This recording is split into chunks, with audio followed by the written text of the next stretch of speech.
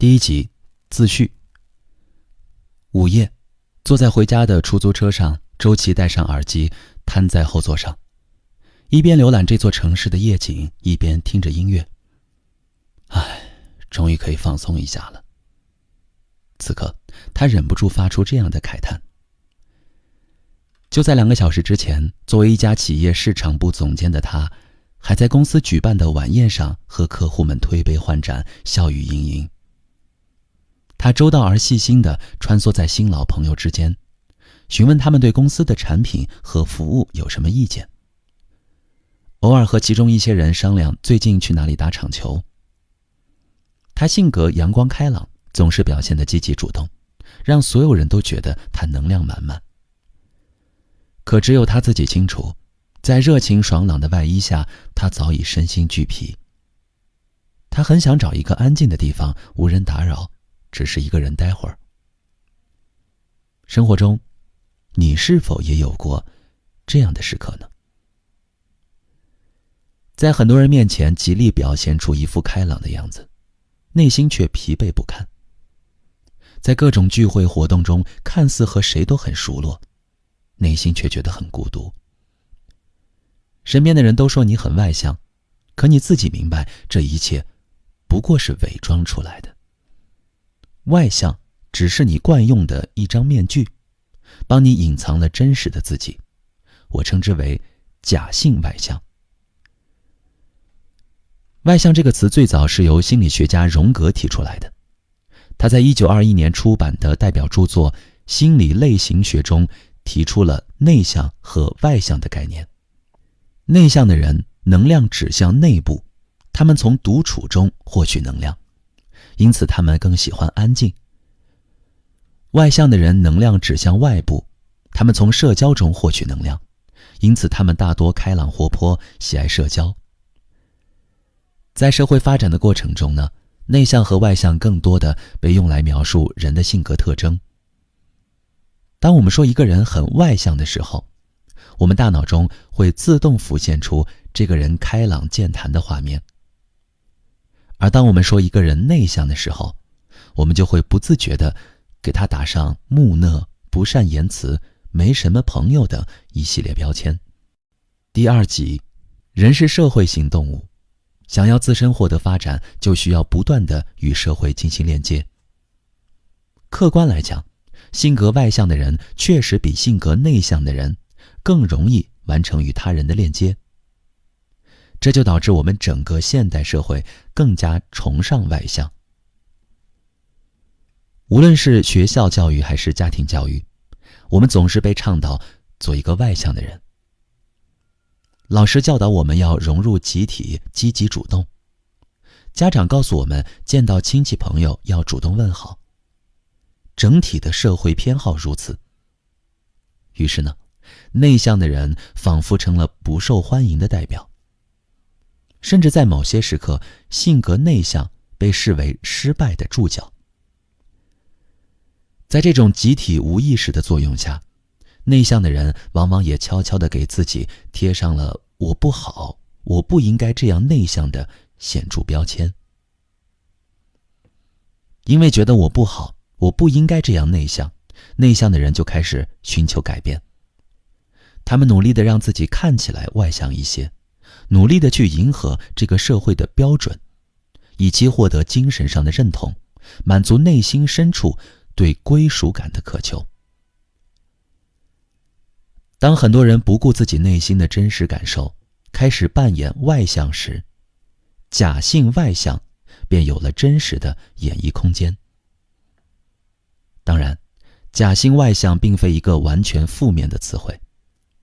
由于社会角色的需要，我们每个人在人际互动过程中多多少少会戴上一些人格面具，假性外向便是其中之一。第3集，就像前文提到的周琦，由于工作需要，他在一些特定的场合必须表现出自己的外向性，以确保工作能够顺利的开展。在这种情况下呢，假性外向非但不是负面的词汇，反而有诸多积极的意义。假性外向真正的问题，不是你在社交中展现出自己开朗健谈的一面，而是你忽略了自己内在的真实感受，否认自己的内向性，试图把自己完全改造成一个符合大众期待的所谓外向的人。你可能常常会开怀大笑，但是你知道自己其实一点都不快乐。还以前文提到的周琦为例，假如他真的是一个内向的人，在特定的工作场合扮演外向之余，他必须承认自己的内向，每天给自己留出一些独处的时间，获得心理能量。这也意味着他需要拒绝一些善意的邀请，承担可能引起的误解或非议。如果他做不到这些，而是一味地满足他人，努力成为外向的人，那么他的心理能量将会持续地消耗下去，使身心健康受到极大的影响。我们表现出自己外向的一面，甚至假装自己很外向，这些都不是问题。问题是，不要否认自己的内向，不要完全活在他人的期待里，也不要忽略了自己最真实的感受。当全世界都在为外向欢呼喝彩的时候，我们可以淡定地回应，内向也挺好。我希望你常常开怀大笑，但不是出于假装，而是因为真的快乐。欢迎收听由喜马拉雅出品的《假装自己很外向》，作者杨思远，由志远跟您一同分享。我们先来进入到第一章，外向孤独。第一节我们先要讨论的话题叫活成别人的开心果，却做不了自己的守护神。段丽丽呢是大家公认的开心果，无论是谁发起的聚会，只要有段丽丽在，就没有搞不活的气氛。也正因如此，段丽丽的生活中从来不缺少聚会。聪明、大方、热情、幽默，这是身边大多数人对段丽丽的印象。可是她不明白为什么在她自己看来，总是隐隐觉得那不是真实的自己。在阳光的外表下，好像藏着一个疏离的、不爱与人打交道的孤独的自我。为什么每次聚会之后，我都感觉有点心累呢？为什么我时常有一种想要逃离人群的冲动呢？热情的、冷漠的，到底哪一个才是真正的我呢？在收获了聚会达人称号的同时，段丽丽时常产生这样的困惑。事实上，每个人都有一个叙事性自我，在一段较长的时间里，我们会赋予自我表现一定的意义，以回答我是谁的永恒疑惑。如果在一段时间里，我们的均值表现是连续的，那么叙事性自我就很容易表达出我是谁。但如果我们的表现是混乱的、冲突的，那么我们就无法获得我是谁的答案，在内心深处引发关于自我认同的焦虑。段丽丽到底怎么了？为什么明明很开朗的人，却总觉得自己有点孤独呢？你是否也和段丽丽一样，迫不及待地想要获得这个问题的答案呢？仔细回想一下，我们身边那些聚会达人，他们除了永远能量满满、充满热情外，是否有以下不太被人注意的特点？他们总是能够轻易地打开别人的内心，擅长捕捉不易被察觉的情绪，总能让和他们聊天的人感觉很舒服。他们好像特别擅长自嘲，总是表现得没什么需求。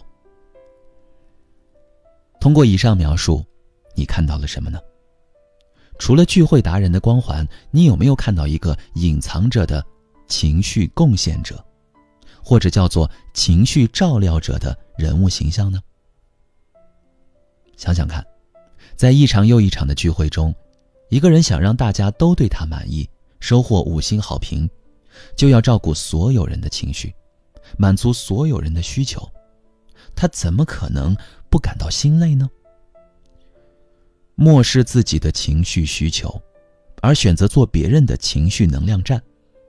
这就是段丽丽能够成为聚会达人的秘诀，也恰恰是她感到心累和孤独的原因。不是每个人都能成为像段丽丽那样的社交达人，因为这需要一种天赋，那就是对情绪高敏感。从很小的时候起呢，段丽丽就发现自己的这种天赋。比如说在课堂上，她能敏锐地察觉到老师什么时候要发火。课间和同学玩耍的时候，她通过某个同学快速闪过的眼神，就能判断出对方是否想和自己玩。像段丽丽这样对情绪高敏感的人，在生活中有很多，他们存在着一些共性。首先呢，他们有极强的共情能力。比如阅读一本书或者观看一部影视剧的时候，他们能够轻易地入戏，让情绪随着虚构人物的命运大起大落。此外，他们还特别能够理解别人的感受，所以生活中很多人愿意和他们说一些知心话。其次呢，他们观察细节的能力特别强。他们自己也不太清楚，为什么别人注意不到的细节，他们总是能够敏锐地捕捉到，同时会不自觉地对这些细节进行分析，并做出进一步的反馈。再次，他们习惯委屈自己，迁就别人。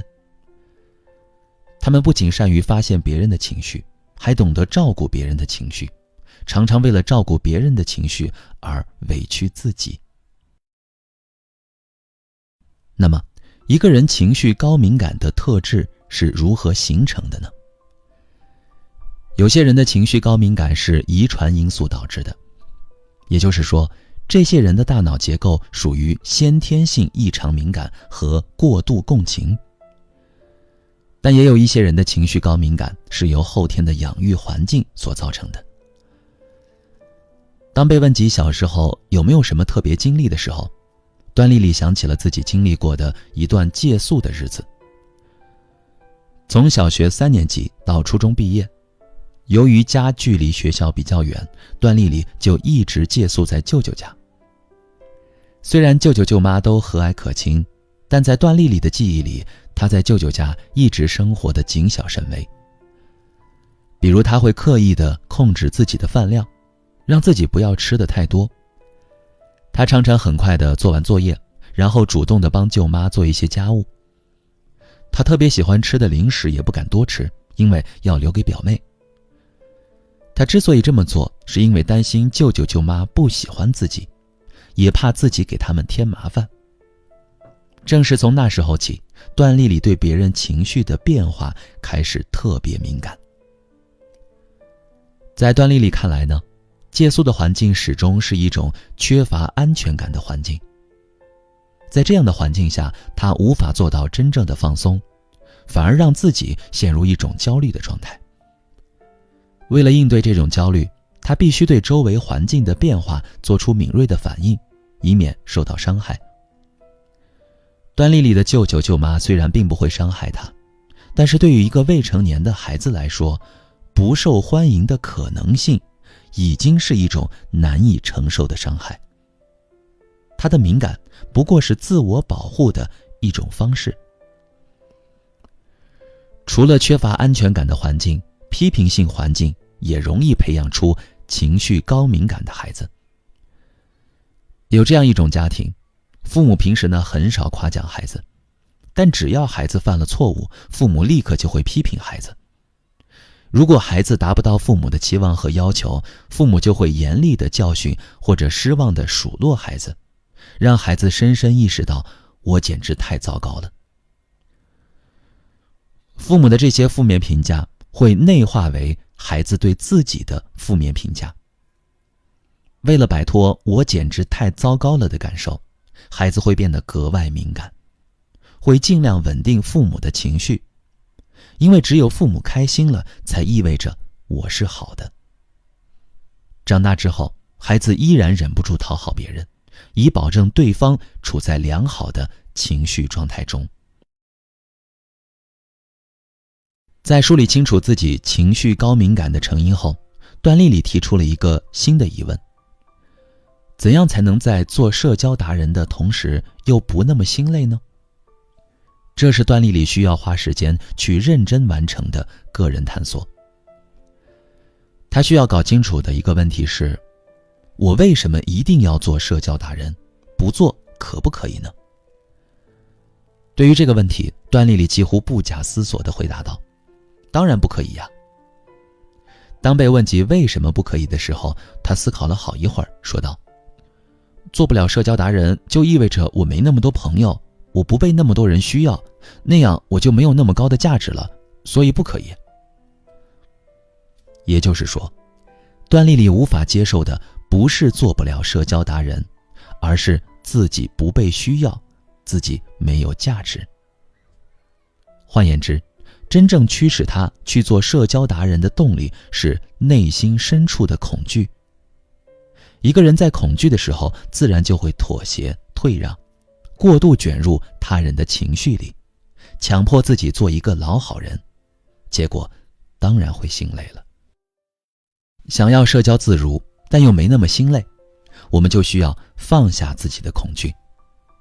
然而，放下恐惧并不容易，因为这需要一个人拥有非常稳定且强大的核心自我。改变核心自我是一个漫长艰难的过程，改变认知则相对简单。对于段丽丽来说呢，她没有意识到的是，她一直觉得我必须对别人的情绪负责，否则他们会不喜欢我。这是曾经的借宿生活带给她的错误认知。然而，很多时候别人的情绪和我们毫无关系，我们也不需要对别人的情绪负任何责任。我们如果能够明确这一点，并且在生活中时时对自己加以提醒，就不会在社交中感到那么心累。我们之所以在意别人对自己的评价，是因为我们无法接受他人对自己的失望，以及自己对自己的失望。可实际情况是，一个人无论如何努力，都无法做到让所有人满意。我们如果能够允许自己让别人失望，就不会强迫自己去做一个所谓的社交达人，也不会那么在意别人的喜怒哀乐。不想社交疲劳，从敢让别人失望开始。欢迎收听由喜马拉雅出品的《假装自己很外向》，作者杨思远，由志远跟您一同分享。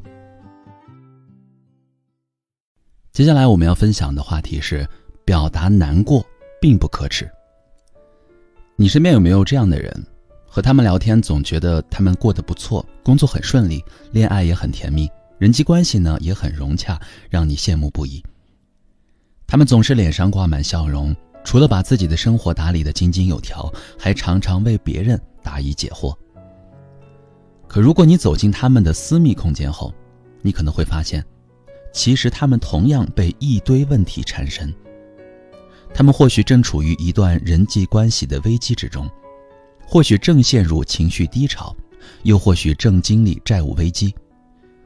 但是他们会把这一切隐藏起来，呈现出一种我很好，我过得很不错的假象。有人说，成年人的世界悲喜自度，你展露自己的脆弱，无法体现自己的成熟，也换不来任何好处。所以很多人在成为成年人的路上，慢慢学会了隐藏自己内心的脆弱和不安。听上去似乎很有道理，可如果长期把自己的脆弱和不安隐藏起来，生活真的能够好起来吗？自己真的能变得成熟吗？恐怕未必如此。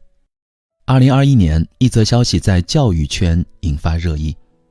美国埃默里大学牛津学院的中国留学生张某某自杀了。张某某是一个典型的学霸，从小成绩优异，托福成绩接近满分。在老师和同学们的印象中，张某某性格开朗，常常面带微笑。这样一个性格外向，各方面表现都很优秀的人，竟然选择了自杀。有人猜测，张某某极有可能患上了微笑抑郁症。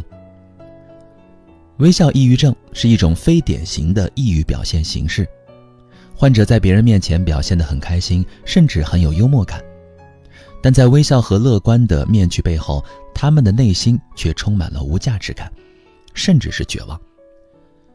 就像很多人在朋友面前保持着很开心的状态，当自己独处的时候呢，却常常感到悲伤。近些年，我们常常看到类似的新闻事件，一些平时看上去开朗乐观的公众人物因自杀而离世。微笑抑郁症已经成为潜伏在我们身边的杀手。那些平时习惯表现的我很好的人，需要警惕的是，所有被你刻意隐藏起来的负面情绪，可能会给你带来超乎想象的影响。也许一开始这些负面情绪只是让你感觉身体不适，比如失眠或者精神萎靡，但负面情绪在累积到一定程度的时候，便会将你推向绝望的深渊。大多数人的抑郁其实都和自我压抑有关。自我压抑是指当情绪被唤起时，一个人不做出任何表达性的举动，而是克制自己释放出表现该情绪的表情、行为和语言等，以此来掩藏自己当下的情绪体验。除了情绪外，这类人往往还会压抑自己的想法、欲望。一个人选择自我压抑，通常和其隐秘的潜意识相关。记得有一次，我正打算出门办事儿，刚走出家门呢，就听到对门邻居家的孩子在哇哇大哭。伴随着孩子的哭声，还有大人的吼骂：“你再哭我还打你，听见没有？”大人责骂不休，孩子的哭声更大了。紧接着，那位母亲真的又去打了孩子，于是孩子哭得更加撕心裂肺。站在门口的我实在听不下去，忍不住过去按了一下门铃。那位母亲隔着防盗门看着我，冷漠地问了一句：“什么事儿？”我很克制地说：“听孩子哭了这么久了，你应该也教训累了吧，差不多就得了。”听完我说的话，那位母亲冷冷地瞥了我一眼，丢下一句“神经病”，然后重重地关上了门。听着孩子的哭声，我只好无奈地离开。做心理咨询的这些年，我遇到过很多来访者，他们小时候都有过和被打小孩类似的经历。被父母打骂，父母还不允许自己哭，只要自己一哭，父母就打得更厉害，一直打到自己不哭为止。慢慢的，他们真的习惯了被打的时候一声不吭。就像这个被打的小男孩一样，一个人在成长过程中，如果他的自我表达总是被忽视，或者他的自我表达总是遭到他人的否定和压制，那么他就会渐渐地学会用压抑代替表达。那些总是向外界表达我很好，我过得不错的人，只是在表面上努力地展现出自己作为一个成年人的体面，内心深处却潜藏着深深的恐惧。他们害怕的是自己的脆弱和不安无法得到别人的回应。有些人自我压抑的形成甚至发生在生命更早期。0到1岁，在弗洛伊德描述的心理发展阶段中被称为口欲期。婴儿是通过口腔活动与这个世界进行链接并获取快感的，所以喜欢将各种各样的东西往嘴里塞，这就是口欲期的典型特征。在口欲期呢，婴儿要体验和母亲从共生到第一次分化的心理发展过程。如果这个过程发展得比较好，就会为孩子将来独立人格的塑造、边界意识的建立等奠定良好的基础。反之，则容易出现相应的问题，比如孩子长大之后很可能会表现出表达困难、言语错乱等行为特征。为了更好地了解这个阶段形成的表达障碍，我们可以假设一个情境：你是一个刚出生没多久的婴儿，家门口轰隆隆的火车声让你感到害怕，于是你用自己的哭声表达自己的恐惧，而母亲呢，并不怎么理会你的哭闹，偶尔还会带着责怪的语气拍你几下。你从母亲的反馈中看到了自己的不可爱、不乖巧、不懂事儿，于是你开始在潜意识里责怪自己，并体会到深深的羞耻感。与此同时，你认为用哭声来表达自己的感受是对母亲的攻击，让她体验到了不快。尽管事实上你并没有错，但你还是在潜意识里认同了自己的羞耻感，认为表达自己就是对别人的攻击。在你长大后呢，这个潜意识使你经常允许别人跨过界限，对你进行心理掠夺，即使你感到难受，也从来不懂得拒绝。因为你惧怕表达自己的难过，那意味着你要体验与之伴随的羞耻感。那些伪装自己过得很好的人，他们内心被过度压抑的负面情绪终将以更加激烈的方式表现出来，比如焦虑症、抑郁症、强迫症等。伪装必然伴随着内心的恐慌，在隐藏的同时害怕被发现、被戳破，所以假装我很好，但这样就会妨碍与他人建立真实而深刻的连接。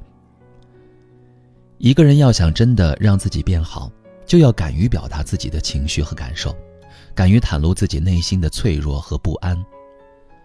在我的咨询个案里，有一个案例让我印象深刻。来访者是一位习惯自我压抑的女士。我告诉她，从你和我建立咨询关系这一刻开始，你要学会尊重自我的感受。她接下来的一句话让我感到异常诧异。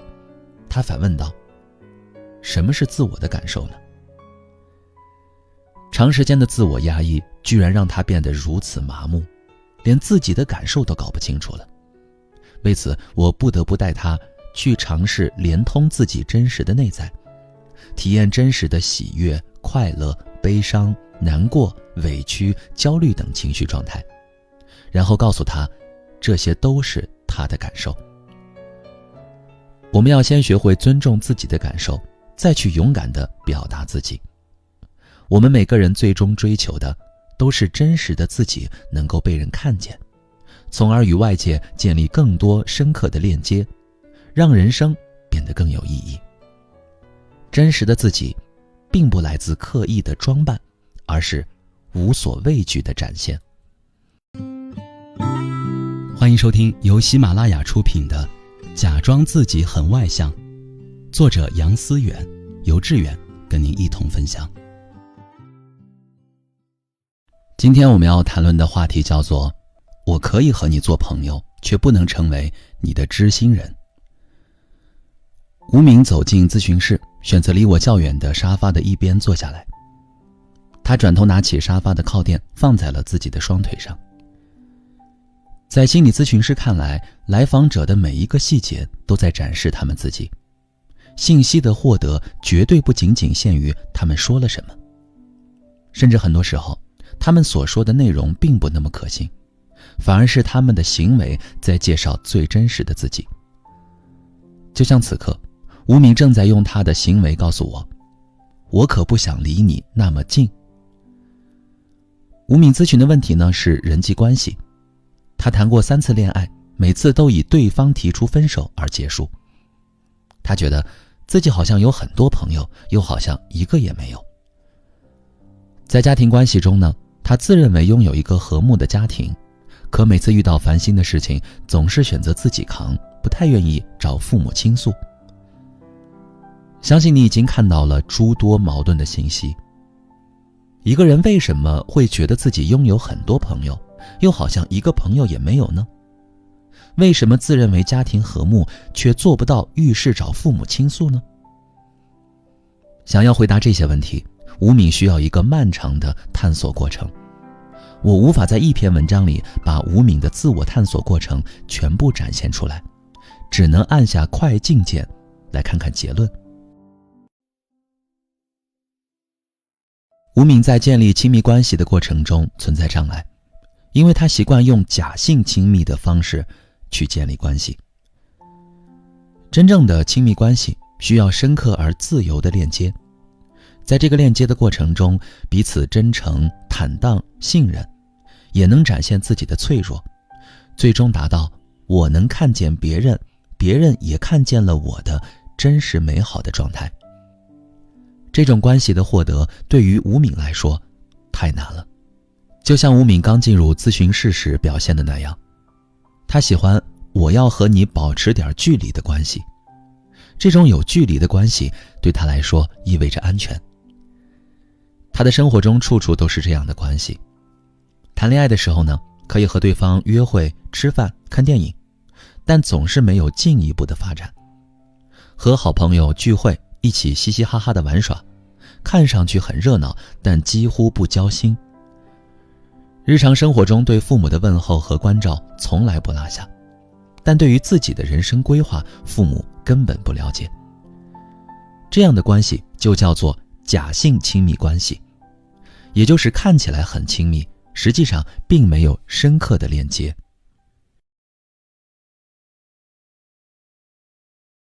请你想象一下这样的情境，你正在和几个朋友聊天，你热情地分享着最近上了热搜的明星八卦，但与此同时呢，你内心惴惴不安，因为你面临着一个现实重压。这个月的业绩如果完不成，你将失去现在的工作。对于这个麻烦，你不想告诉你的朋友们，此刻的你只想让他们看到你一切都挺好的。想想看，在这场聚会结束后，你会有什么样的感受呢？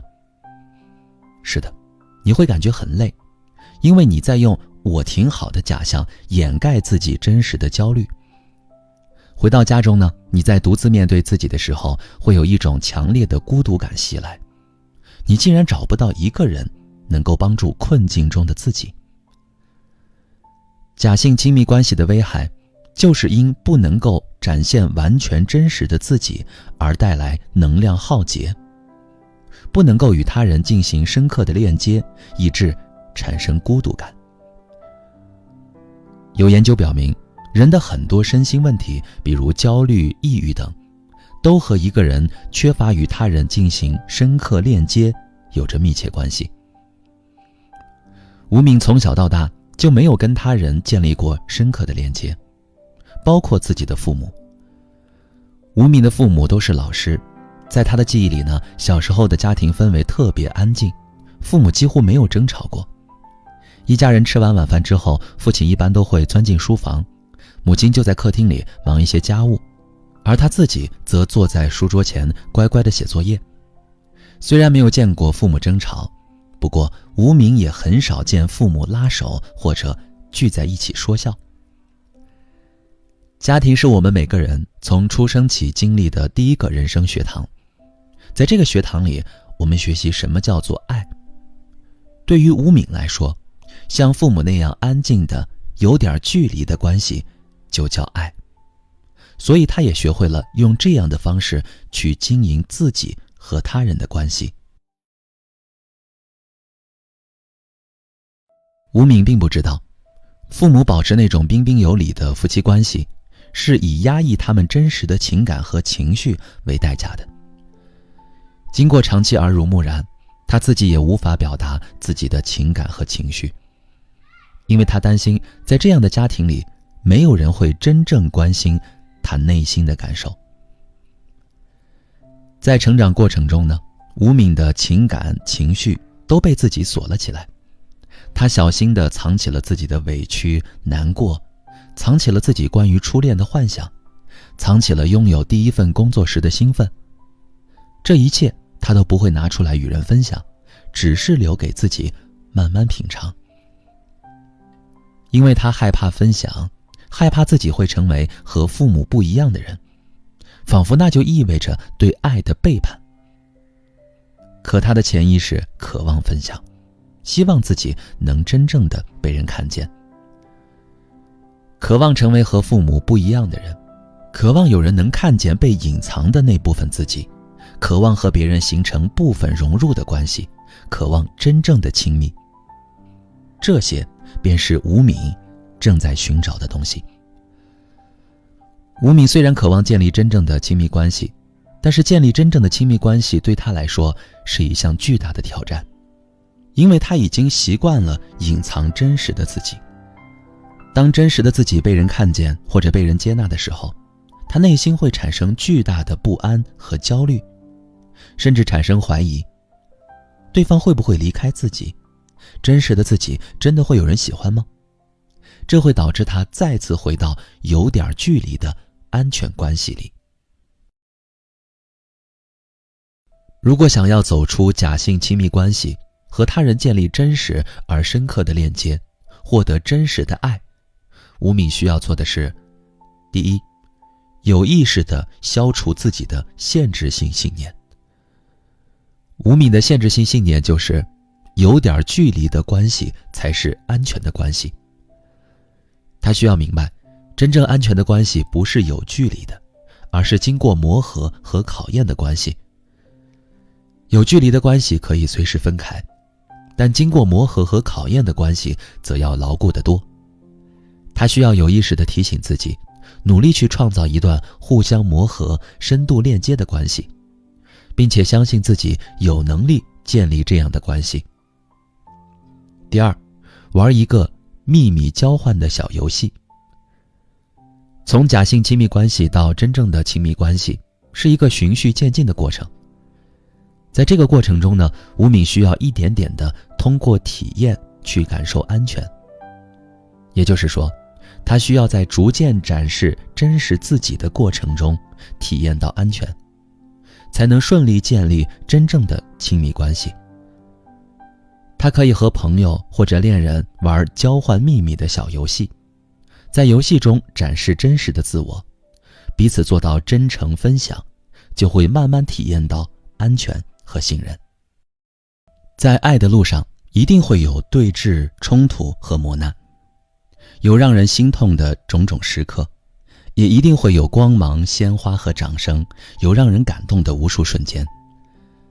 在漫长的人生中，一个人如果没有体会过真实的爱与被爱，那岂不是太过遗憾吗？爱是人类最伟大的情感，请打开自己的身心，去体验真实而深刻的爱吧，哪怕痛一点，也比麻木要好。欢迎收听由喜马拉雅出品的《假装自己很外向》，作者杨思远，由志远跟您一同分享。本期内容我们要聊的话题是，允许别人不开心是一项获得幸福的超能力。周颖在走进咨询室之后呢，还没来得及说一句话就开始哭，不是那种轻轻的落泪，而是闭上眼睛嚎啕大哭，仿佛旁边没有人一样。如果这是一个历时很久的个案，我或许不会惊讶，但这是我第一次见到周颖，看着她大哭的样子，我确实有点疑惑。她张着嘴，似乎哭得很费力，时不时拿起旁边的纸巾擦一下眼泪和鼻涕，然后继续坐在那里哭。哭了10分钟左右之后，哭声渐弱，转为轻微的抽泣。你好像很难过，能具体的和我说说吗？在她逐渐冷静下来之后，我这样问道。没想到听了我的问话，她又开始大哭起来。不过这次持续的时间比较短，大概哭了1分钟之后，她停了下来，对我说道：只有你能理解我的难过，他们都不理解。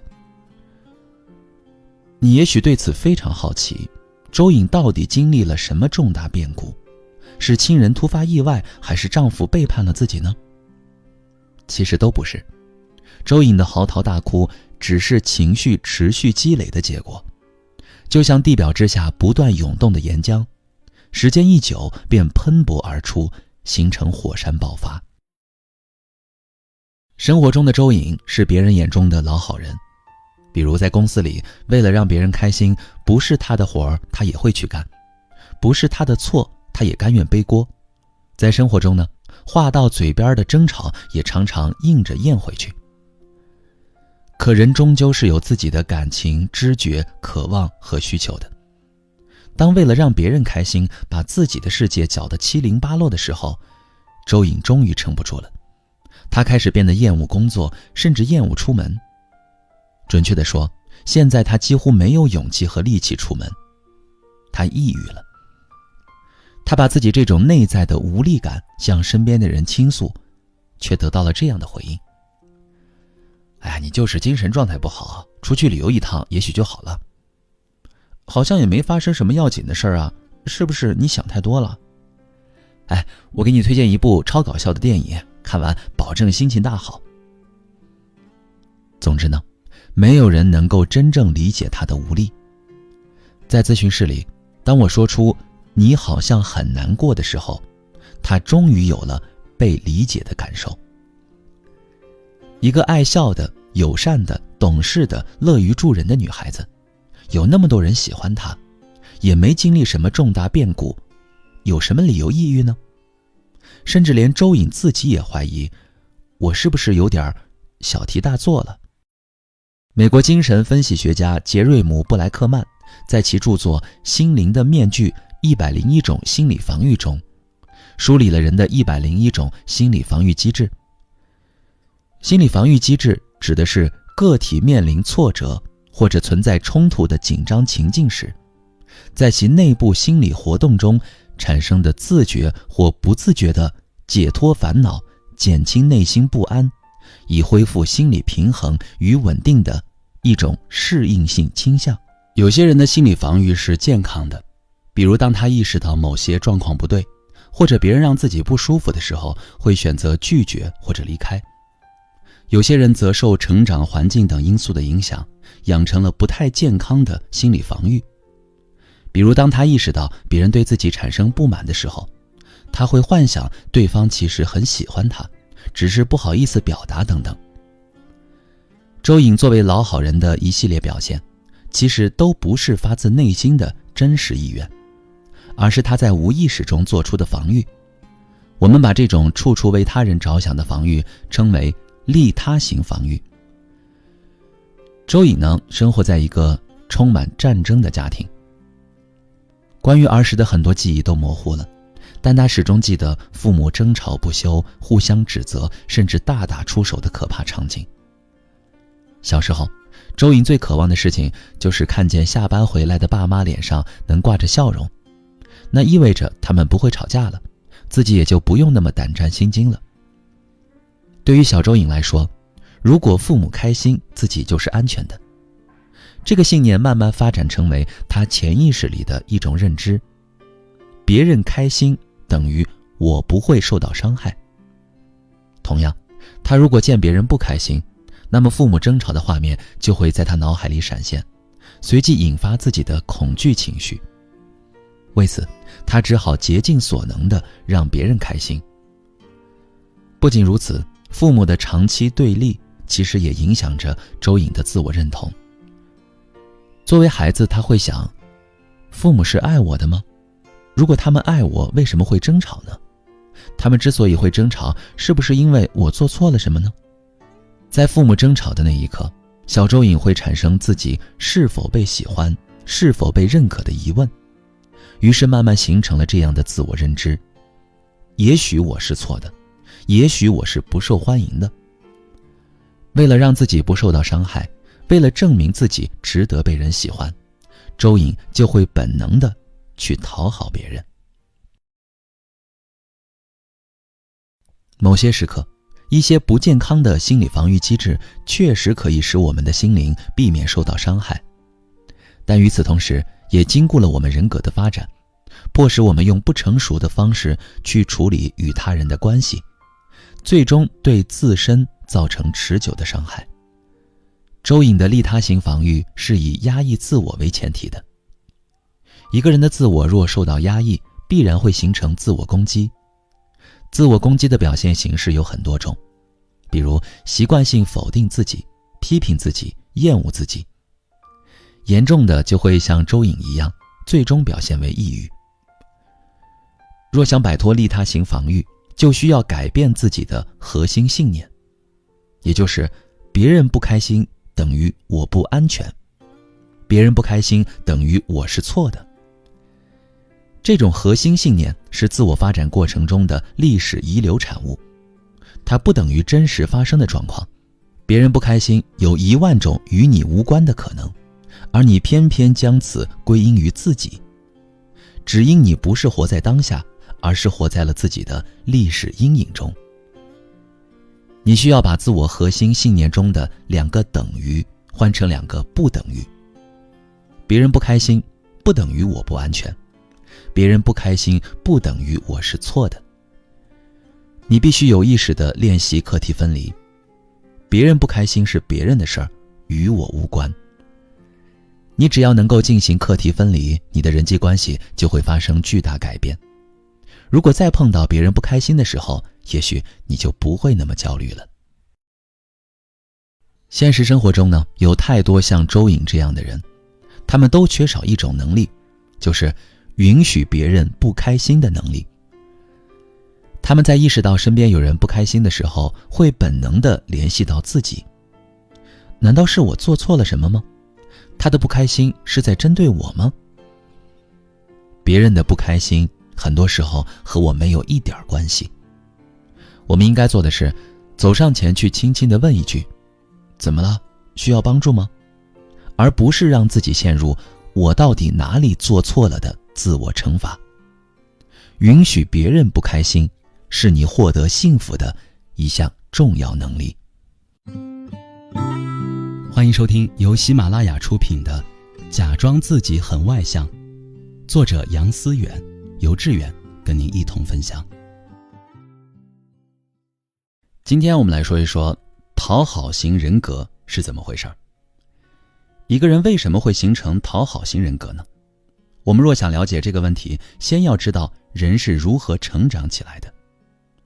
让我们穿越到你呱呱坠地的那一刻。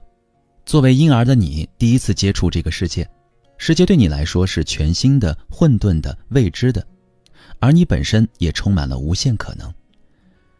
你小小的身体里有一个非常神奇的器官——大脑，它是你身体的指挥中心。在未来的日子里，它会同你的身体一起成长，并且指挥着你和这个世界互动。它会让你先理解具象的存在，然后帮你理解抽象的意义。它会先带你体验简单的情感，然后带你领会人类丰富的精神世界。每个人的大脑都一样吗？当然不一样。虽然在整体构造上人类的大脑相差无几，但在细微处有着明显的差别。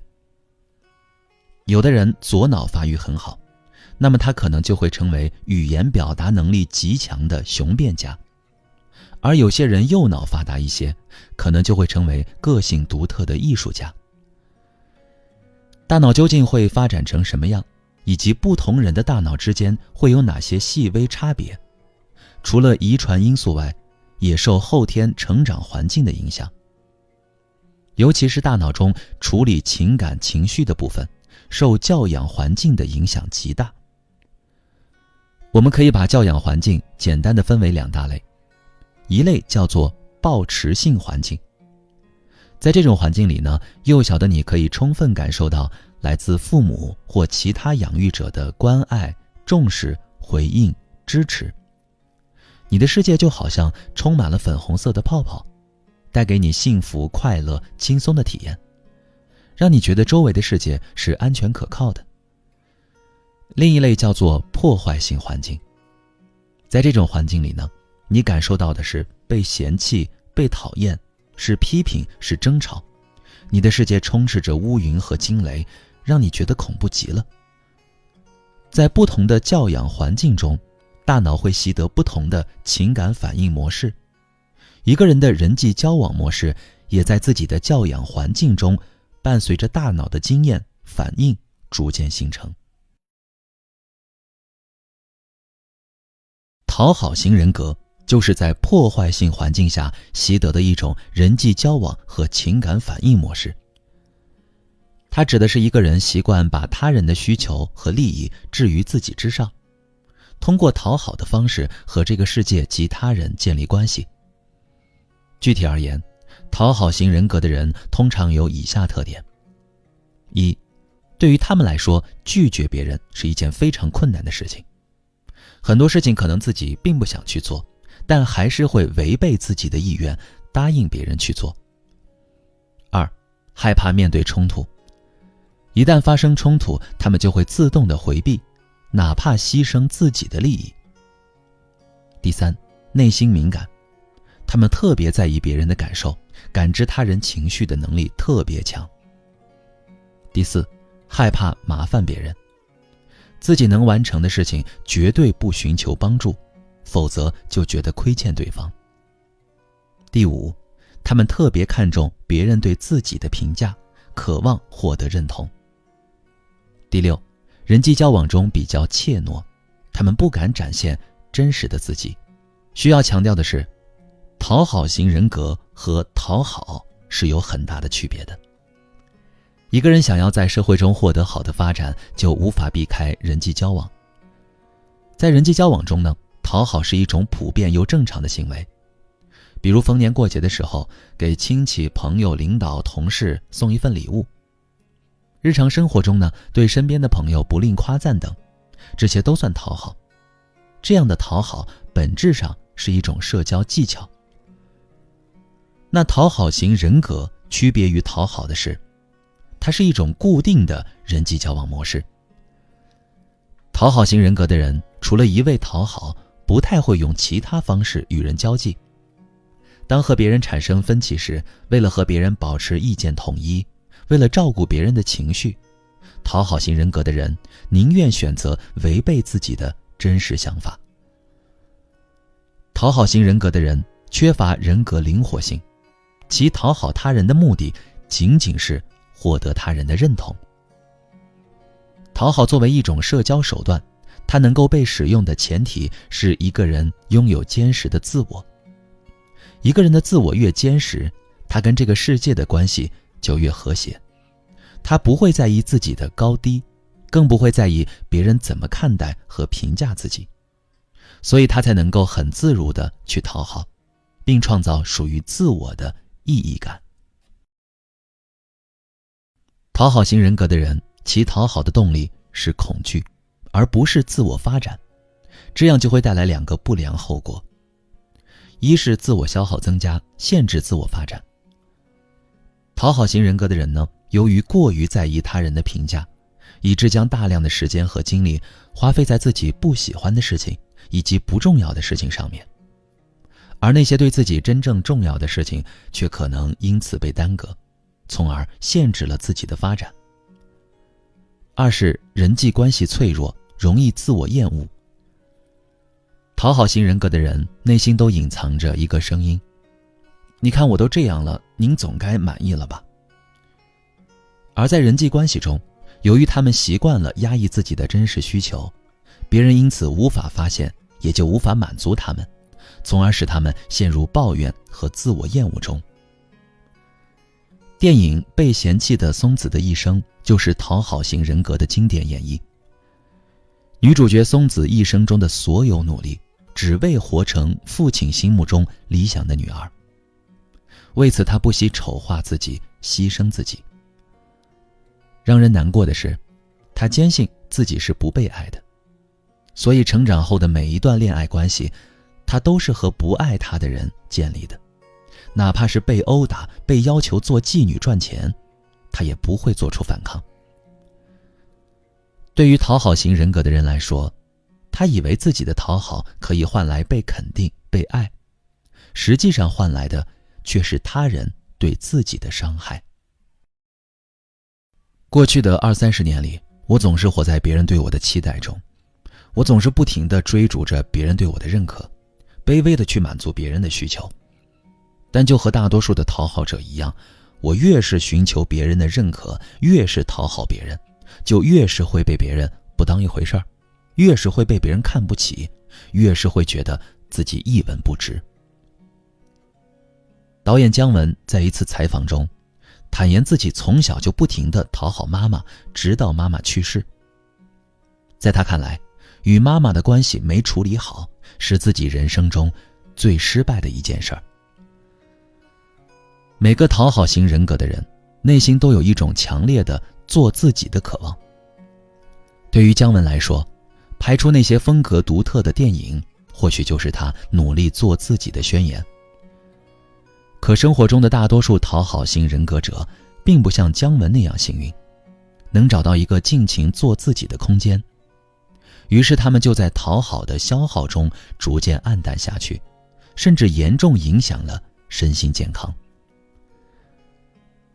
很多文章都探讨过如何摆脱讨好型人格，他们告诉你要尊重自己真实的感受，要建立人际关系中的边界，要勇于表达自己真实的想法。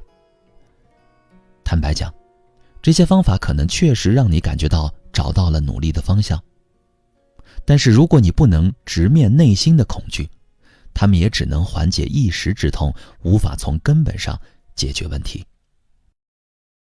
讨好型人格内心深处真正恐惧的，其实是这个世界充满了对峙和冲突，或者别人不喜欢我，讨厌我。所以他们试图用讨好的方式构建一个和谐、充满认同和爱的世界。然而，这个世界原本就充满了冲突，我们也很难消除这个世界上的冲突。既然无法消除冲突，那就卸下内心的恐惧，直面冲突吧。你直面冲突不意味着毁灭，恰恰是与对方共存的一种方式。我们只有鼓起勇气，敲碎自己的幻想，直面人生中的残酷，才有可能活成自己的太阳。欢迎收听由喜马拉雅出品的《假装自己很外向》，作者杨思远，由志远跟您一同分享。今天我们要探讨的一个话题是，请停止扮演情绪稳定的成年人。不知从何时起，每天扮演好一个情绪稳定的成年人的警句在社会上广为流传。在我看来，这意味着情绪稳定正在成为每个人所稀缺的能力。不过，在扮演情绪稳定的过程中，很多人其实混淆了情绪稳定和没有情绪的概念，从而使自己陷入一种情绪压抑、情绪亚健康的状态。我的来访者李田算是一个典型的代表。李田任职于一家新能源汽车公司，负责企划方面的工作。由于近2年新能源汽车行业发展迅猛，李田平时的工作节奏非常快，加班是常态，甚至常常忙得顾不上吃饭。高负荷的工作给他带来了巨大的心理压力，使他变得异常焦虑。即便负面情绪积压到让他濒临崩溃，他依然努力克制自己，保持所谓的情绪稳定。为了公司周年会的一个活动，李田连续加了半个月的班，在一天半夜交上已经修改过4遍的方案，但依然被领导驳回的时候，他终于没能忍住，情绪爆发了。他先是大哭一场，然后在邮件里面愤怒地顶撞了领导，就不管不顾地回了家。等回到家平静下来之后，李田又开始为自己的举动懊悔。他不明白，自己一向心理承受能力很强，这次怎么就没控制住情绪呢？李田的情绪崩溃看似偶然，实际上是他压抑自我真实情绪的必然结果。很多人压抑自己的真实情绪，常常出于以下几个原因。首先，情感忽视的家庭更容易培养出情感压抑的孩子。比如有些父母只关心孩子吃得好不好，睡得好不好，却从不关心孩子是否开心或者难过。久而久之，在这样的家庭氛围中，孩子根本无法学会如何表达自己的负面情绪，只能选择自我压抑。其次，我们所处的社会环境更加倡导情绪稳定，并且将其视为一项重要的个人竞争力。在这样的大环境下，每个人都害怕袒露自己的脆弱，害怕自己变成他人眼里的弱者，害怕因此错过很多机遇。再次，如果一个人的成长环境充满了否定和批判，那么他很难获得真正的自我认同，从而阻碍自己表达真实的情绪。他会尽量地展现自己虚假的美好，心安理得地戴好情绪稳定的面具，把所有内在的负面情绪都隐藏起来。情绪其实是人类非常重要的一门语言，自然流露的情绪无时无刻不在向外界展示着一个人最真实的样子。想想看，那些躺在母亲怀里的婴儿，他们虽然不会使用语言，但是可以通过一个微笑、一声啼哭，甚至是一个其他细微的表情表达需求。而母亲呢，也可以通过婴儿的情绪反应，领会婴儿表达的意思。这就是情绪语言的巨大魅力。随着年龄的增长，我们每个人在逐渐社会化的过程中，渐渐忘记了自己的情绪语言，不自觉地忽视它，甚至压抑它。这样，我们不但丢失了一个了解自我的通道，还为自己带来极多的负面影响。比如突然间的情绪崩溃，会带来生活和工作上的麻烦；情绪压抑导致精神萎靡，失去活力，甚至引发失眠、焦虑、抑郁等精神疾病。要知道，当我们说一个人情绪稳定的时候，并不是说这个人没有情绪，而是指这个人有较强的心理韧性，在面临巨大压力的时候，能够客观看待自己的处境，并给出适当的情绪反馈。假如一个真正情绪稳定的人，面对李田的工作环境和工作历程，在应对和处理压力的方式上会有什么不同呢？连续高负荷的工作让李田疲惫不堪，但他从不会找任何人诉说，而是暗暗地鼓励自己，你可以的，不要让别人小瞧你。看似正向的自我鼓励，实际上却是对自己情绪的忽视。而对于一个真正情绪稳定的人来说，他首先会承认自己撑不住了，然后再想办法，比如说找领导协调，比如说找同事求助，从而获得一些支持性的力量，以避免耗尽自己的心理能量。在活动方案连续遭到领导的否定后，李田彻底崩溃了。领导到底是什么意思呀？自己一直在按照他的要求进行修改，而且明明已经把方案修得很完美了，他为什么还是不满意呢？这一刻，李田内心所有的委屈、困惑、愤怒集体爆发了，于是出现了后面不理智的行为。对于一个真正情绪稳定的人来说，他会先客观评估自己所做的工作，以及对此付出的努力。如果自己觉得工作完成得很好，却仍旧遭到了领导的否定，他会再次积极主动地表达自己的想法，以求获得领导的认同或者帮助。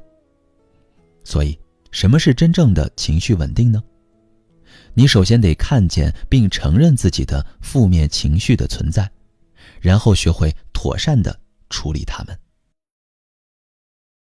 从事心理咨询工作以来，我常常听到来访者说这样一句话：道理我都懂，可我就是做不到呀。那么，如何才能让自己修炼真正的情绪稳定呢？我们需要了解2个基本常识。第一，几乎所有的负面情绪都源于我们内心的恐惧和脆弱。这个世界上有太多令我们感到害怕的东西了，比如害怕别人不喜欢自己，害怕别人比自己优秀，害怕自己不被认同。我们因为害怕，所以通过伪装的方式保护自己。一旦别人触碰到我们内心的恐惧和脆弱，就会立即唤起我们的负面情绪，也许是愤怒，也许是焦虑。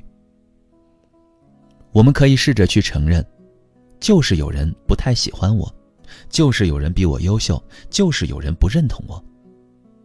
我们所承认的恐惧和脆弱越多，我们内心的恐惧和脆弱便自然会越少。第二，我们所了解的自己不一定是真正的自己。一个人之所以总是受困于负面情绪，往往是因为给自己设置了太多的限制性信念。比如说，我这么普通，他一定不会喜欢我。这件事好难呀，我肯定做不到。我只有足够优秀，才有资格被爱等等。要知道，所有被限制的信念都代表着我们内心真正的渴望。很多限制性信念毫无根据，它们可能是过往某些时刻别人对你说过的一句话，又或者是你对自己进行的一场自我催眠。无论如何，只要不破除这些限制性信念，我们就无法找到真正的自己。尝试去改变这些限制性思维吧，换一种思路。比如说，我虽然很普通，但是他也有可能会喜欢我。这件事好难呀，不过我要是多努力一点，也许就能做到。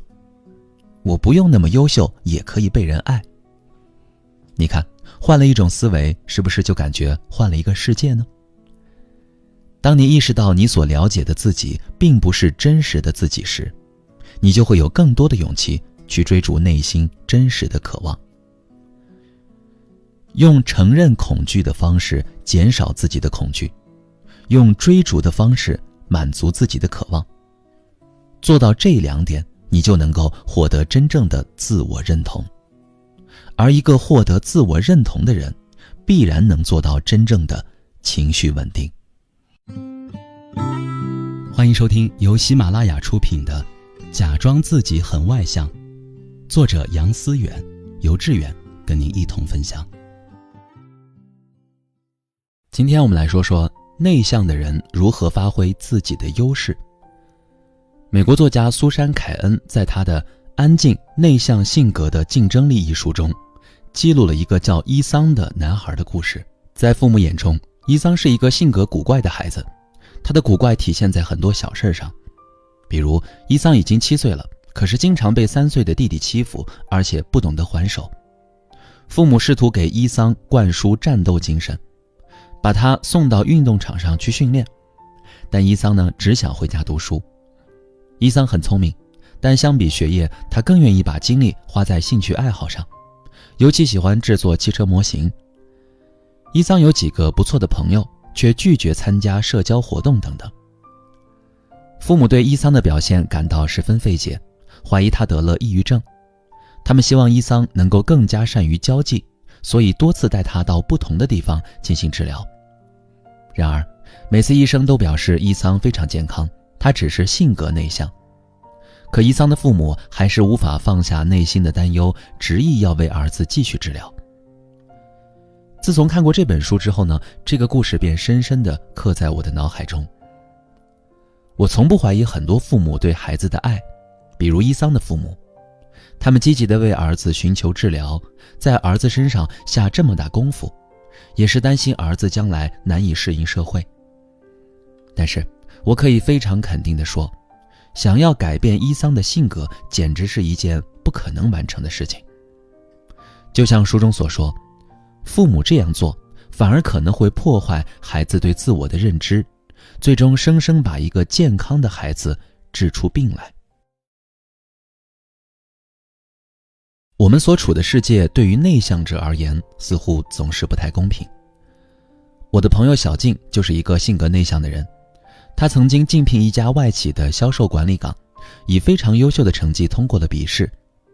进入了面试环节后，却因为面试官一句性格不合适被淘汰了。事实上，像小静这样性格内向的人，即使顺利进入了职场，也常常会因为不合群而影响升职加薪。偏负面的社会评价是所有内向者要面临的第一重压力。在《安静》一书中，作者写道，有数据表明，人群中大概有1/3的人是内向的人。换言之，这个世界上的外向者显然是一个体量更加庞大的存在。当内向者成为小众，似乎就不得不接受外界对自身的定义。和外向者比起来，内向者是不合群的、奇怪的、没有朋友的，甚至心理似乎不太正常的等等。这些负面的标签困扰着内向者，在给他们带来巨大压力的同时，也剥夺了他们很多的发展机会。伴随着来自社会的负面评价，内向者的自我认同也发生了动摇。很多时候，他们都觉得自己仿佛真的有问题，认为内向真的是自己的性格缺陷。为此，他们开始羡慕那些外向的人，甚至默认了某些发展机遇不属于自己是正常的。内向似乎成为了他们的阿卡琉斯之种，成了他们致命的软肋。1975年3月5日，一个冷雨霏霏的晚上，在组织者戈登·弗伦奇位于加州门罗公园的车库内， 32位电脑爱好者聚集在一起，他们想要做一件大事儿，让计算机飞入寻常百姓家。这在当时可不是一项小的任务，那时候的计算机还是不稳定的大型机器，只有大学和企业可以买得起。这时呢，惠普公司的一位24岁的计算机设计师走进了聚会场所。他找了把椅子坐下来，静静地听着最新的关于计算机的信息。这位设计师从3岁起就对电子产品痴迷不已，在11岁的时候，他就梦想自己能够设计出一台小巧方便的计算机，可以供家庭使用。尽管这次聚会他很兴奋，但是他没有和任何人说过一句话，因为他实在太腼腆了。3个月后，他在图纸上画出了自己的设计图。10个月后，他和史蒂夫·乔布斯创立了伟大的苹果公司。他的名字叫斯蒂夫·盖瑞·沃兹尼亚克。加州大学伯克利分校曾经做过一项关于创造力本质的研究，研究人员列了一个名单，上面都是建筑学家、数学家、工程师、科学家、作家等各领域的精英。研究人员邀请这些精英来伯克利分校做性格测试，并尝试解答一些问题，又找了一些没有杰出成绩的同行业人员做同样的测试。测试结果显示，那些创造力更强的人往往在社交中扮演着内向者的角色，他们具有社交的技能，却没有足够社会化或热衷参与社交的性格。沃兹尼亚克曾在自己的回忆录中给那些想要获得伟大创造力的孩子提出建议：保持独立工作。如果你一个人工作，那你最有可能设计开发出革命性的产品和功能，而不是待在一个委员会里或者一个小组里。事实上，不仅仅是沃兹尼亚克，脸书创始人扎克伯格、微软创始人比尔盖茨及投资大师巴菲特都曾在公开场合承认自己性格内向，他们更喜欢独立思考，更喜欢把时间花在阅读而非社交上。无论是实验研究还是现实状况，都表明内向者并非一无是处。相反，只要能够充分发挥自己的性格优势，内向者也许能创造出更加耀眼的成绩。尽管很多信息都在告诉内向者不必焦虑，但在现实生活中，大多数内向者还是要面临来自各方的误解和压力。那么对于内向者来说，怎样做才能真正发挥自己内向性格的优势，更好地融入环境，同时还不阻碍自己的发展呢？第一个，不要试图去改变自己的性格。美国的心理学家卡尔·施瓦茨有一个性格橡皮筋的理论。我们就像一根富有弹性的橡皮筋，可以随时拉长，但这种拉伸是有限度的。施瓦茨通过实验发现，内向者之所以内向，是因为其大脑皮层和杏仁核对外界的信息更加敏感，属于高度应激群体。这也是内向者在人多的时候常常感觉比较累的原因。尽管一个人的内向性格会受其生理影响，但也不能忽略他的自由意志。实验表明，出于某些目的或需求，内向者通过学习完全能够掌握外向者的一些技能，从而让自己更好地融入环境。但正如比尔·盖茨无论怎么磨练自身的社交技能，都无法变成比尔·克林顿，而比尔·克林顿无论花多少时间研究计算机，也不能成为比尔·盖茨。因此，我们无法也无需让自己改变性格。第二，选择那些更符合自己性格的职业。在和个人性格相匹配的职业、角色和环境中，人们往往更容易获得良好的发展。《安静》一书中提到，内向性格的人具有更好的创造力，他们更善于独立工作、深度思考、长时记忆。在人际关系方面呢，他们更乐于进行1对1的交流，而且喜欢更具深度的思想交流。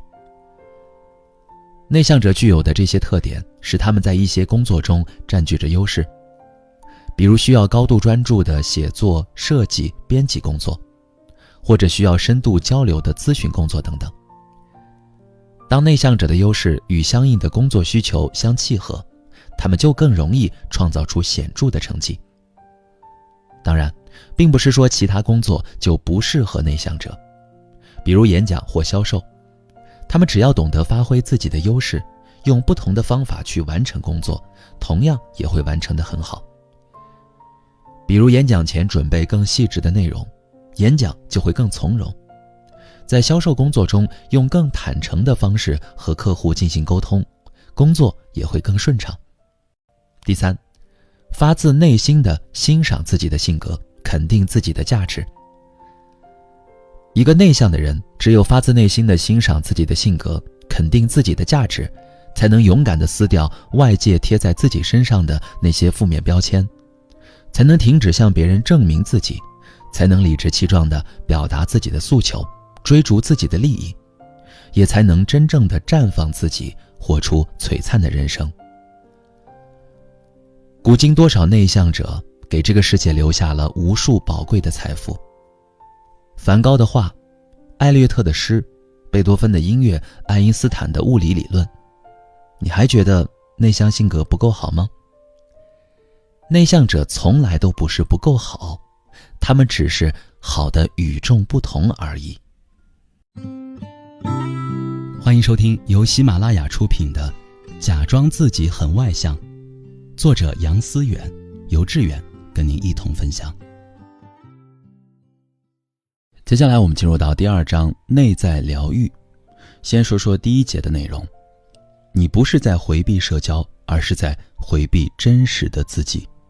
小辉呢自称是孤独星人，由于有着严重的社交焦虑，他始终无法和他人建立良好的友情，更没品尝过爱情的滋味。同事私下的聚会邀请，他通通拒绝，遇见喜欢的女孩，他绕道而行。他说自己也搞不清楚，为什么每次只要一想到和人面对面待在一起，就会不自觉地紧张起来，严重的时候甚至手心都冒汗。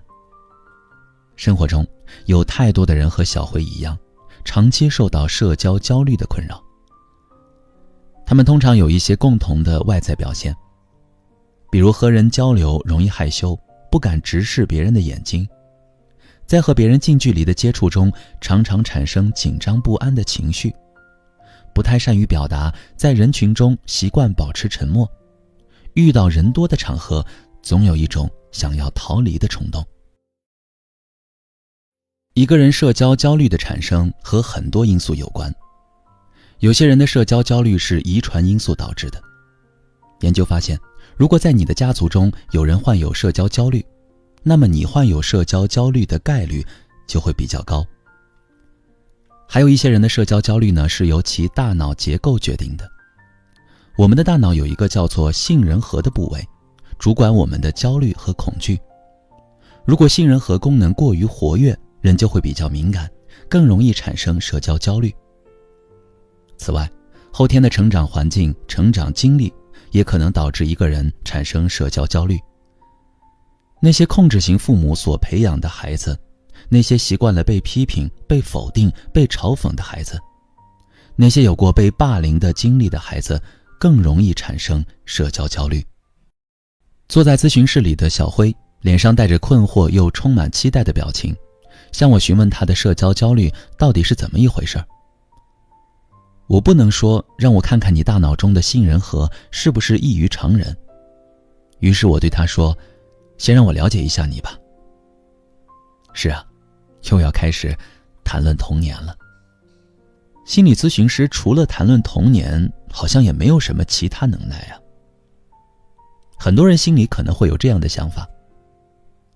我想说的是，谈论童年当然不是心理咨询师唯一的技能，但童年确确实实藏着很多我们每个人不曾发觉的故事。正是这些故事为我们的曲折人生埋下了重要的伏笔。小辉谈到自己的童年经历，说起了一件让他印象特别深刻的事儿。那是在小学2、3年级的时候，有一次呢，因为贪玩，他没有及时的完成作业。母亲发现之后，拿起扫帚狠狠地打了他一顿，并且让他赤身裸体地站在门外走廊里，以此惩罚他。细想起来，母亲惩罚小辉的事情简直太多了，只不过那次罚站事件对他的冲击是最大的。公开罚站，而且是赤身裸体，至今小辉想起来都觉得那就是一场梦魇。通过这个画面，我想你已经看到了一个非常严厉的母亲的形象。如果仅仅是严厉的教育手段，并不一定会对孩子的成长造成多么恶劣的影响。问题在于，小辉母亲对他的严厉只是表象，在这表象之下，隐藏着严重的人格障碍。小辉的母亲生长于一个糟糕的原生家庭，父母很早就离婚了。作为家里的长女，她从小就被父亲寄养在姑姑家，并且被要求称姑姑为母亲，称呼亲生父亲为伯父。被寄养的孩子心里早早埋下了很深的创伤，造成了对自我认同的重大障碍。更加糟糕的是，小辉的母亲还时常遭到他父亲的嫌弃，被父亲嘲笑读书不好，是个没用的家伙。所有这些不幸的经历，最终导致小辉的母亲在内心深处对自己产生了强烈的厌恶。一个对自己充满厌恶的人，会不自觉地把这种厌恶外化，从而表现为对自己孩子的厌恶。这种厌恶会被孩子的潜意识感知到。当小辉感知到母亲对他的厌恶时，他的自我评价也就在这个过程中形成了，那就是我是一个特别让人讨厌的人。只是童年时期的小辉并不知道，他对自己做出了一个什么样的自我评价，只是记住了那次在走廊罚站时的羞愧，还有那个渐渐变得内向、不爱表达，也不爱找同学玩的自己。每一个社交焦虑的人，内心都藏着一个不太让自己满意的小孩。也许就是在遥远的童年岁月中，有一个你生命中至关重要的人，亲手在你手里写下了嫌弃的一笔。当然，我相信小辉的母亲在主观意愿上并不想伤害自己的孩子，或许她都不曾意识到自己伤害了孩子，因为她就是带着父亲的嫌弃一路成长起来的。她有着自己对爱的理解。爱是什么呢？爱不就是严苛的挑剔吗？我们不能指责小辉的母亲，只是感到很遗憾，她没能从自己的人生剧本里醒过来，从而避免悲剧的延续。每个人对自己都有美好的期待，不管自身遭遇过多么恶劣的成长环境，这种期待都不会在内心消失。小辉虽然在潜意识里厌恶自己，但同时他内心也存在着另一个理想化的自己，一个开朗的、外向的、足够优秀的、值得骄傲的自我形象。对自我的理想化也是一种防御方式。当一个人在生活中习惯了自我厌恶，导致自己受困于各种现实中的社交时，他便会试着向内寻求一些支持性的力量，以帮助自己度过困境。对于小辉而言呢，他没有朋友，也没有能够倾诉的亲人，因此只能从自身找寻力量。他的内心便出现了那个理想化的自我，他觉得他完全可以变成那个理想化的自己。至于为什么不去做，不是因为做不到，只是因为自己不想做而已。这种带有麻痹性质的对自我的理想化，短暂地平衡了小辉潜意识里由于自我厌恶所带来的挫败感。但理想终究敌不过现实，一旦进入真实的社交场合，小辉在心里构建出来的那个理想化的自己很快就破碎了。终于，为了自救，他的潜意识告诉他，我还是适合一个人待着。可结果呢？他越是选择回避，内心就会越焦虑。像小辉这样的人，要想真正摆脱社交焦虑的困扰，首先需要做的便是接纳自己。那些自己给自己下过的定义，自己给自己贴过的标签，怯懦的、不受欢迎的、不值得被爱的，所有这些描述照单全收。你必须承认和接纳当下的自己，才能有勇气做出改变。你要相信，真实的自己并非一成不变，而是不断变化的。当下的你只需要每天付出微小的努力，比如试着去赞美一个人，试着去找一个人倾诉心里话，试着去主动组织一场聚会活动等等。在持续的尝试中，你可以一步步靠近，并最终成为自己理想中的模样。作为一名心理咨询师，我始终相信，人是拥有自我改变的力量的。你只要发自内心的渴望改变，就一定能够打破原生家庭的魔咒，与理想中的自己干杯庆贺。欢迎收听由喜马拉雅出品的《假装自己很外向》，作者杨思远，由志远跟您一同分享。今天我们要分享的话题是，有一种人际障碍源自被藏起来的骄傲。生活中有这样一种人，他们看上去安静、谦卑、人畜无害，却总让你感觉难以接近。你若和他们相处，总有一层说不清楚的东西隔在你们之间。徐小雅就是这样的人。用她自己的话说，为什么我总是感觉自己与他人格格不入呢？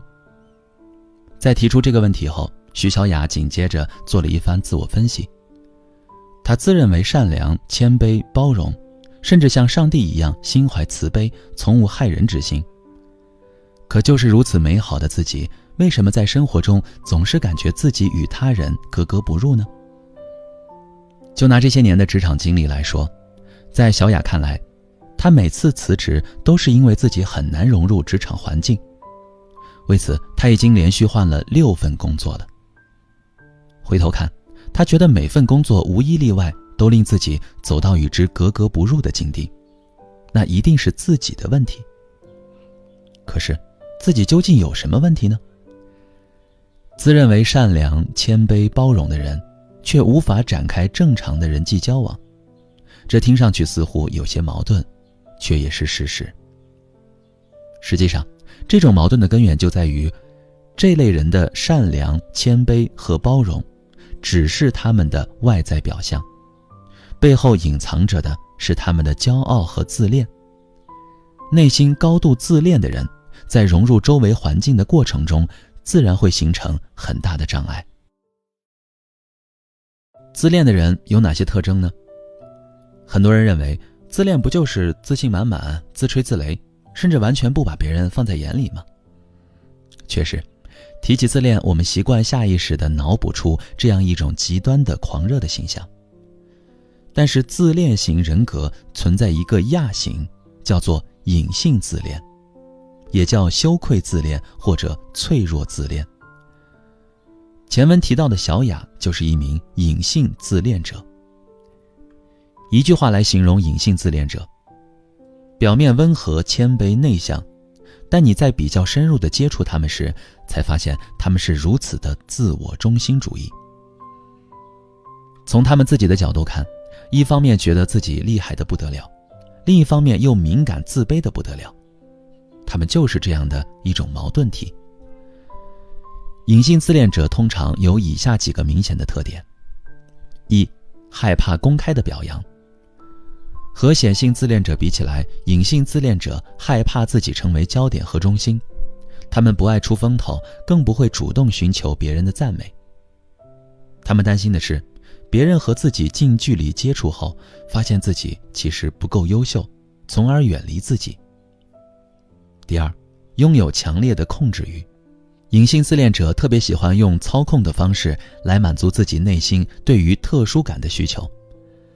他们习惯以自己喜欢的方式和人相处，在关系互动中持有主动权，以便于操控和利用他人。第三，对于他人的评价特别敏感。隐性自恋者属于高敏感人群。在人际交往中呢，他特别在意别人对自己的评价，常常会过度理解别人的一些言语，将别人客观的、不带情绪的表达理解为对自己的批评和否定，甚至理解为对自己的攻击。第四，常常觉得自己与众不同。隐性自恋者对自己存在一种幻想，他们觉得自己和别人不一样，是一种特别的存在。对于这种自己与众不同的感觉，隐性自恋者不会轻易地表达出来，而是在内心默默地审视自我。他们内心有这样的一种声音：你们都不配和我一起玩。第五个，擅长使用被动攻击。在生活中遇到冲突时，隐性自恋者一般不太会选择正面去刚，他们更善于使用被动攻击，比如工作有意拖延，上班习惯性迟到，忽视或遗忘你说过的话，不回复微信消息等等。第六个，缺少同理心，沉浸在自我的世界里。和显性自恋者类似，隐性自恋者也缺少同理心。他们在生活中并非慷慨的给予者，他们的付出不是出于情感上的关心他人，而是为了营造自己的人设，或者满足自己的利益。他们沉浸在自我的世界里，对于和自己无关的事情，他们从不浪费时间。徐小雅从来没把自己和自恋这个词联系起来过，在她看来，她始终努力保持着自己的谦卑。只是与此同时，她也无法否认，她内心确实常常存在一种自我优越感。这种矛盾的感觉到底来自何处呢？隐性自恋的形成与原生家庭的抚养方式有着很大关系。在徐小雅的记忆里，父母对她的学习成绩特别看重，而她自己也一直很争气，常常考班级第一名。她每次考试得了第一名呢，父母都会很开心，带着她下馆子，逢人就夸自己的女儿多厉害。当然，在这风光的历程中，也夹杂有一些灰暗的时刻。有一次考试，徐小雅考了班级第4名，按理说成绩也算不错。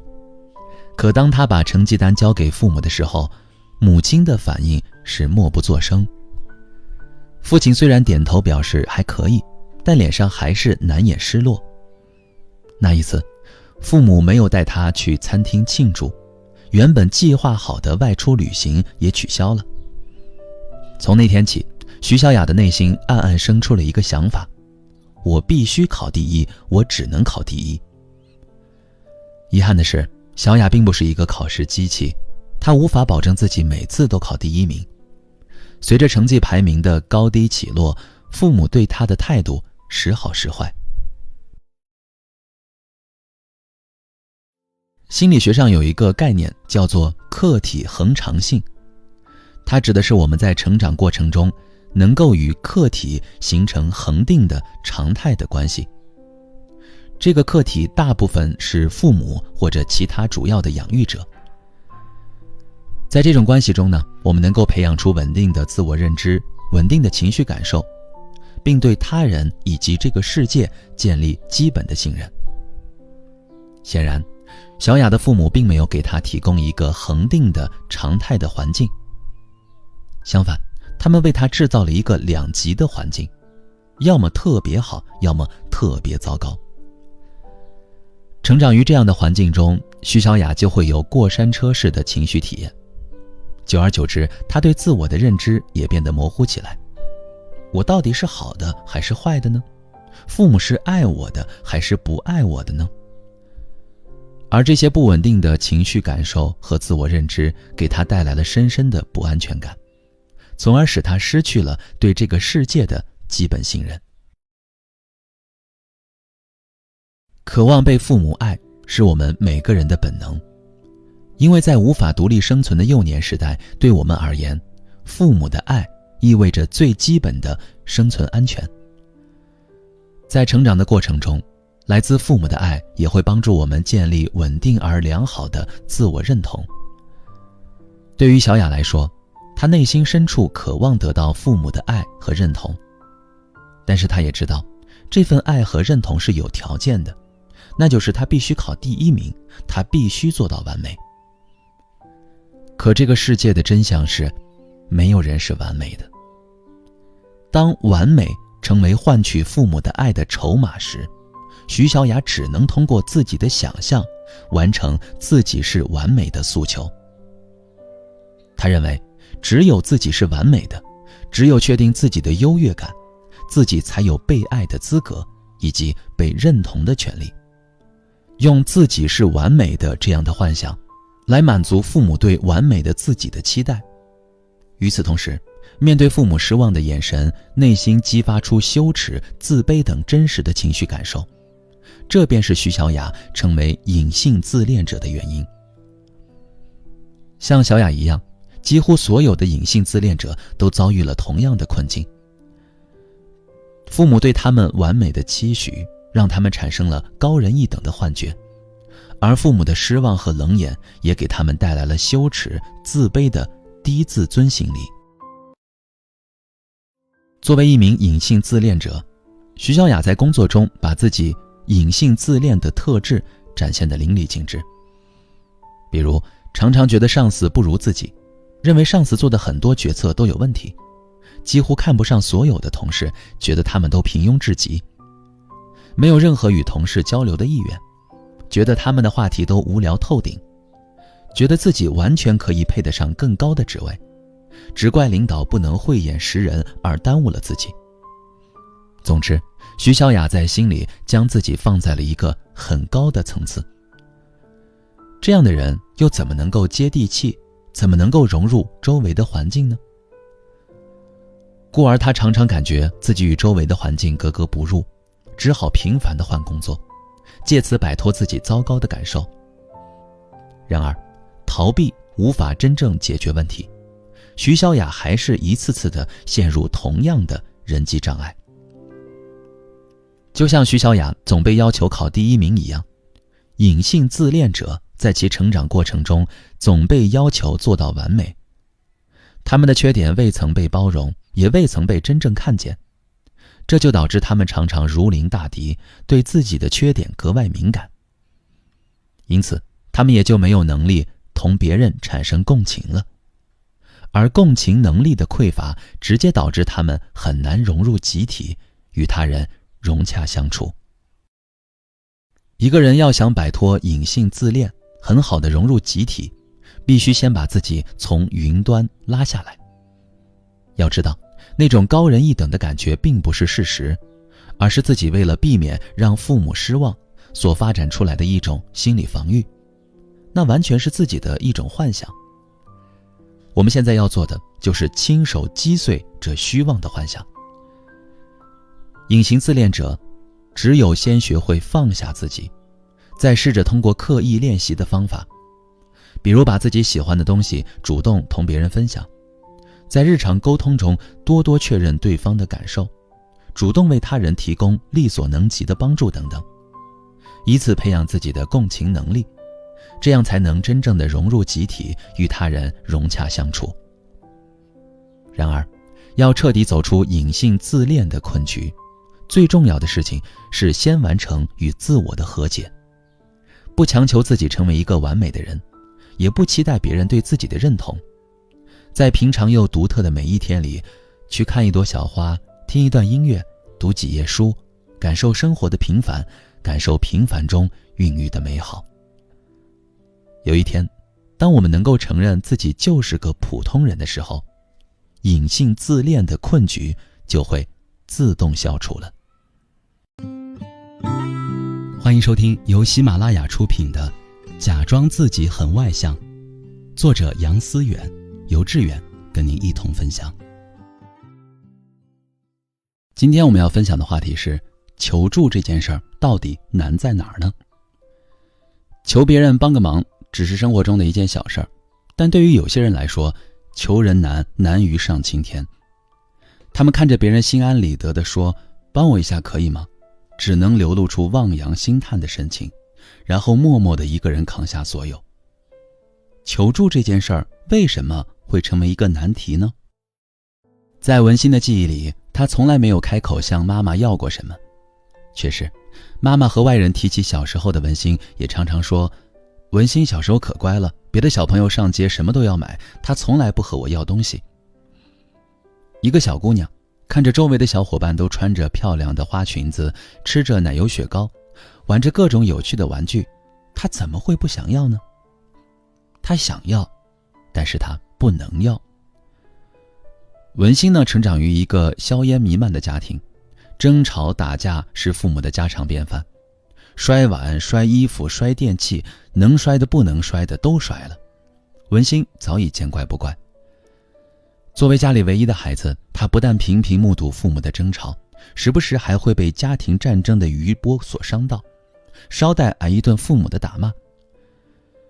对于其他小朋友来说，童年是彩色的，但文心的童年是灰色的。他不想总看到父母吵架，想逃离又无处可去。为此他常常想，也许我的出生就是一个错误吧，也许没有我的存在，爸妈就不会吵架了。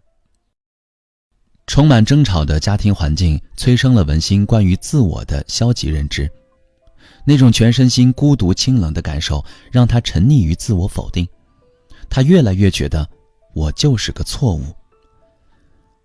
当他把我和错误画上等号的时候，在他看来，也就意味着他的一切需求、期待都是不合理的，甚至连他自己的存在也是不合理的。父母没能把注意力和关爱投注到孩子身上，这样的事实是一个孩子无法承受的。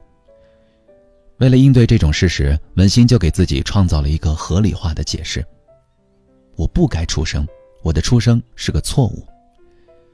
因为他只有这样想，才能让父母的所作所为变得合理。哪有孩子不渴望父母爱自己的呢？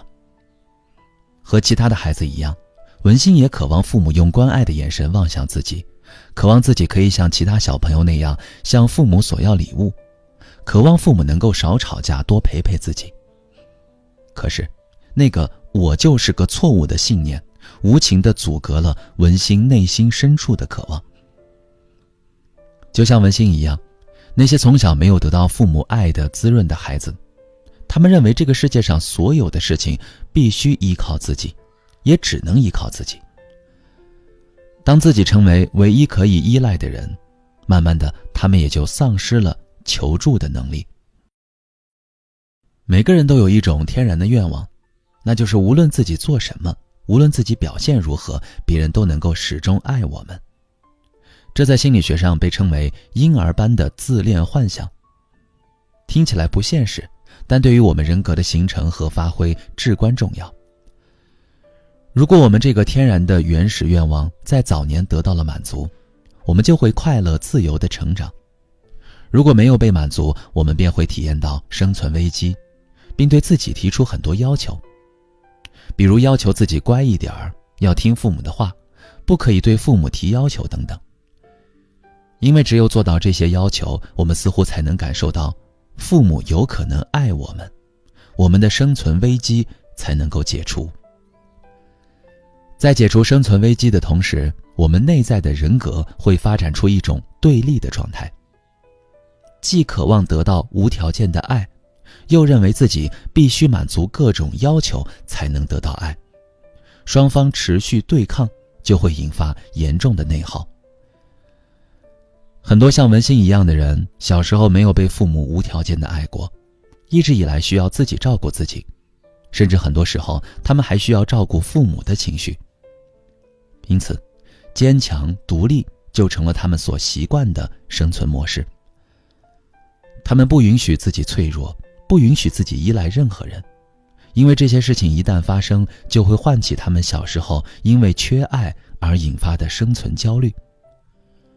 而求助恰恰是把自己放在弱者的位置上，它会让人看见自己的脆弱，看见自己的不完美，看见自己对别人有所期待。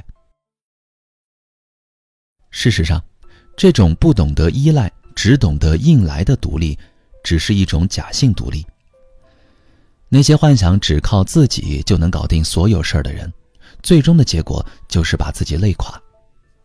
这种累不仅指身体上的劳累，还包括精神上的绝望。在成长的过程中，我们慢慢学会了接受有条件的爱，但我们内心深处那个婴儿般的自恋幻想，即渴望有人无条件的爱自己的意识一直存在。你越压抑它，它就越突出。假性独立者不明白的是，一个人只要渴望被爱，就得学会把自己放在弱者的位置上。把自己放在弱者的位置上，并不代表你就是弱者，而只代表此刻的你属于被爱的一方。我们不要把求助和弱者划等号，再强大的人也有脆弱的时候，只有敢于袒露自己的脆弱，才能心安理得地向人求助，才能更好地接受别人的善意和爱。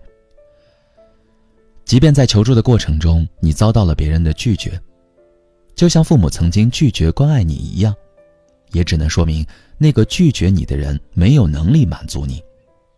你无需自我怀疑，继续找人求助，直到找到那个有能力帮助你的人。当你告别假性独立，能够展示自己的脆弱时，你会发现源源不断的善意和爱正在向你涌来。欢迎收听由喜马拉雅出品的《假装自己很外向》，作者杨思远，由志远跟您一同分享。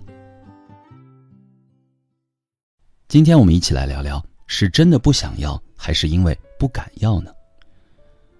我的来访者徐丽云是一位年逾40的女性。有一次和她聊天，她提到了关于装修房子的困惑。她见一位朋友从国外买回来的家具很漂亮，她很喜欢，想着自己正在装修的房子是不是也可以用漂亮的进口家具。可是她又觉得进口家具太贵了，同时她还看上了另外一套性价比很高的国产家具，为此纠结不已，不知道该如何选择。对于徐丽云而言，购置国外进口的高档家具并不存在经济上的困难。她自己经营着一家公司，这些年发展得很好，一句话，不差钱儿。她认为自己只是过不了心理上的这一关。一直以来，她的消费观念就是追求性价比，这甚至已经成为她的生活信条。她问我，你说我是不是配得感太低了呀？我没有直接回答她的问题，而是反问道，那套进口家具真的是你特别想要的吗？假设想要的程度满分是10分，你打多少分呢？同样，那套所谓性价比很高的国产家具，你又打多少分呢？她沉思了一会儿，对我说，这2套家具好像都不是那种我特别想要的，换成其他的家具似乎也没什么大问题。我说，那你从小到大有没有遇到过那种自己特别想得到的东西，得不到就不罢休的那种呢？他又沉思了一会儿，说道，从来没有人问过我这样的问题，你这么一问，我发现自己好像还真没有遇到过非常想要的东西。生活中确实有很多类似徐丽云这样的人，他们温和低调，和朋友在一起时，当别人谈起最近买了什么称心的东西时，他们常常由衷地表示我也想要。可是真要追踪下去，你会发现他们那句我也想要只是随便说说，并不会付诸行动。他们给人的感觉总是一副岁月静好的模样，不疾不徐，不争不抢，仿佛无欲无求的世外高人。他们如果真的活得超然，倒也能够拥有神仙般的快乐。可是如果你真正的走进他们，就会发现他们其实活得一点都不快乐，而且他们的不快乐似乎总是找不到源头，即便家庭美满，事业有成，他们依然活得不快乐。一个失去了快乐能力的人，内心一定潜藏着未被察觉的伤口。事实上，在咨询工作中，我常常会遇见不同来访者咨询一个类似的问题，那就是自己不知道该怎么选择，从表面上看，这是一个关于选择的问题，但深入了解后，你会发现，这是一个关于需求的问题。自己不知道该怎么选择的背后，隐藏的真正问题是：我真的敢要吗？徐丽云出生在一个高知家庭，父母都是大学教授。按理说，父母一辈子都在从事教书育人的工作，在养育子女方面应该比普通人做得更好。事实却并非如此。徐丽云从小到大并没有从父母那里得到足够多的关爱。在她的记忆里呢，母亲性子比较急，常常显得很焦虑，父亲则忙于工作和搞学术研究，总是沉默寡言。父母整日忙得焦头烂额，疏于照顾她。一位焦虑的母亲是没有足够的精力和注意力满足孩子的需求的。不仅如此，孩子因为感受到了母亲的焦虑，反而还要时常去安慰母亲。因此呢，童年时期的徐丽云是一个没办法提出自我需求的孩子。她不能像其他孩子那样自由地表达我想要，因为她的需求从来没有得到过父母的满足。当孩子在潜意识里形成我的需求不会被满足的印记时，需求就成了一个不合理的期待。同时，表达需求则成了一件不被允许的事情。渐渐的，孩子内心的不能要就变成了不敢要。当徐丽云表示不知道自己该怎么选择的时候，潜台词其实是我很害怕当我说出要什么的时候会有麻烦出现。每个人的行为背后都隐藏着动机，通常我们的需求就是行为最大的动机。比如你为了能考上好大学，于是选择好好学习，那么考上好大学就是需求，也是动机。你希望年终获评优秀员工，于是选择努力工作，积极表现，那么你的需求和动机就是年终获评优秀员工。当一个人的需求被剥夺了的时候，他会表现出什么样的行为呢？他将不会再理直气壮地追逐真实的自我需求，而只敢去追逐那些在别人看来正确的、合理的需求。徐丽云后来考上了一所不错的大学，如今经营着一家不错的公司，可是她很难从中获得快乐，因为不错的大学、不错的公司都不是她内心真正的需求。考大学也好，开公司也罢，都不过是她用来证明自己很优秀的方式。生活中有太多这样的人，他们拥有体面的工作，拥有成功的事业，可他们真实的自我需求被压抑、被剥夺了，所以很难拥有快乐。他们失去了快乐的能力，意味着也将失去追求创造的动力。尽管他们看上去一直在努力拼搏，但那不过是出于生存的本能，与他们自身真正的价值实现相差10万8千里。他们找不到奋斗的目标，更无法理解活着的意义。与此同时，他们内心被压抑的真实需求一直在蠢蠢欲动，渴望被人看见，被人认可。一个自我需求从未得到认同和满足的人，是无法体会自己作为一个人的独特价值的。他所有的价值感都源于对他人的满足。然而，一个人对他人的满足越多，自我需求就被掩藏得越深。他们真正渴望的是剥掉心灵所有的附加物，让真实的自己被人看见，让真实的自我需求得到尽情表达，并且被人满足。糟糕的原生家庭剥夺了一个人的自我需求，是不是就意味着这个人一辈子注定不会得到快乐呢？当然不是。我们成年后的经历和经验都会参与自我的塑造。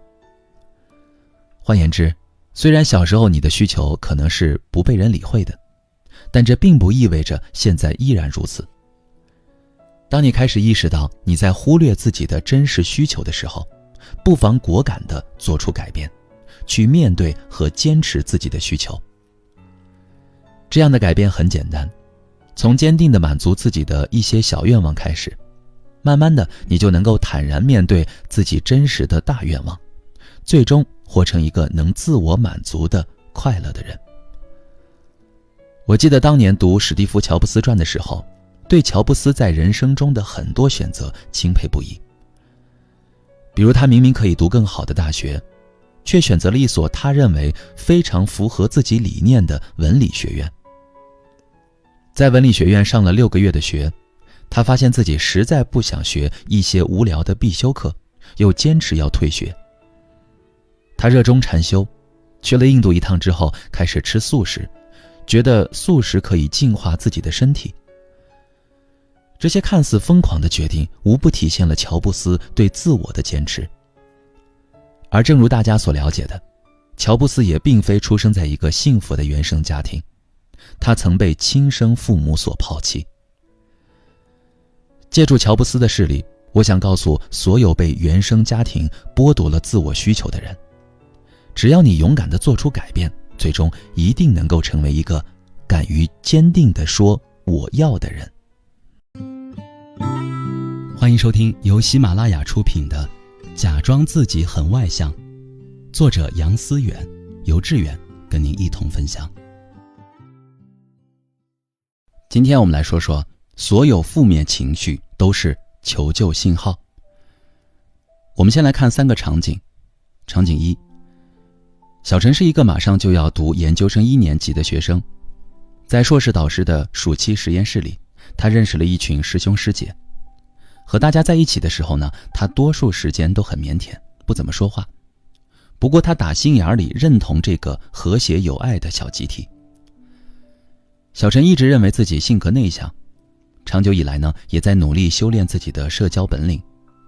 他本以为考上研究生，到了新的环境后，自己会变得开朗一些。可是有一天，当实验室里只剩下他和另一位师兄的时候，以往人际中那种焦虑紧张的感觉再次出现，他恨不得立即从实验室逃离。场景2，丽丽呢是一位企业白领，深受同事们的喜爱。她是那种热心体贴善解人意的大好人，总是主动帮助大家做很多的事情，比如帮忙订外卖、补录打卡、寄快递等。起初丽丽非常享受大家对自己的这种喜爱，可时间久了，她突然发现自己好像开始讨厌同事们，甚至讨厌去上班。为了调整状态，丽丽只好请了一个长长的假，她抑郁了。再来看场景3，小张最近遇到了一个让自己心动的女孩，对方貌似对他也有好感。小张本来已经有了对方的联系方式，可以试着同对方进一步发展一下，可这却成了他面前巨大的困难。他不知道自己该怎么联系对方，一想到万一表白被拒，内心就充满了羞耻和恐慌。于是呢，他把一条短信编辑修改了无数次，始终没敢发送出去。在以上3个场景里，我们看见了正在受不同负面情绪困扰的3个人物形象。也许在他人这面镜子中，有的人还看见了自己，因为他们也有类似的经历。每当陷入各种各样的负面情绪中的时候，很多人的第一反应就是逃避。比如小陈可能会用打游戏的方式逃避自己的社交焦虑，丽丽可能会用自我封闭的方式排遣自己的抑郁，小张则选择以拒绝联系对方的方式，让自己避免体验可能被拒绝带来的羞耻和恐慌。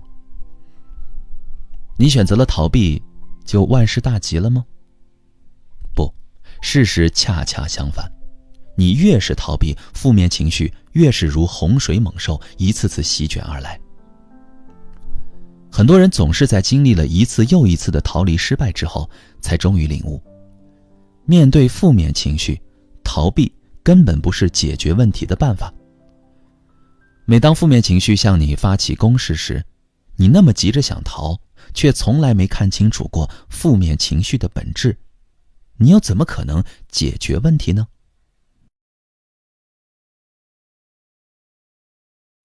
那负面情绪的本质到底是什么呢？我用一位来访者的故事给这个问题找一个答案。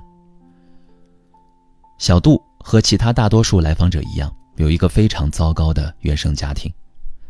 他的父母性格都很暴躁，习惯用暴力解决家庭问题。童年时期的小杜呢，接受过太多来自父母的否定和批评。小杜有一个哥哥，比起小杜，哥哥的经历更是可以用惨不忍睹来形容。从小到大，他不知遭受过多少次父母的打骂。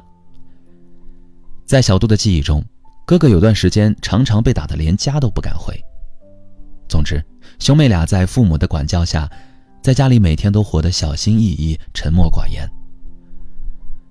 在咨询室里，小杜除了聊起自己原生家庭的不幸，还着重分享了一些令自己如今回想起来都感到不适甚至恐怖的经历。在家中习惯了自我压抑的小杜，在学校里却经常欺负女同学。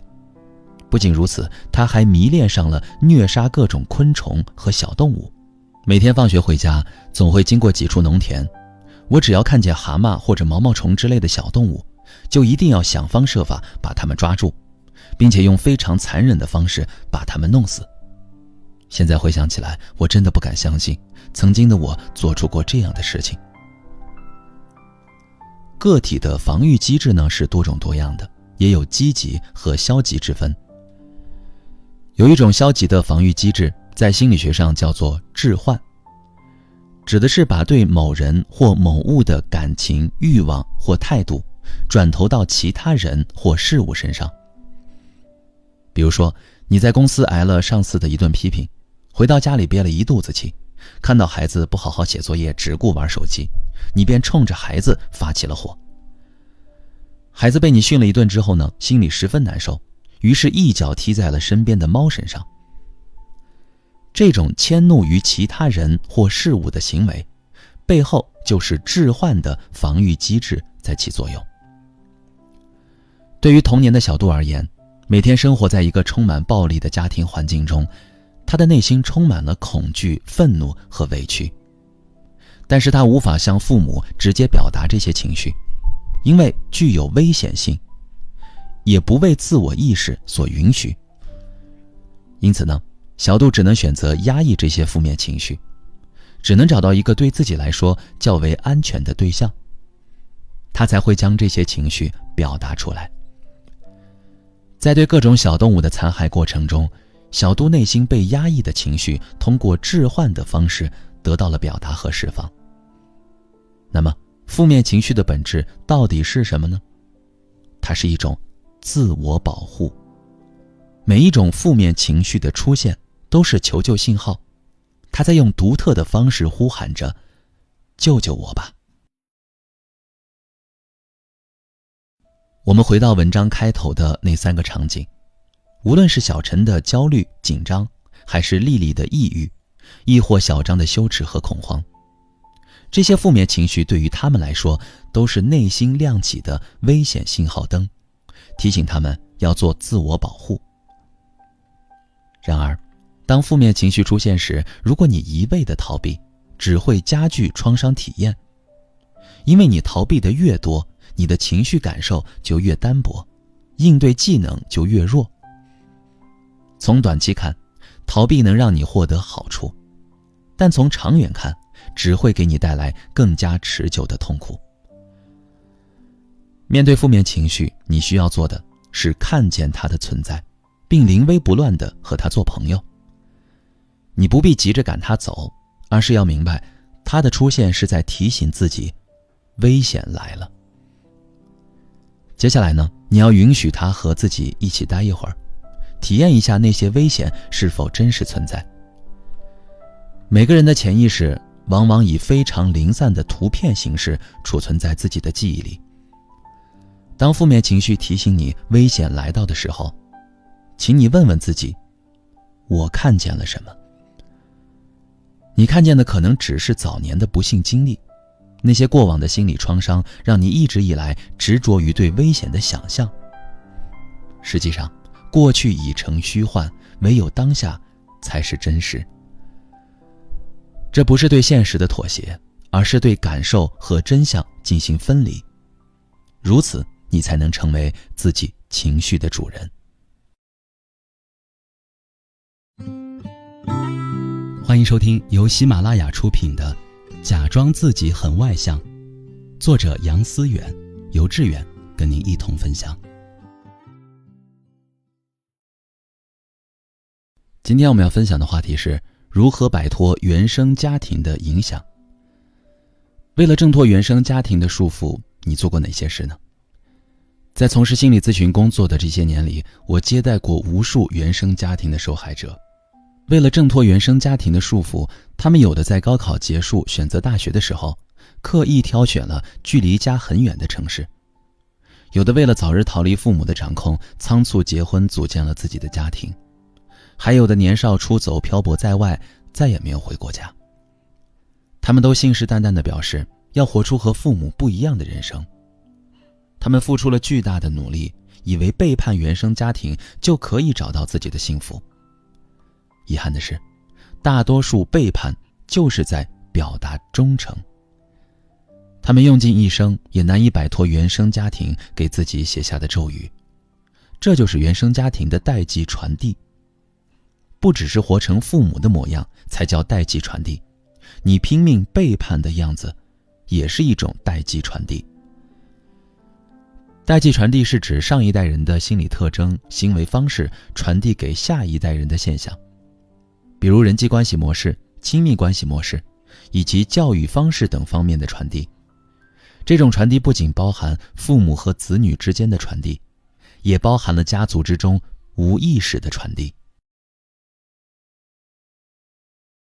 有些人声称我不要活成父母的样子，乍一听你会以为他们正在挣脱原生家庭的束缚，但如果仔细品味，你就能发现另外一层意思，他们是在用背叛的方式表达自己和原生家庭深刻的情感链接。每个人最初都是通过别人来认识自己的。小时候，我们对世界的理解几乎是空白的，都是从自己亲近的人，也就是父母那里去了解我是谁，这个世界是怎么回事儿。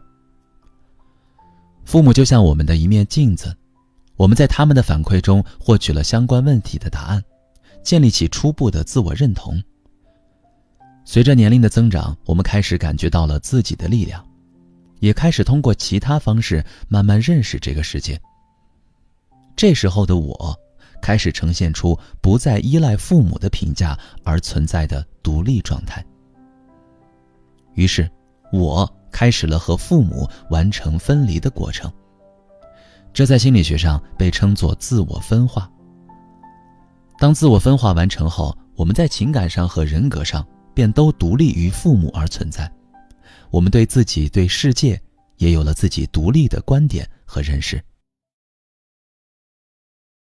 当一个人不断地强调我不要活成父母的样子时，意味着他还没有完成自我分化。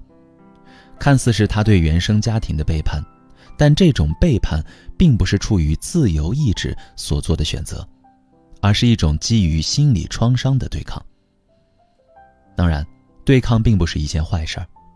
我们从原生家庭分离的第一步就是对抗。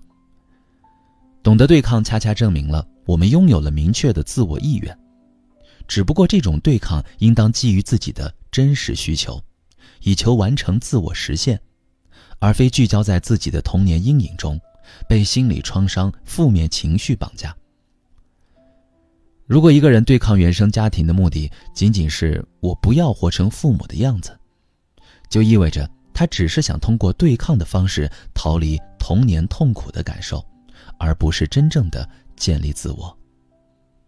因此，这样的逃离注定是徒劳的。美国精神分析治疗师、系统家庭理论奠基人莫瑞·鲍恩指出，一个人成熟的标志是在情感上真正的独立。一个人想摆脱原生家庭的影响，情感独立才是关键。情感独立就意味着自我分化接近完善，能够灵活地面对自己的情感需求。那么如何才能做到情感独立呢？第一，看清父母的局限。被原生家庭伤害过的人有一种比较普遍的情绪，就是对父母充满了怨恨。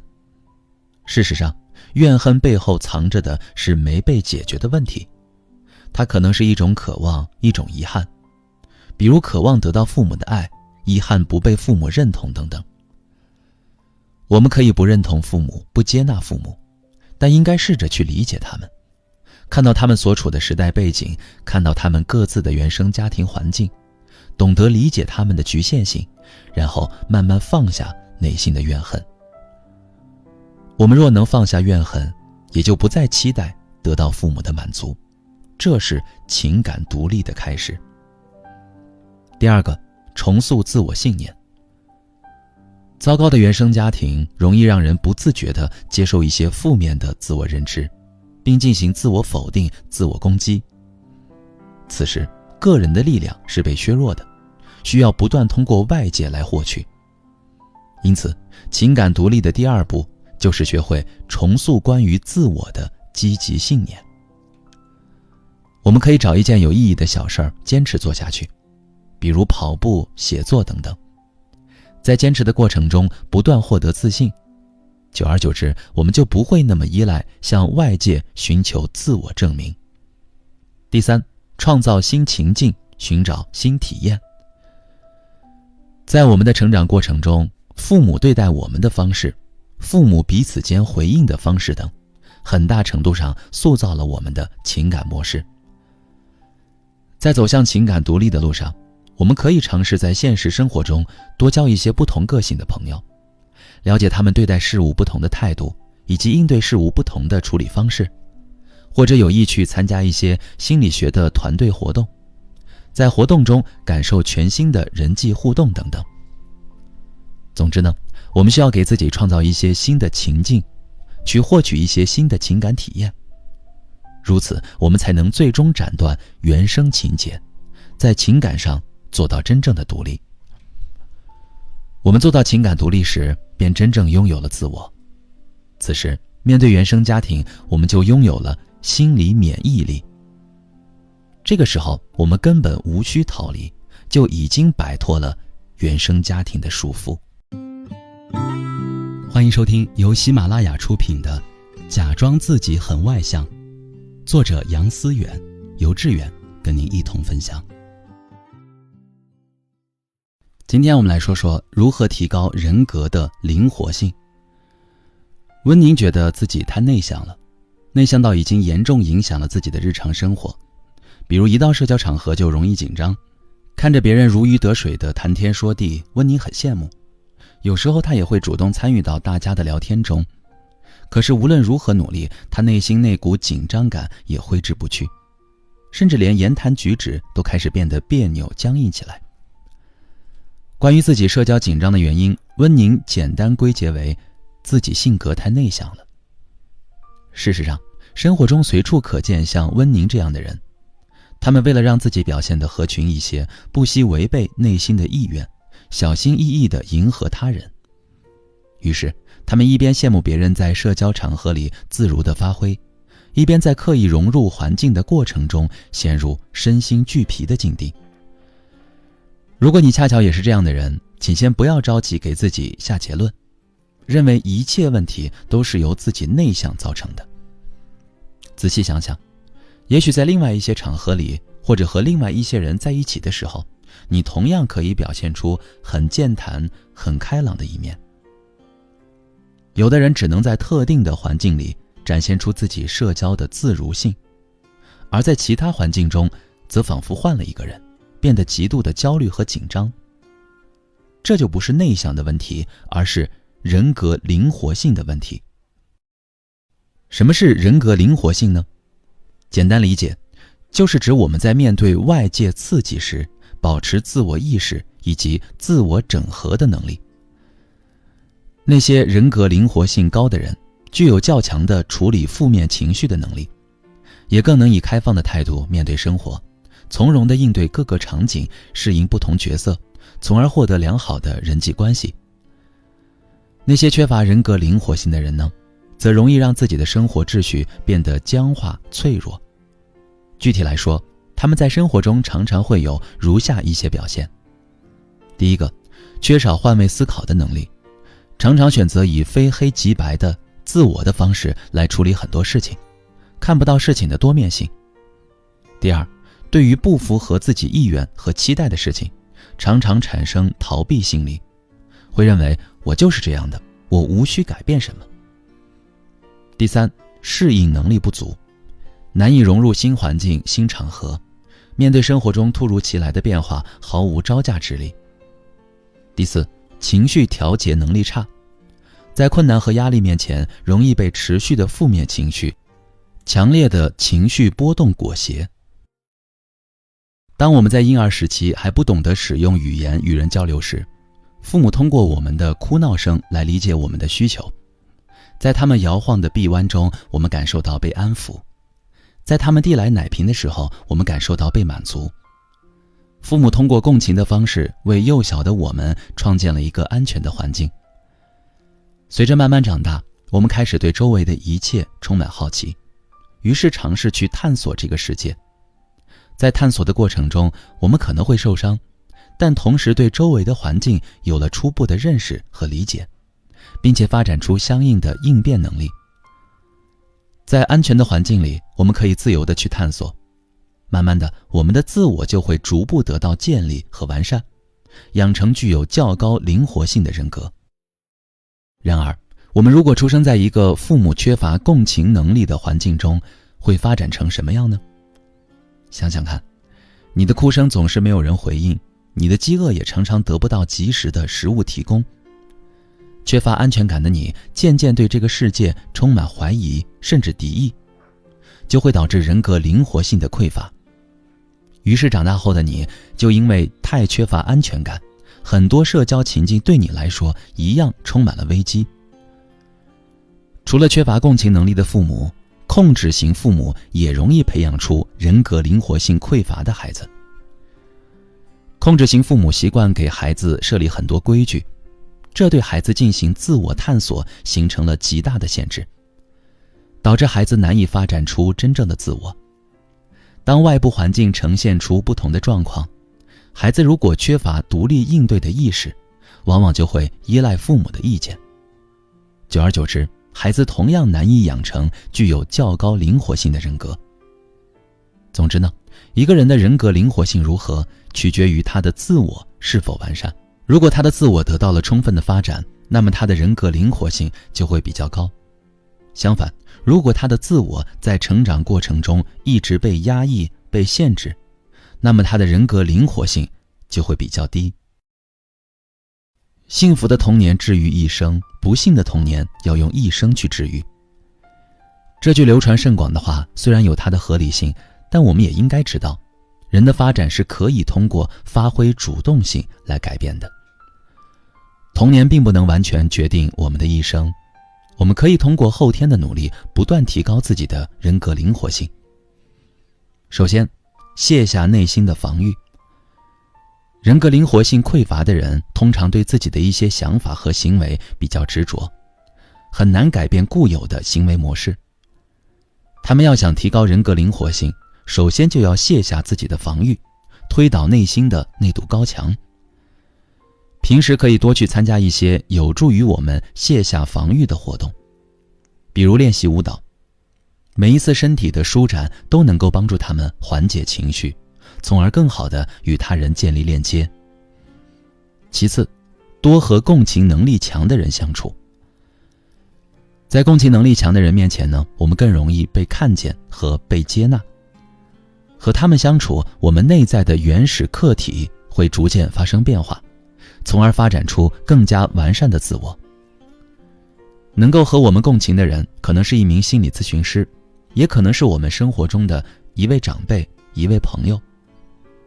不管是谁，如果你发现了这样一个人，一定要努力去和他建立一段长久的关系，让自己从中获得治愈。提高人格灵活性最大的意义是什么呢？在我看来，它能让我们内心生出更多的悲悯和仁爱，在与人交往的时候，既不伤人，也不伤己。欢迎收听由喜马拉雅出品的《假装自己很外向》，作者杨思远，由志远跟您一同分享。接下来我们进入到第3章边界思维。先来看第1节，缺少界限的关系就是一场灾难。周怡出生在一个有点特殊的家庭，父亲身体残疾，母亲奔着城市户口从遥远的农村嫁了过来。因为这桩缺乏爱的基础的婚姻本身就有问题，周怡的母亲呢相貌出众，结婚以后身边依然追求者甚多。刚结婚不久，母亲就想和她的残疾丈夫离婚，去寻找新的生活。但不巧的是，她很快就发现自己怀孕了，于是就只好打消了离婚的念头。周怡的出生在母亲看来是有原罪的，因为有了周怡，她没办法抛开丈夫，失去了改变命运的机会。这个原罪意识导致周怡的母亲在内心无法亲近自己的女儿，甚至有些讨厌女儿。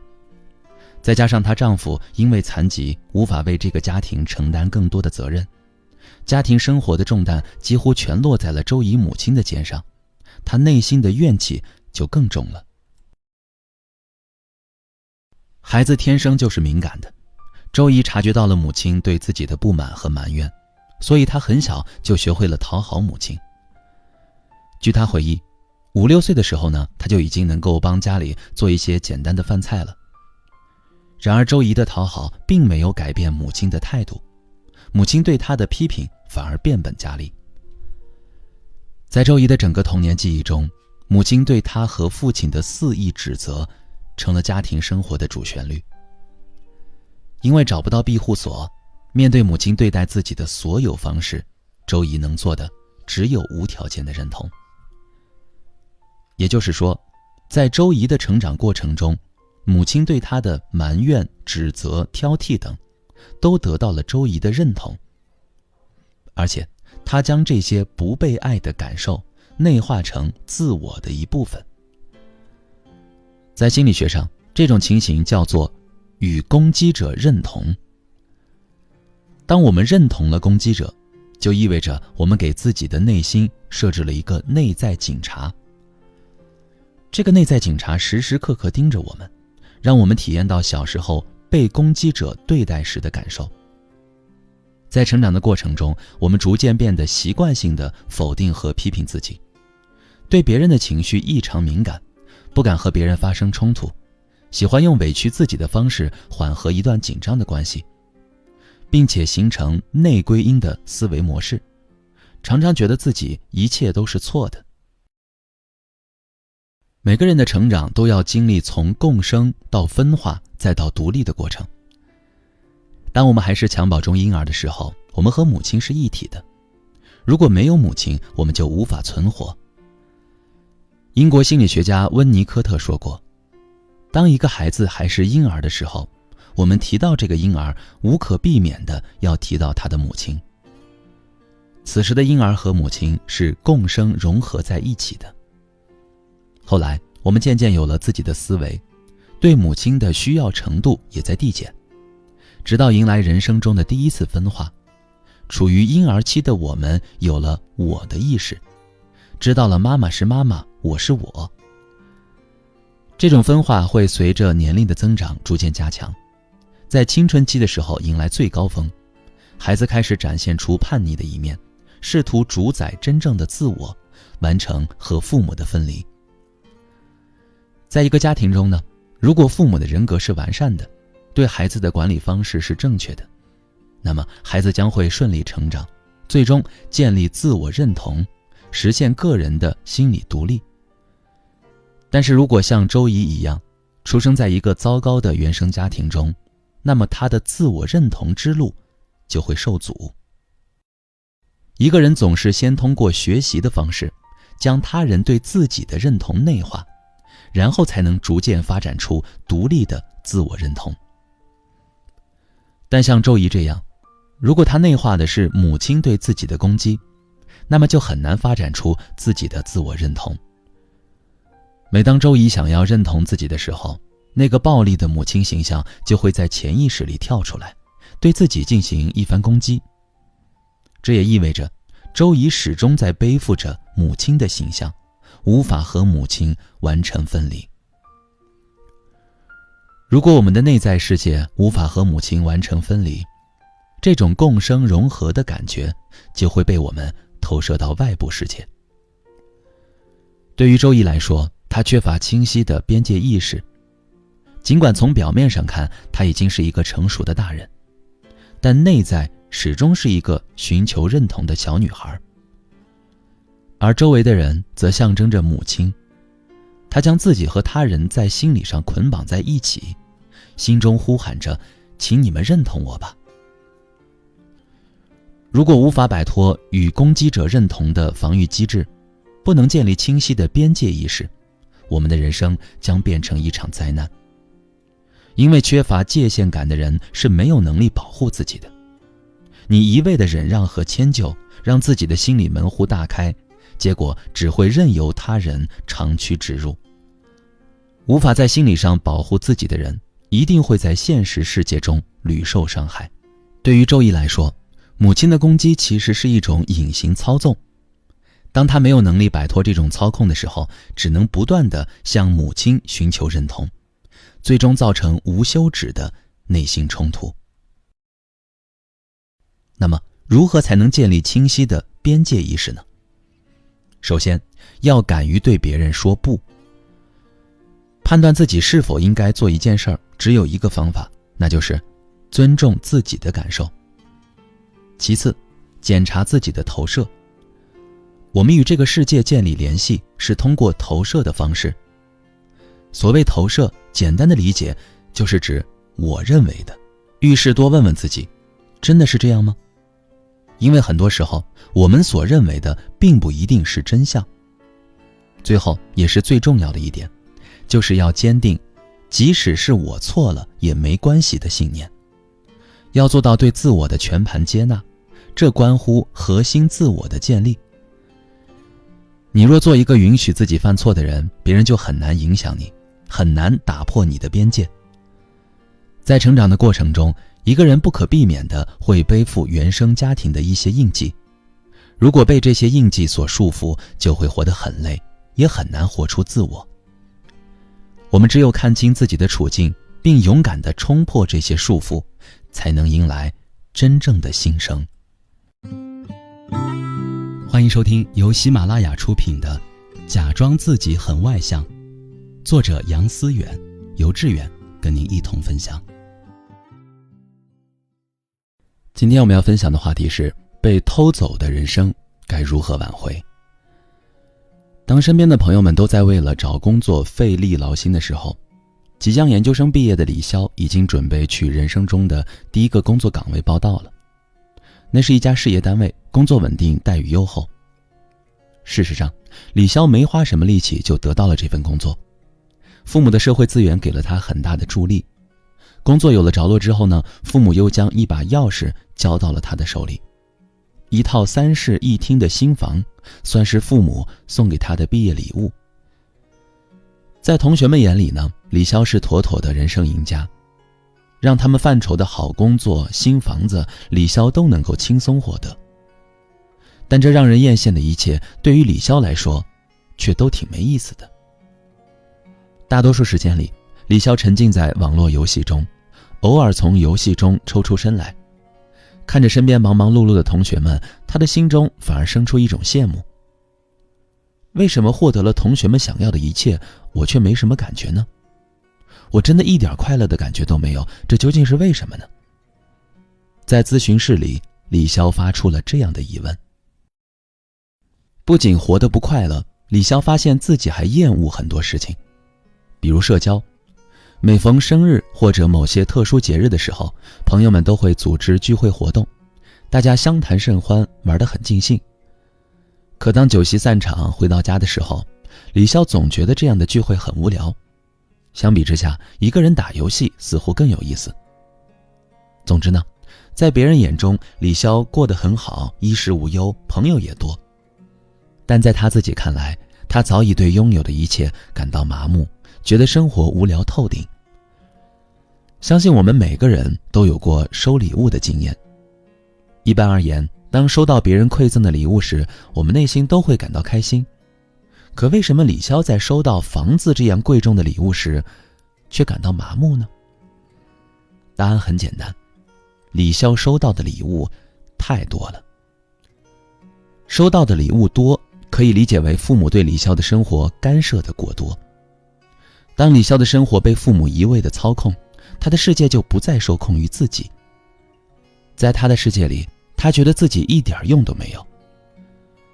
看似完美无缺的安排，本质上是父母过度的操控。正是这种操控，让李潇产生了自我的无价值感。一个人生来就是要追求自我价值的，如果他总是被无价值感包围，常常感到自己无能无用，又怎么会过得快乐呢？有一个概念叫做心理主动性，指的是我们对自己人生的主宰感。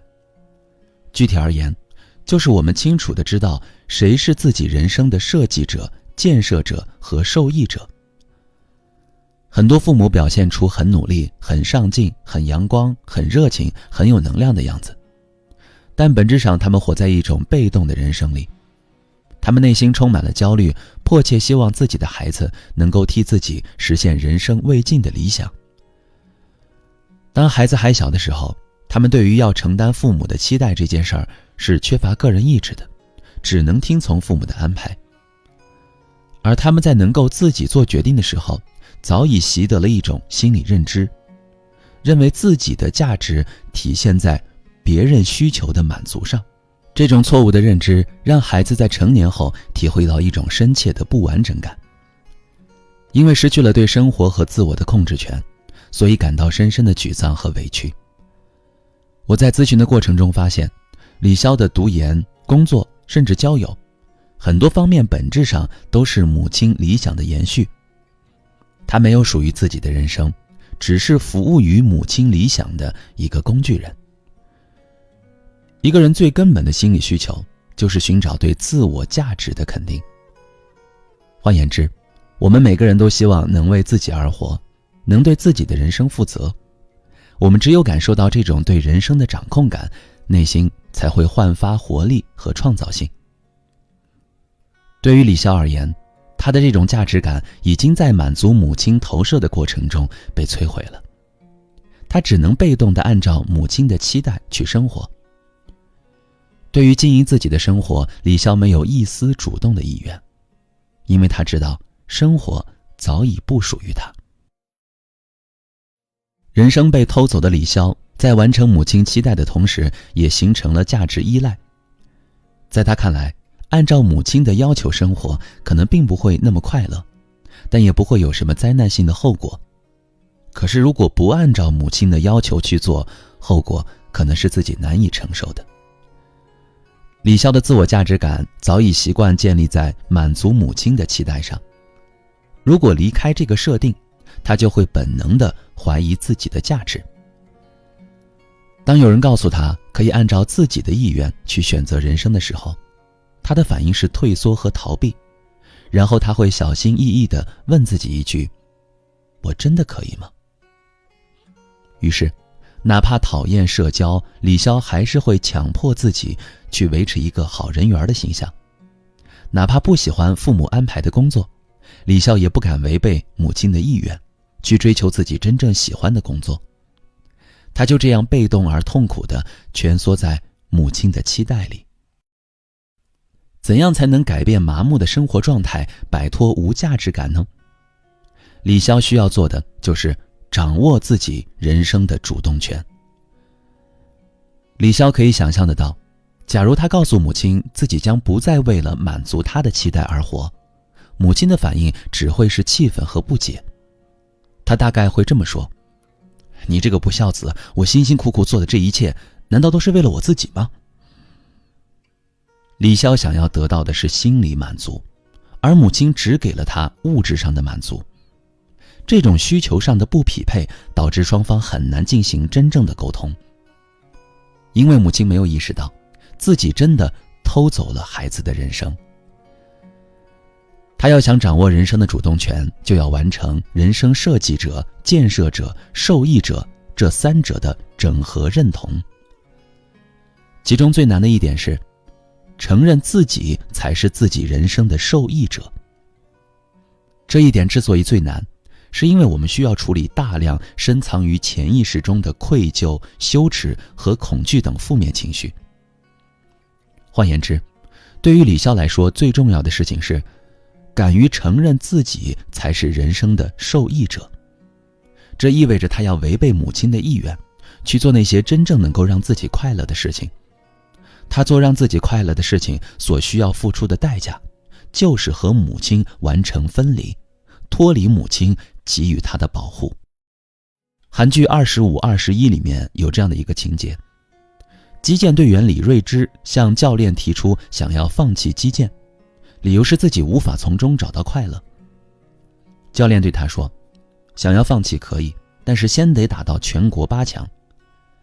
李瑞芝在此后的日子里拼命训练，最终真的打进了全国8强。在他打进全国8强之后，教练又说道，你都已经进入8强了，继续努力就可能成为4强选手了。李瑞芝回答道，不了教练，我的击剑生涯到这里就可以了，把机会留给更热爱他的人吧。每个人都可以掌控自己的人生，都可以选择做让自己真正快乐的事情。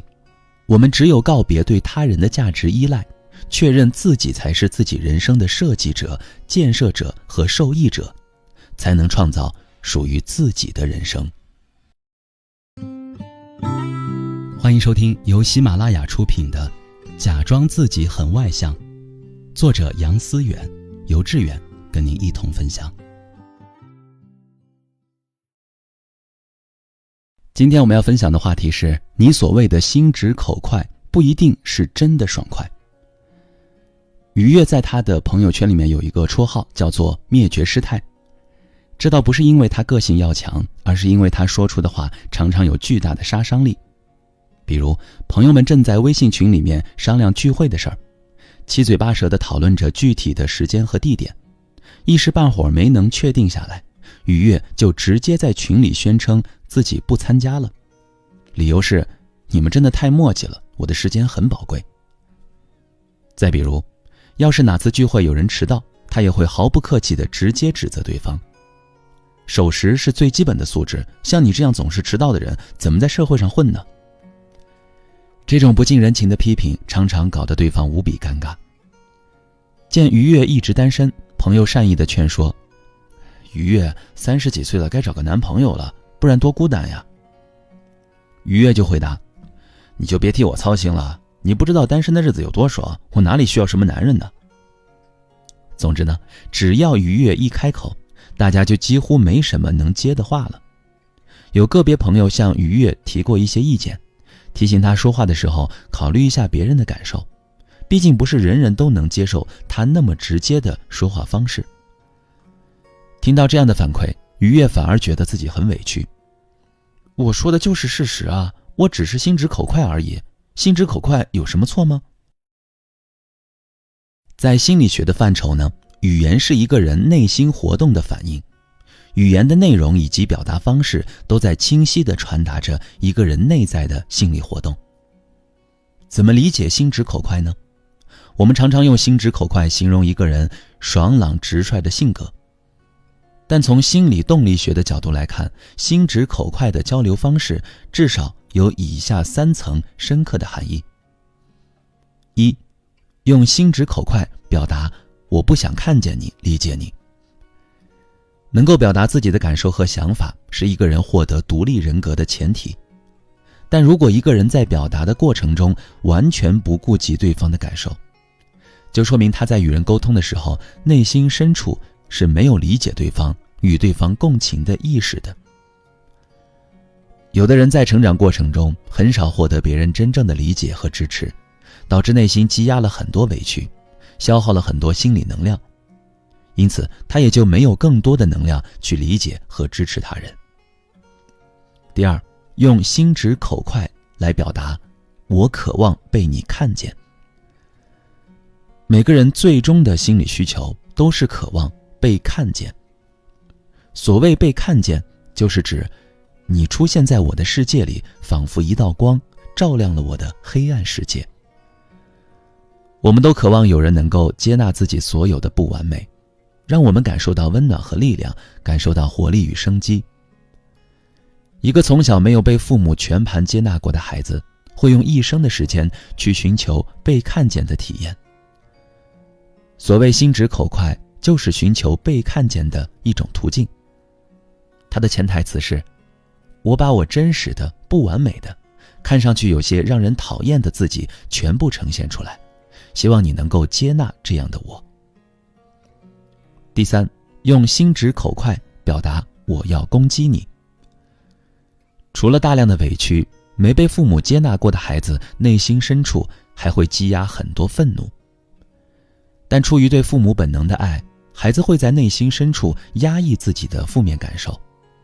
这些被压抑的负面感受并不会消失，而是会在以后的日子里到处寻找表达的出口。心直口快之所以让人感觉不舒服，是因为它本质上是攻击性的一种表达。这种攻击性就源自原始的负面感受。一个人因为潜意识里充满了委屈和愤怒，所以就会在行为上表现出攻击性。真正成熟的人都拥有清晰的心理边界，他们既能真实地表达自己，又能够照顾好他人的情绪，能做到既让自己舒服，又让别人舒服。因此，心直口快很多时候就是一种缺乏心理边界的表现。当然，我并不是说心直口快一无是处。很多时候，那些说话开门见山、简单直接的人，在社交场上普遍被认为真诚而大受欢迎。我想表达的是，那些不照顾别人情绪的心直口快的人，如果能够调整一下自己的表达方式，让自己变得更友好一些，那么一定会收获更加和谐的人际关系。那我们该如何调整自己的表达方式呢？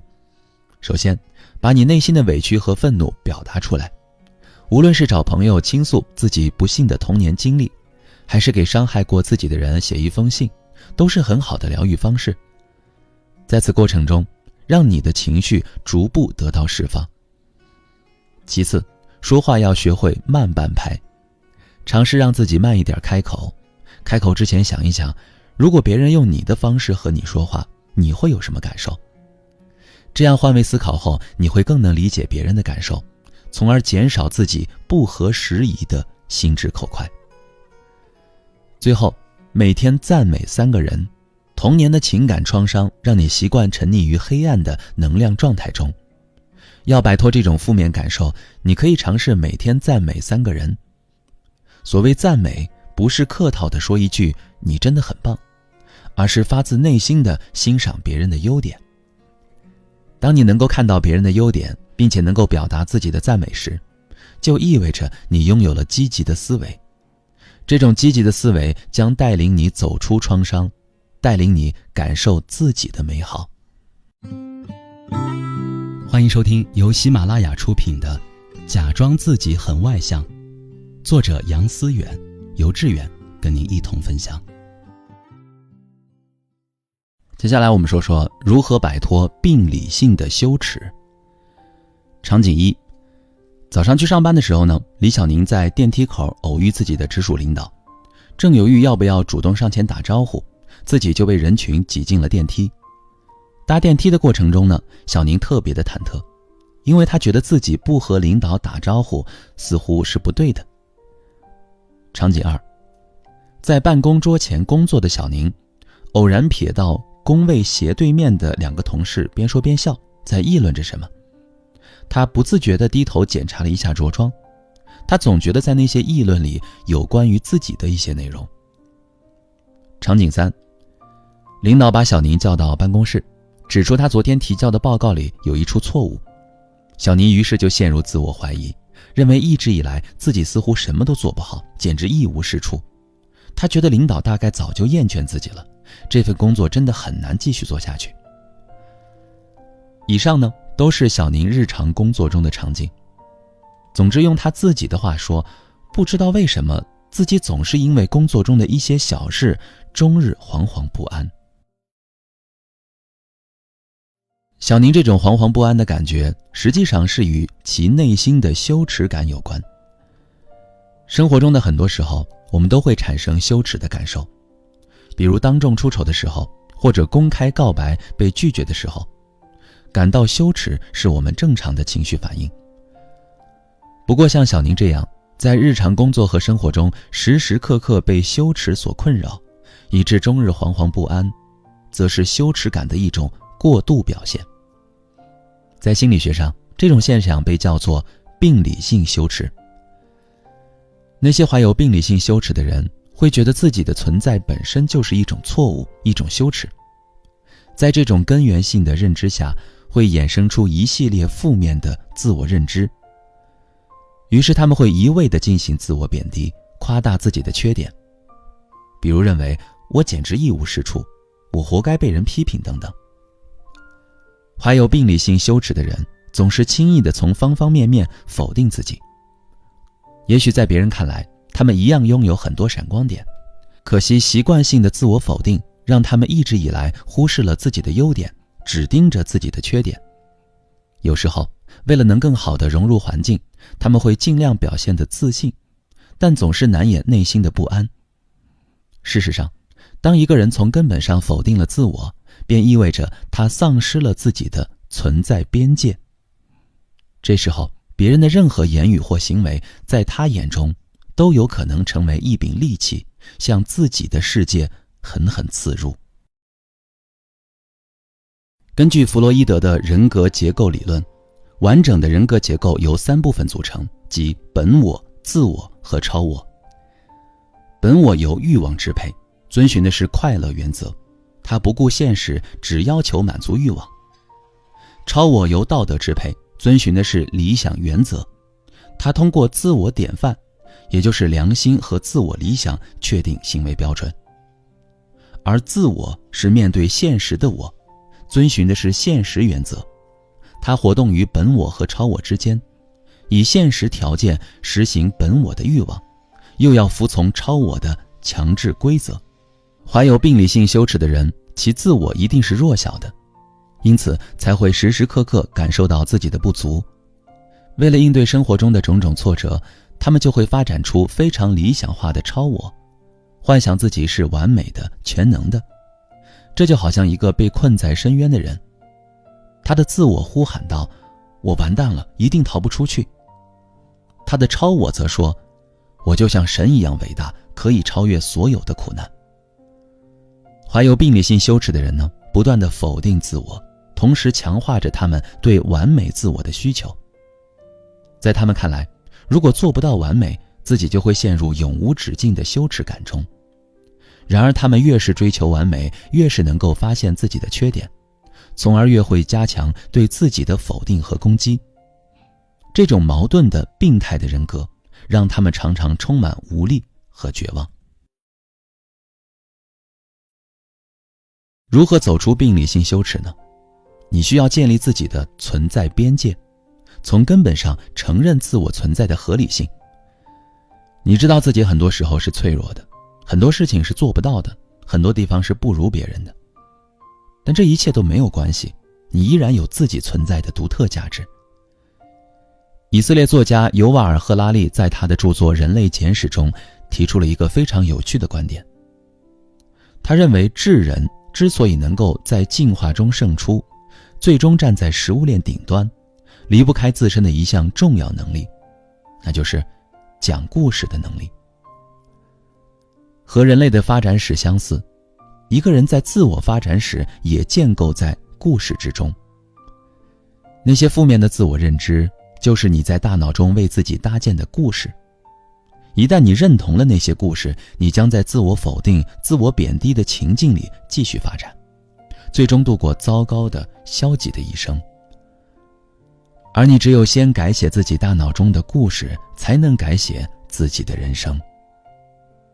这并不容易做到，因为你必须先摆脱别人给你设定的原罪，那些你认为自己糟糕的地方，那些你给自己贴的负面标签，告诉自己这不是我的错。当你不再给自己定罪的时候，你就可以去尝试为自己搭建新的故事，拥抱新的人生。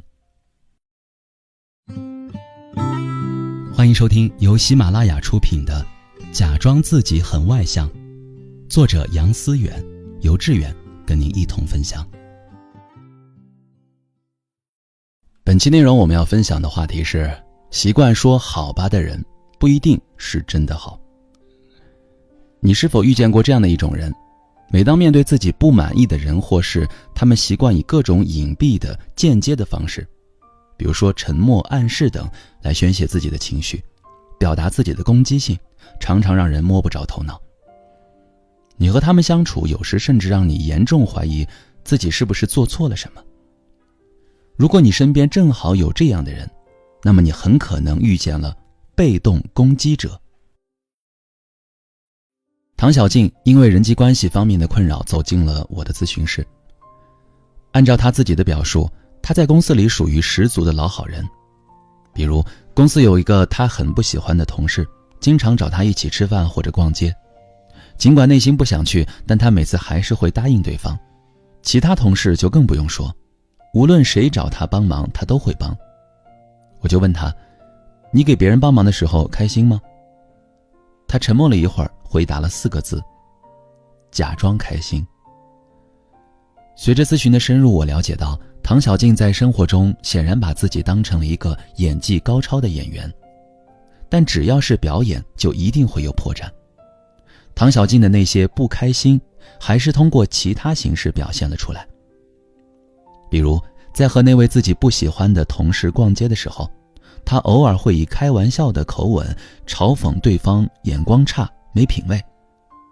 在给其他同事帮忙的时候，她也常常表现得有些粗心。唐小静虽然没有直接展现自己的不满，但她还是以一种非常消极、隐蔽的方式，把内心的负面情绪表达了出来。她的这种表达负面情绪的方式，就叫做被动攻击。一个不懂拒绝的人，注定要承担违背自己意愿的痛苦。小静人际困扰的根源便在于不懂拒绝。为了满足别人的期待，她苦心经营着自己老好人的人设，但内心被隐藏起来的负面情绪还是会不可避免地冒出来。负面情绪被压抑得越深，反抗起来越激烈。唐小静的内心深处其实有着强烈的做自己的渴望。当无法明确说不的时候，他只好选择用被动攻击的方式表达自己的拒绝。其潜台词便是，你让我难受，我也不会让你好过。被动攻击的危害在于，它不仅会破坏人际关系，更是一种对自我的惩罚。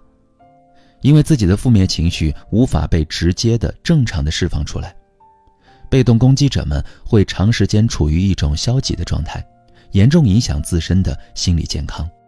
很多时候，识别他人的被动攻击不难，难的是检视自身。那么，我们该如何判断自己是否陷入了被动攻击的人际互动模式呢？对此，我们可以仔细回想一下，自己在生活中是否有这样的行为习惯。当对别人心生不满时，不会直接指出来，而是表现出一种闷闷不乐的情绪。对某人有意见，会主动疏远对方，而不说明原因。对待工作，有时会故意的拖延、懈怠、不配合，只为惩罚某人。常常用各种夸张的动作，而非语言，表达自己的否定意见。比如关门的时候，故意制造很大的动静。以上类似的表现，如果你也有，那么你在生活中同样习惯使用被动攻击。在发现自己存在被动攻击后，接下来我们就该学习如何摆脱这种不良的互动模式。首先，提高感知自己情绪的能力。被动攻击的发生往往源于我们对自身情绪的忽视，不仅是对情绪本身的忽视，也包括对情绪来源的忽视。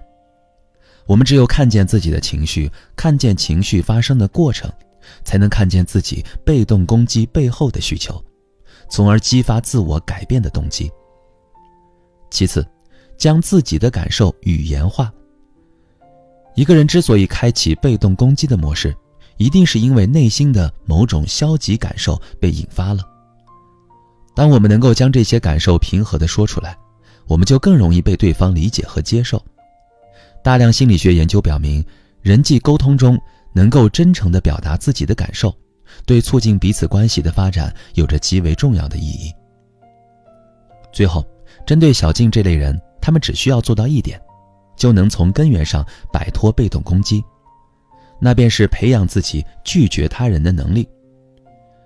长久以来，因为不懂拒绝，他们早已习惯违心地迎合周围的一切，导致内心周期性地积累大量的负面情绪。接着，这些负面情绪又被他们以被动攻击的方式，一次次报复性地表达了出来。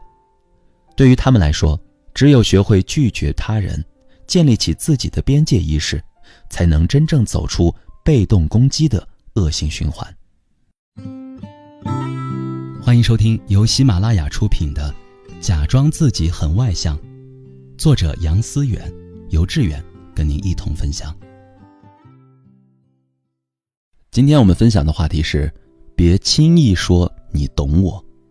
生活中有这么一种人，他们在和你交流的过程中呢，总喜欢用非常笃定的口吻对你进行评价，比如你一定要，你肯定会，我早说过你应该等等，这些都是他们惯用的句式。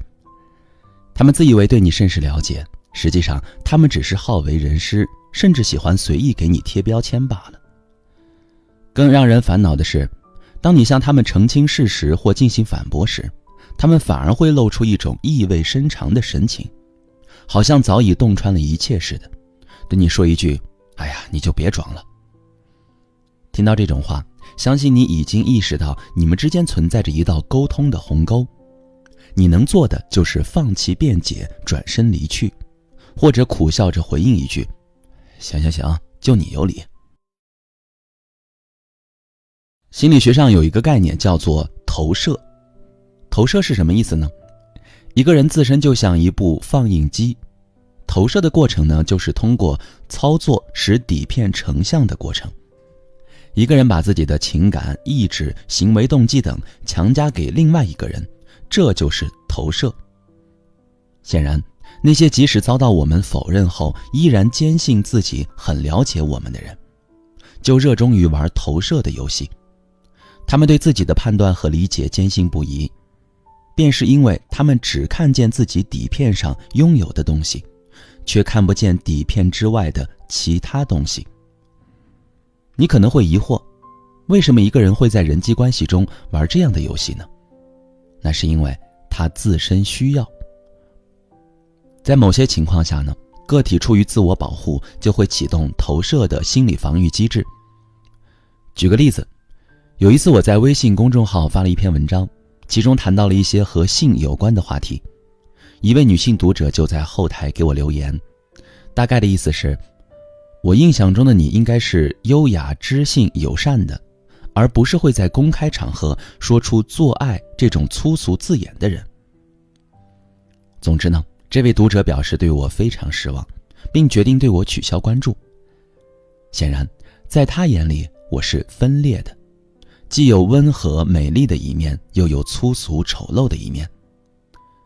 最初呢，他将我当作知心姐姐，觉得我身上布满天使的光辉，这叫理想化投射，代表了一个人理想自我的一部分。直到看见我在文章中使用了做爱这样的词汇，他又觉得我粗俗不堪，这叫负向性投射，它代表了一个人不能接纳的自我部分。这位读者之所以对我失望，是因为他自己把性看作一件羞耻的、不能公开讨论的事情。我的文章正好勾起了他内心对性的羞耻感，于是他将这种感受投射给了我，以此进行自我保护，确保自己是好的、优雅的。我们常常在人际关系中接收到来自别人的负向性投射，并由此产生强烈的挫败感。有的人在接收到这样的投射后，会选择向对方或者向这段关系发起攻击，而结局只能是两败俱伤。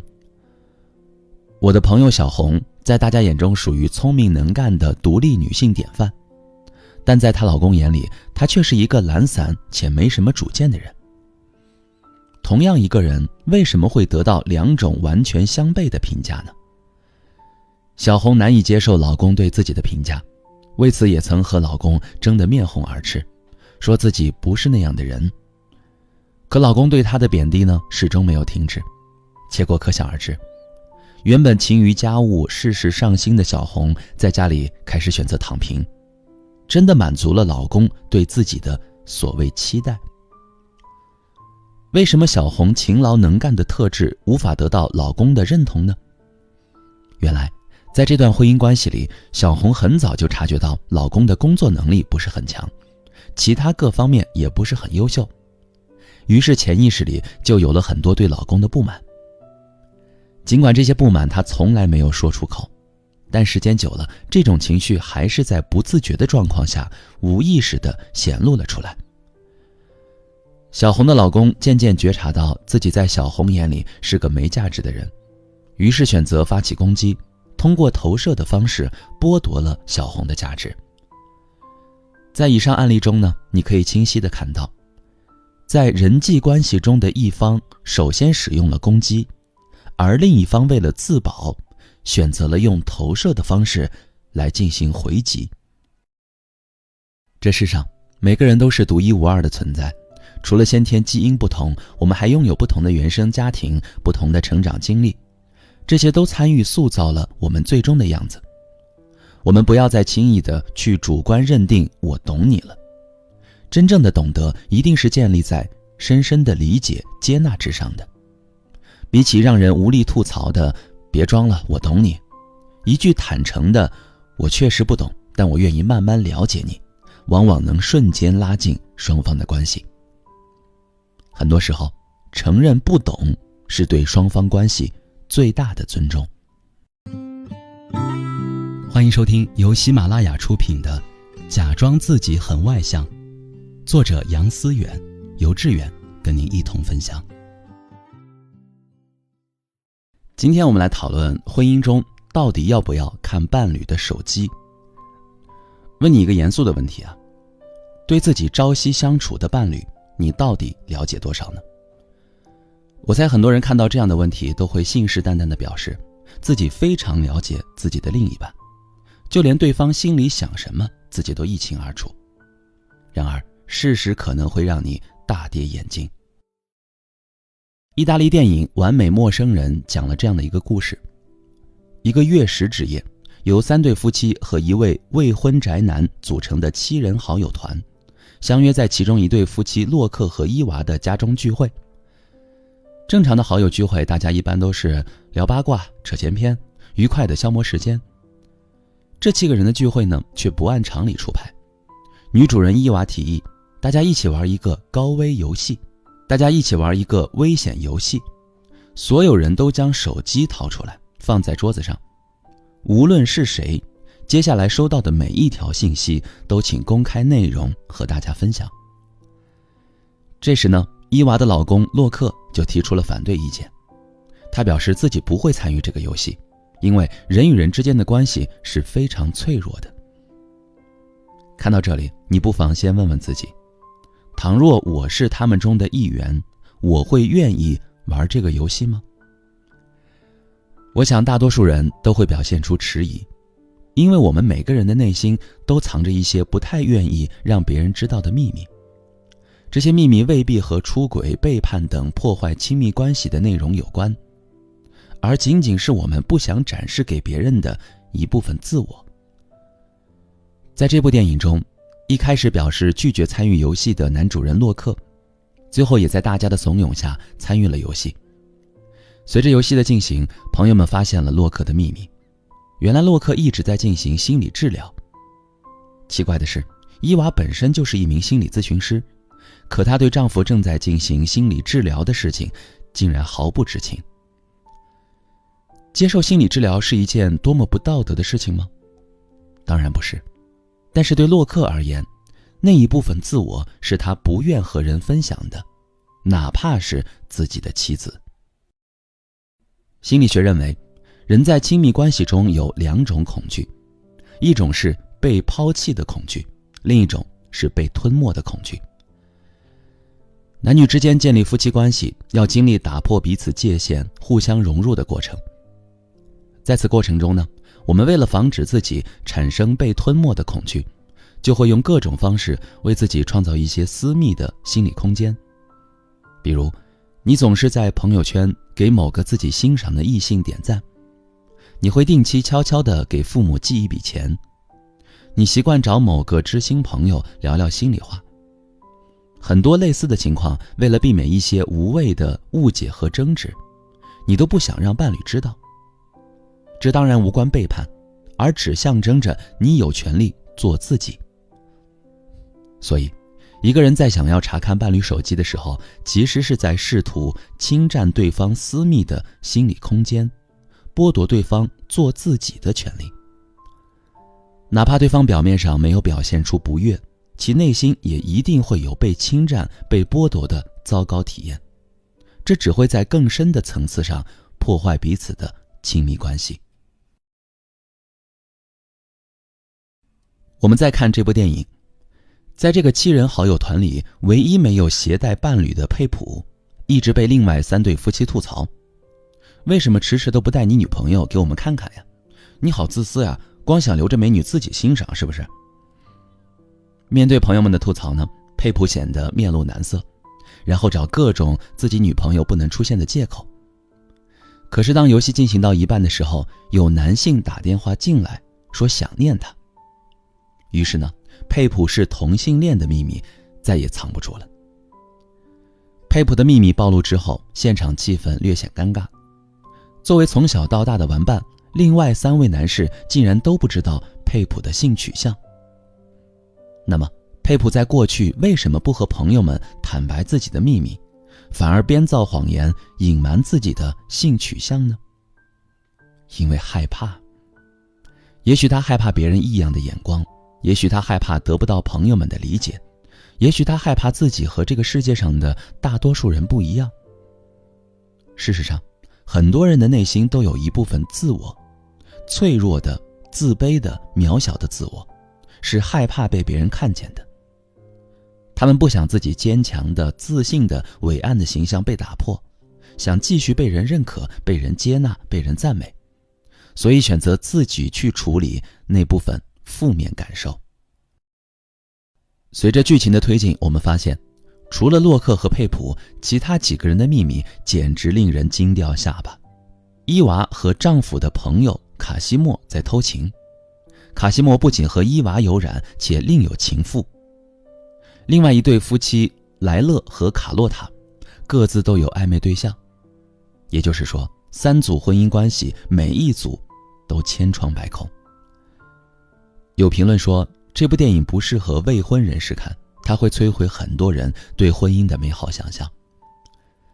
在现实生活中呢，很多人发现伴侣对自己不用心，或者对家庭不关心的时候，都会心生疑虑，想要偷看对方的手机。婚姻中到底要不要看伴侣的手机呢？你想过没？你偷看的目的是什么呢？是为了证明对方已有新欢，还是只为确保自己心安呢？无论出于什么目的，你看对方手机都无法帮助你真正解决婚姻中出现的问题，反而会侵占对方的私密心理空间，对你们之间的亲密关系造成伤害。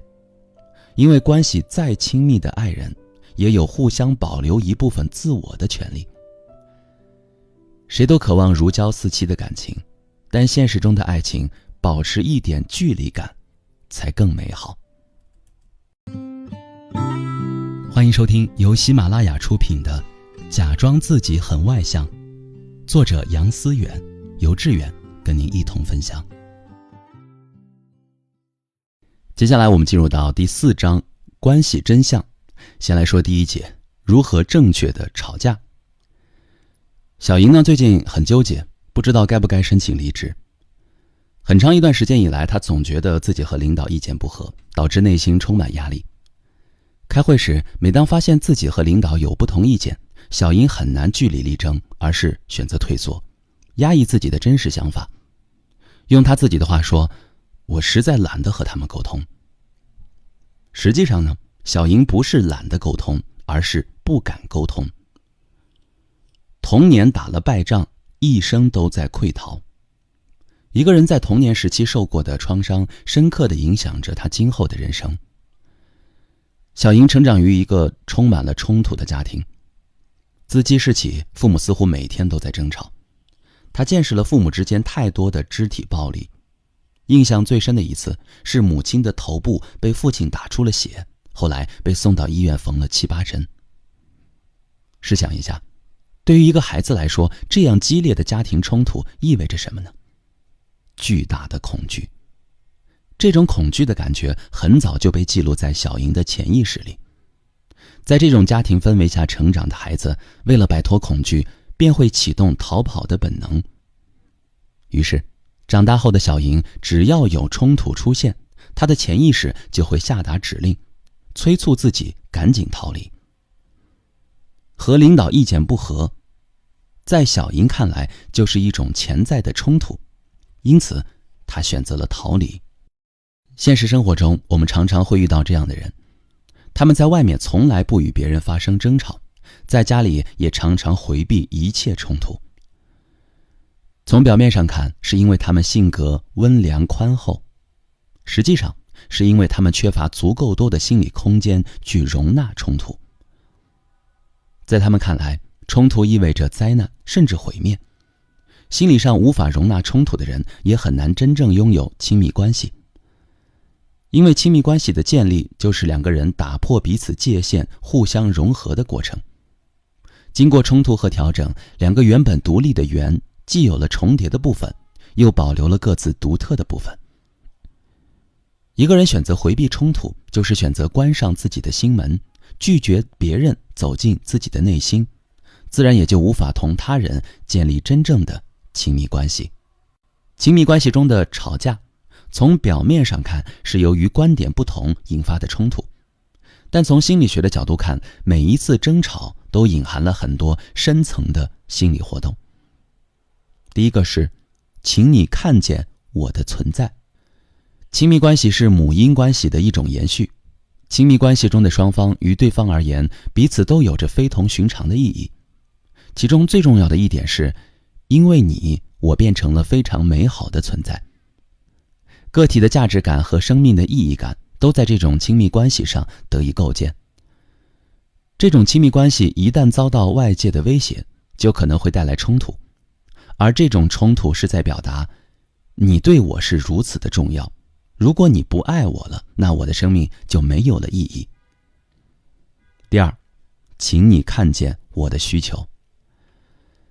亲密关系之所以能够建立，是因为彼此对对方都有爱的需求，并且都能满足对方的需求。当彼此间这种需求不平衡的时候，就容易发生冲突。而这种冲突是在表达，请你看见我的需求，并照顾我的需求。比如说，在很多家庭中，夫妻都有分工，越是夫妻分工明确的家庭，争吵越多。妻子常常抱怨丈夫不做家务，丈夫则总是指责妻子连孩子都带不好等等。实际上，夫妻双方都是在通过争吵表达自己的需求，他们都渴望对方能够满足自己被理解的需求。第三，我想和你亲近。在亲密关系里，吵架意味着打开彼此的边界，释放真实的自我。如果在吵架的过程中，真实的自我被对方接纳，彼此之间的感情就会升温。反之，如果真实的自我不被接纳，那么不被接纳的一方就会体验到受伤的感觉。总之，吵架这一行为就是在表达我们潜意识里想和对方亲近的渴望。生活中，我们总能见到一些人会以找茬的方式向伴侣寻找吵架的机会，比如常常向对方提出你到底爱不爱我这样的拷问，常常向对方说我真的讨厌你，再也不想理你了。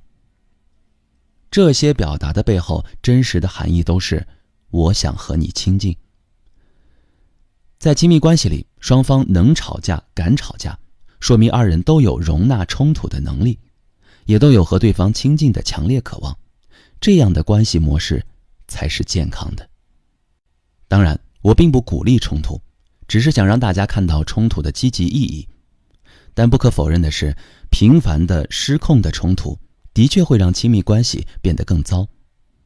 因此，如何正确地面对冲突，就成了每个人经营亲密关系所不可缺少的智慧。首先呢，不要逃避冲突。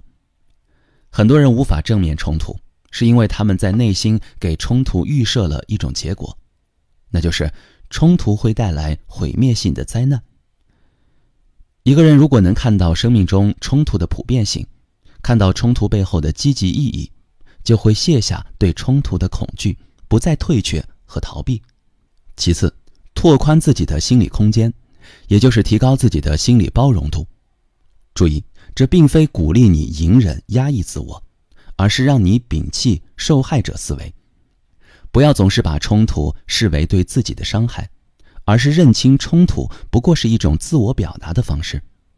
提高自己的心理包容度，最重要的事儿就是接纳别人与自己的不同，包括不同的意见、不同的思想等，不必互相说服，只需彼此尊重。最后，要学会正向表达。所谓正向表达呢，指的是我们的语言和内心真实的想法保持一致。我们常常见到的情况是，明明很在乎对方，吵架的时候偏偏要说，你走吧，走得越远越好，永远都不要再回来。这种带有攻击性的表达，虽然让你短暂地感受到情绪释放所带来的快感，但对于你们的亲密关系却有着巨大的破坏力。当冲突发生的时候呢，我们首先要做的是不退却、不逃避，提醒自己冲突的本质不过是一种自我表达的方式，然后试着去正向地表达自己。好的关系不是不吵架，也不是总吵架，而是能够正确的吵架。学会正确的吵架，我们都能在亲密关系里成为更好的自己。欢迎收听由喜马拉雅出品的《假装自己很外向》，作者杨思远，由志远跟您一同分享。今天我们要说到的是，用冷漠逃避爱，也用冷漠渴望爱。真正爱一个人应该是什么样子呢？在大多数人看来，爱的表现形式就是亲密，你侬我侬，朝思暮想，一日不见如隔三秋。这么多美好的词汇都在表明爱是主动的、热烈的、亲密的。也有一些人，他们关于爱的表达却是另外的样子。他们很难顺利地和别人建立亲密关系，每当发觉自己喜欢上一个人的时候，总免不了紧张不安，简直如临大敌。哪怕是给对方发条消息，也表现得犹豫不决，反复斟酌之后，还是无法按下发送键，只好放弃。他们在喜欢的人面前总是表现得特别冷漠，明明内心渴望和对方能够多有一些沟通，却常常不明缘由的退缩和回避，还要假装自己对对方毫不在意，在对方面前刻意表现得云淡风轻。别看他们行为笨拙，内心戏却特别多，总是默念着自己如何爱着对方，如何在意对方，如何的关心对方。可惜的是，所有这些念头只是放在心里，他们从不会去主动表达。这种在亲密关系中明明渴望爱，却又表现得被动回避的行为，在心理学上被称为回避型依恋。也许你会说，面对自己所爱之人，每个人多少都会有些自卑感，也不全然会主动。确实，在亲密关系中表现出适当的回避，属于非常正常的现象。但如果你的行为是因为喜欢而选择刻意疏远，那可能就不仅仅是恋爱中的羞怯感所致的，而要在自己的依恋模式中找到症结。回避型依恋的概念来自依恋理论。心理学家通过大量对于母婴互动的观察、追踪、研究、测验等，发现和归纳出3种截然不同的母婴依恋模式，回避型依恋便是其中的一种。回避型依恋模式指的是婴儿对母亲的在场或离开表示出不在意和无动于衷，他们沉浸在自己的世界里，特别是当离开的母亲重新回来时，他们会表现出明显的回避。在我们看来，他们似乎平静地放弃了和母亲情感上的链接。可是通过对他们当下情境中心率和皮质醇水平的测量，其数据明显高于安全型依恋的婴儿。也就是说，他们有着更高水平的焦虑指数和压力状态。心理动力学借用和拓展了这一概念，以此描述一类在亲密关系中表现出同样依恋特征的人，称之为回避型依恋者。人类对亲密有着天然的渴望，温暖的触摸、热情的拥抱都能带给我们心理上的安全感和满足感。研究表明，经常获得拥抱和抚摸可以帮助我们有效缓解压力，提升幸福感。既然如此，为什么还会有人用假装冷漠的方式回避亲密关系呢？当我们还是婴儿的时候，如果我们的妈妈或者类似于妈妈这个角色的主要养育者对于我们的需求给予了及时的满足，那么我们就得到了需求的正反馈，也就获得了来自母婴关系中的安全感和抱持感。反之，如果我们的需求没有被满足，而是被忽略了，那么我们就会觉得自己的需求可能是不合理的，从而压抑自己，同时给自己贴上我不够好的标签。渴望被爱是人类的本能，可是当我们不被爱的时候，渴望爱就成了一种羞耻。为了避免这种羞耻感，我们就会用假装毫不在乎的方式掩藏自己渴望被爱的愿望。我们在生命早期的这种体验，很大程度上会影响我们一生的亲密关系。一次次被拒绝、被忽视的体验，会在我们心里形成巨大的裂痕，成为不可触碰的伤疤。长大以后，我们在意识到爱的需求的时候，潜意识里那种羞耻感也会悄悄出现，如影随形。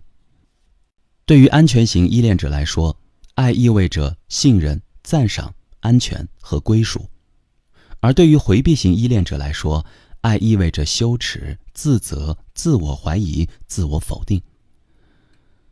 回避型依恋者在面对自己所爱的人的时候，所有不好的感受会连同翻滚的爱意一起涌现，使他们感到忐忑不安，因为他们从来没有被真正爱过。一个没有被真正爱过的人，就会产生我不够好，我很糟糕的观念。他们害怕会重复早年那种不被爱的体验，便会启动防御机制，冷漠的回避。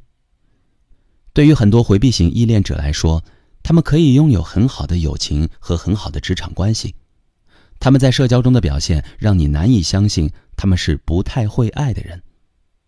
只有在深入的亲密关系中，你才能体会到他们的慌张和冷漠。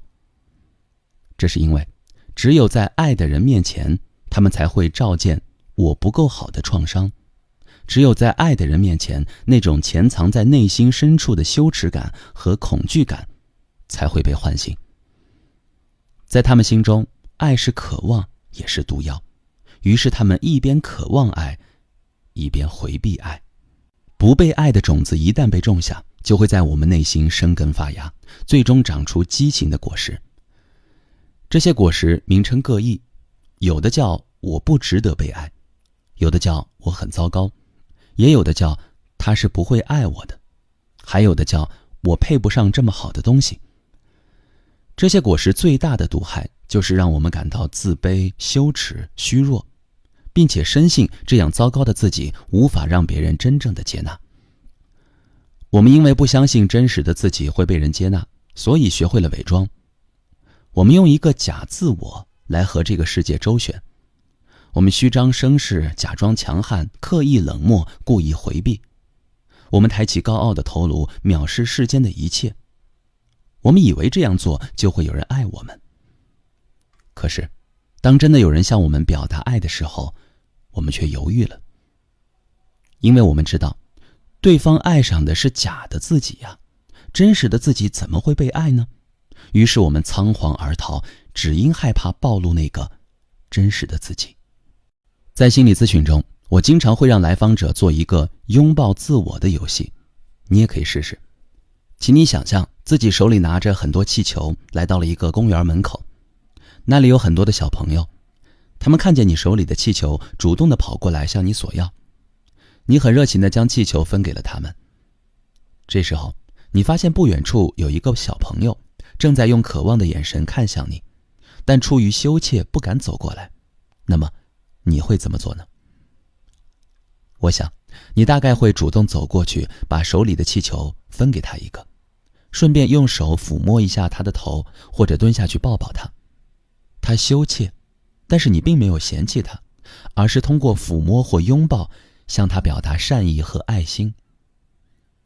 那个羞怯的小朋友，其实就是另一个你自己。你要相信，真实的自己并没有那么糟糕，真实的自己也值得被爱。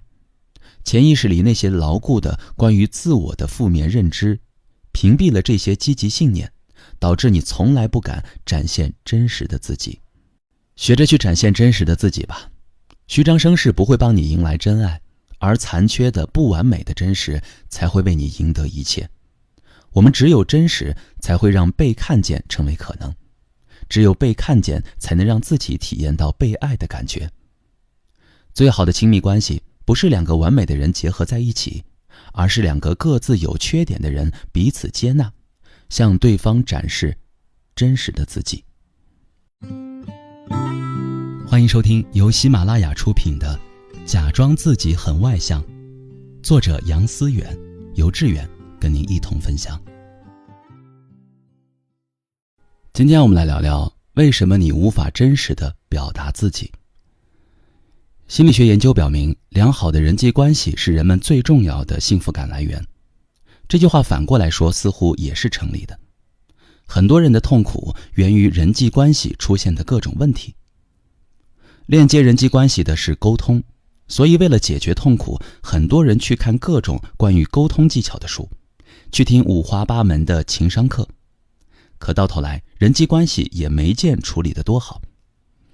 大道至简，很多东西回归到本质都是非常简单朴素的，沟通亦是如此。真正有效的沟通方式没有那么多花里胡哨的技巧，只需真实的表达自己。那么在日常和别人沟通中，你能做到真实的表达自己吗？真实的表达自己看似没什么困难，实际上很多人都做不到。不信吗？来看看下面的场景。你和恋人吵架了，对方愤怒之下摔门而去，你明明内心很担心对方，却在微信对话框里赌气地输入一句：你有本事就永远别回来。你明明很喜欢一个人，没事就翻看人家的朋友圈，真正见面的时候却表现出一副高冷的姿态，仿佛在向对方表示我对你毫无兴趣。你明知自己的某些行为伤了朋友的心，很想主动说一句对不起，结果脱口而出的却是这件事的责任也不全在我呀。有没有觉得这些场景很熟悉呢？你是不是突然发现，原来真实的表达自己真的不是一件简单的事情？那么为什么那么多人无法真实地表达自己呢？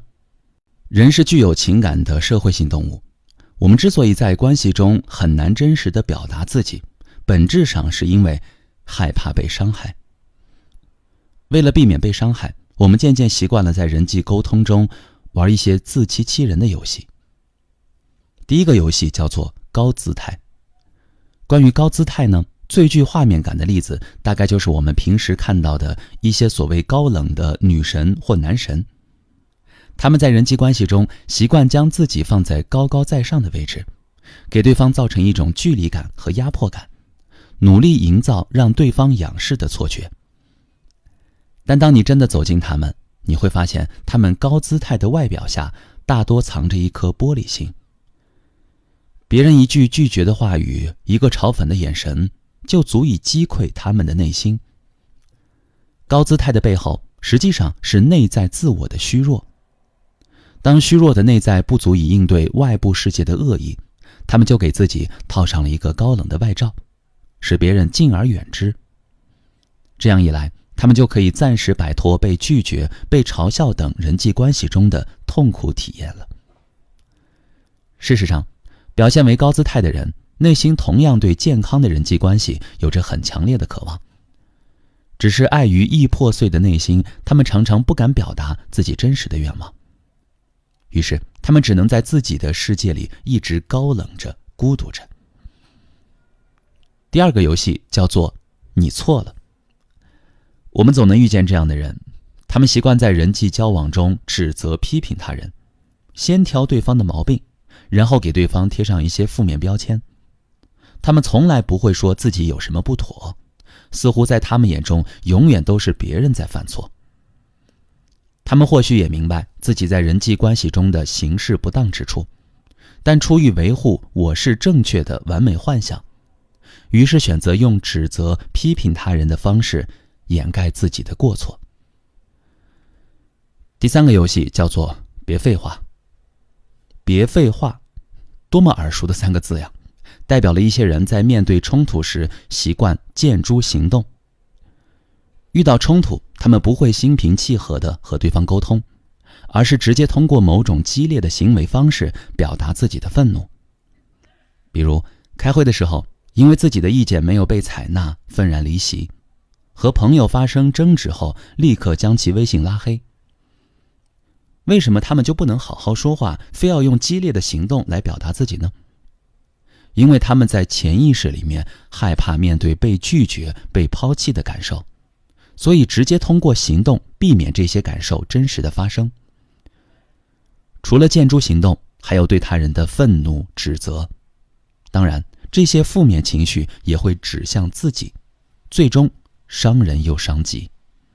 上面提到的这三种在人际沟通中常见的游戏，其实均为心理学中所说的防御方式。通过这些防御方式，我们确实可以在一定程度上避免自己体验被拒绝、被抛弃的感受。但与此同时，这些防御方式也阻碍了我们真实的自我表达。当我们内心的恐惧、渴望等情感被掩盖后，我们便很难和他人发生连接。为了避免痛苦，我们给自己建造了一个安全的岛屿，退缩其中。可这意味着，我们的内心终究只会是荒芜一片的无人区，很难体验到生命被照亮的感受。当我们卸下防御，选择真实的表达自己，表达自己的恐惧、渴望、向往，是的，我们可能会遭到拒绝和抛弃，体验到疼痛和哀伤。可是我们也做到了对自我的忠诚，始终赢得人生旅途上的无憾。在任何关系的沟通中，再多的技巧，再多的花招，都不如真实的表达自己。真实的表达自己吧，我不管你怎么想，我也不管你打算怎么应对我，我只负责忠于自己，表达自己最真挚的情感。真实的表达自己是一种我干了你随意的豪情，意味着我们找回了面对自我的勇气和魄力。真实是最具有穿透力的。假如我们能够坦诚待人，对方即便拒绝拥抱，也会放下手中的刀枪剑戟，以你为镜，回看自身。欢迎收听由喜马拉雅出品的《假装自己很外向》，作者杨思远，由志远跟您一同分享。接下来我们讲一讲为什么有的人喜欢口是心非。小乐最近特别痛苦，因为刚刚结束了一段自己极其在乎的感情。他感觉自己脑海里无时无刻不再浮现着那个男人的形象。看着手机里曾经那些亲密的聊天记录，他也会幻想，如果对方这时能回来找自己就好了。也许你会好奇，既然心里放不下这段感情，小乐为什么不去主动联系一下对方呢？在咨询室里，我也问了他这个问题。小乐的回答是，我绝对不能主动联系他，主动就代表我输了呀。再说了，当初分手也是我先提出来的。看到这里，你也许会更加不解，他心里放不下对方，当初却主动结束关系。他一边朝思暮想，一边却死活不肯联系对方。小乐这不是自相矛盾，自己给自己制造痛苦吗？没错，小乐的言语和行为与他内心真实的想法是截然相反的，这正是他痛苦的根源。如果留心观察，你会发现，生活中习惯口是心非的大有人在。他们总是在各种场合说着反话，明明很喜欢一个人，嘴上却说着一些毫不在乎对方的话，明明内心十分的气愤，却微笑着说没事儿，明明认为领导对自己的批评不合理，却依然连连点头称是。他们为什么要说反话呢？为什么不能坦坦荡荡地表达内心真实的想法呢？若把案例中的小乐当作一面镜子，相信很多人都能从他身上照见自己。口是心非固然很痛苦，但相比之下，让他们表达自己内心真实的想法，显然是一件更要命的事情。这种口是心非的表现，在心理学上被视为一种原始的心理防御机制。这种防御机制就叫否认。它是指在某些创伤情境下，一个人选择扭曲自己内心的真实想法、情感，从而逃避心理上的痛苦，或选择对不愉快的事件进行否定，当作它没有发生过，以获取短暂的安慰。总之，很多人之所以违背自己的内心说一些假话，只是为了保护自己，不让别人看见真实的自己。对于他们而言，展现真实的自己不仅是困难的，更是危险的。前文案例中的小乐对于自己痛苦的根源是很清楚的，他能够意识到自己的口是心非。还有一些人嘴里常常说着反话，自己却浑然不觉。来访者阿金，一位30多岁的男性，他找我进行咨询的原因是发现自己常常做什么事儿都缺乏热情，严重的时候甚至忍不住进行自我攻击，觉得自己一无是处。在回顾自己原生家庭的时候，阿金首先很肯定地表示，他和父母的关系非常好。然而，在他详细介绍自己童年经历的时候，我看到的却是一幅幅充满了暴力的画面。阿金平静地讲述着自己多次被母亲批评、打骂、责罚的往事。当我问起他对过往这些经历作何感想时，他回答：我非常理解母亲的良苦用心，她也不容易。随后阿金再次向我表示，他很爱很爱自己的母亲。我毫不怀疑阿金对母亲的爱，但是我也不相信阿金在遭到母亲的打骂和责罚时，内心会没有恨意。他只是选择了压抑自己的恨，因为他知道母亲养育他付出了很多心血，所以他对母亲只能是爱，而不该是恨。阿金的这种行为属于另外一种心理防御机制，叫反向形成。他将内心的真实感受转向反面的方式进行表达，用过度表达的爱掩饰自己内心的恨。这种防御机制在启动的时候，当事人往往是无意识的，也就是说，他们很难意识到自己已经违背了内心的真实感受。对于阿金来说，他对母亲的那种愤怒和恨意一直被积压在他的潜意识里，这就意味着那个不断责骂和惩罚他的母亲的形象从未消失。所以即便母亲已经不再惩罚他了，他也依然无法停止自我攻击。有一次和一个朋友聚会，他不无感慨地说，在沟通方面，我们真的该学学孩子。他对我讲，有一次他在家辅导孩子做作业，自己不时地玩会儿手机，孩子呢就突然抬头说道，妈妈，你看着我，别总是玩手机。朋友说，在那一刻他突然受到了很大的触动。孩子希望父母多关注自己，通常会直接用语言表达出来，而且表达的那么自然真诚。作为成年人，我们在表达自己需求的时候，却总是自设重重障碍，无法做到一致性沟通。什么叫一致性沟通呢？它是指我们在与别人进行沟通的时候，传递的信息与自己内在的感受是一致的。表达时做到一致性沟通，我们就能更好地建立与真实的自我、他人以及情境之间的和谐关系。所以，请别再用口是心非的方式来掩藏真实的自己了。坦诚地面对自己的渴望，然后像个孩子一样，理直气壮地把它说出来。欢迎收听由喜马拉雅出品的《假装自己很外向》，作者杨思远，由志远跟您一同分享。接下来我们谈谈你的前任，我的伤，如何克服回溯型嫉妒。杰夫和妻子凯特的45周年结婚纪念日即将到来，而此时杰夫收到一封来信，信中提到，他50年前在阿尔卑斯山意外丧生的女友的遗体找到了，让两个人原本和谐美满的婚姻开始变得暗流涌动。杰夫和凯特聊起当年女友丧生的事情，虽然说得很平静，但凯特明显感觉到了杰夫对前女友的在意。而且在聊天的过程中，他惊讶地发现，杰夫前女友出事的那一年，正好是自己的母亲故去的同一年。两人前后经历了各自人生中如此重大的变故，可在45年的婚姻里，他们却从没向对方提起过。想到这里，凯特心里很不是滋味。两个至亲至爱的人，竟然从来没有和对方分享过自己内心的伤痛。这份45年的爱，是真的吗？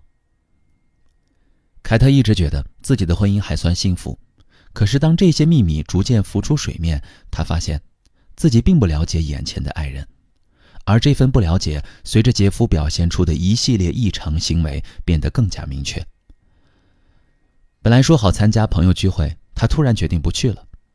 和自己性爱结束后，她居然半夜偷偷跑到小阁楼里回忆往昔。不愿早起陪自己遛狗，她却一个人跑到旅行社询问去瑞士的行程，只为看一眼前女友的遗体。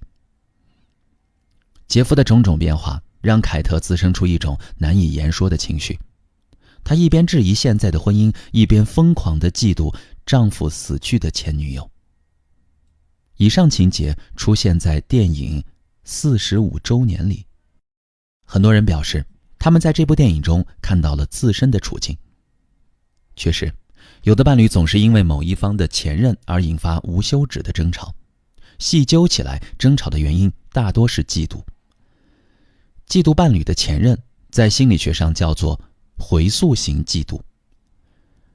人为什么会产生嫉妒心理呢？我们在小时候都有过类似的体验。如果母亲当着自己的面去抱其他小孩，自己就会十分的嫉妒。之所以会产生这样的心理，是因为对于小时候的我们来说，母亲意味着全世界。我们的所有安全感都来自和母亲的关系。我们内心渴望成为母亲生命中最重要的那个人，否则就会觉得受到了威胁，失去归属感、安全感。这就是心理学中所说的母婴依恋关系。我们一生都在寻求这种依恋，而伴侣关系可以看作母婴关系的一种延续。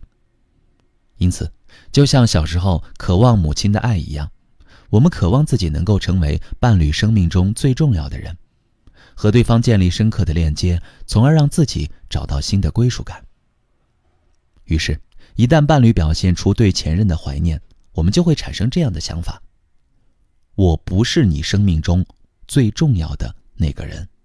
电影中，凯特在自家的阁楼里找到了丈夫和他前女友过往的记录。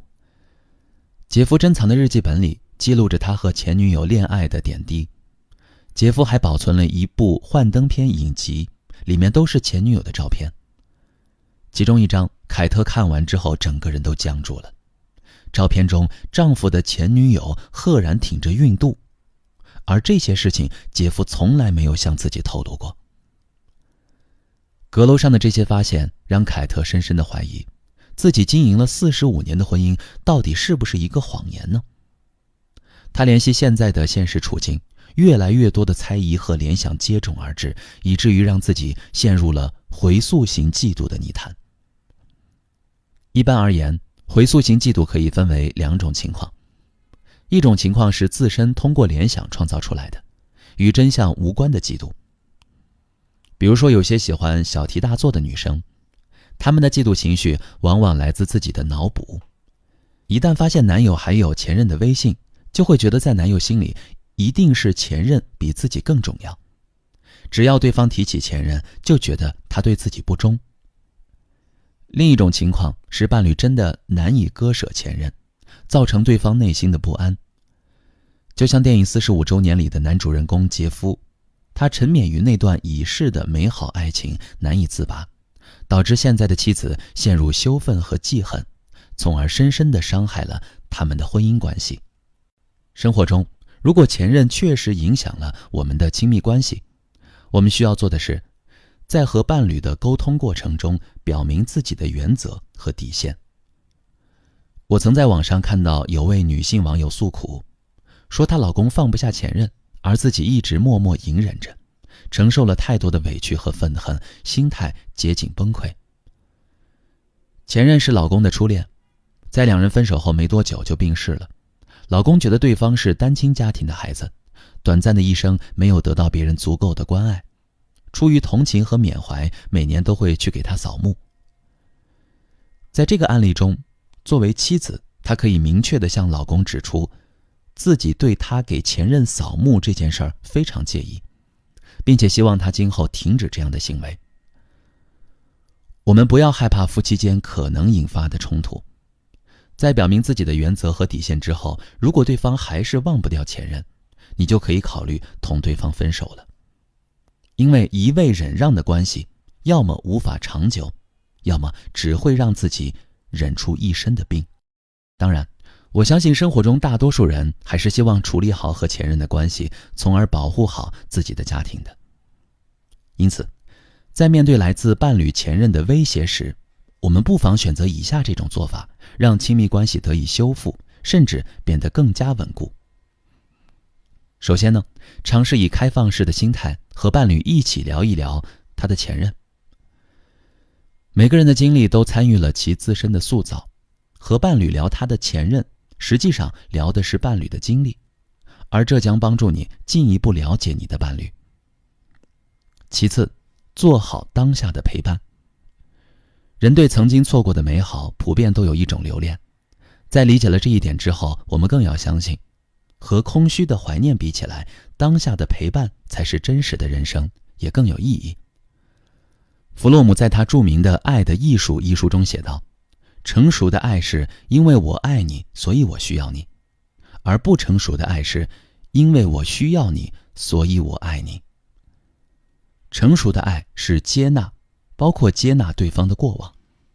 当我们真正用爱而不是占有去和伴侣链接的时候，我们便走出了回溯型嫉妒的泥潭。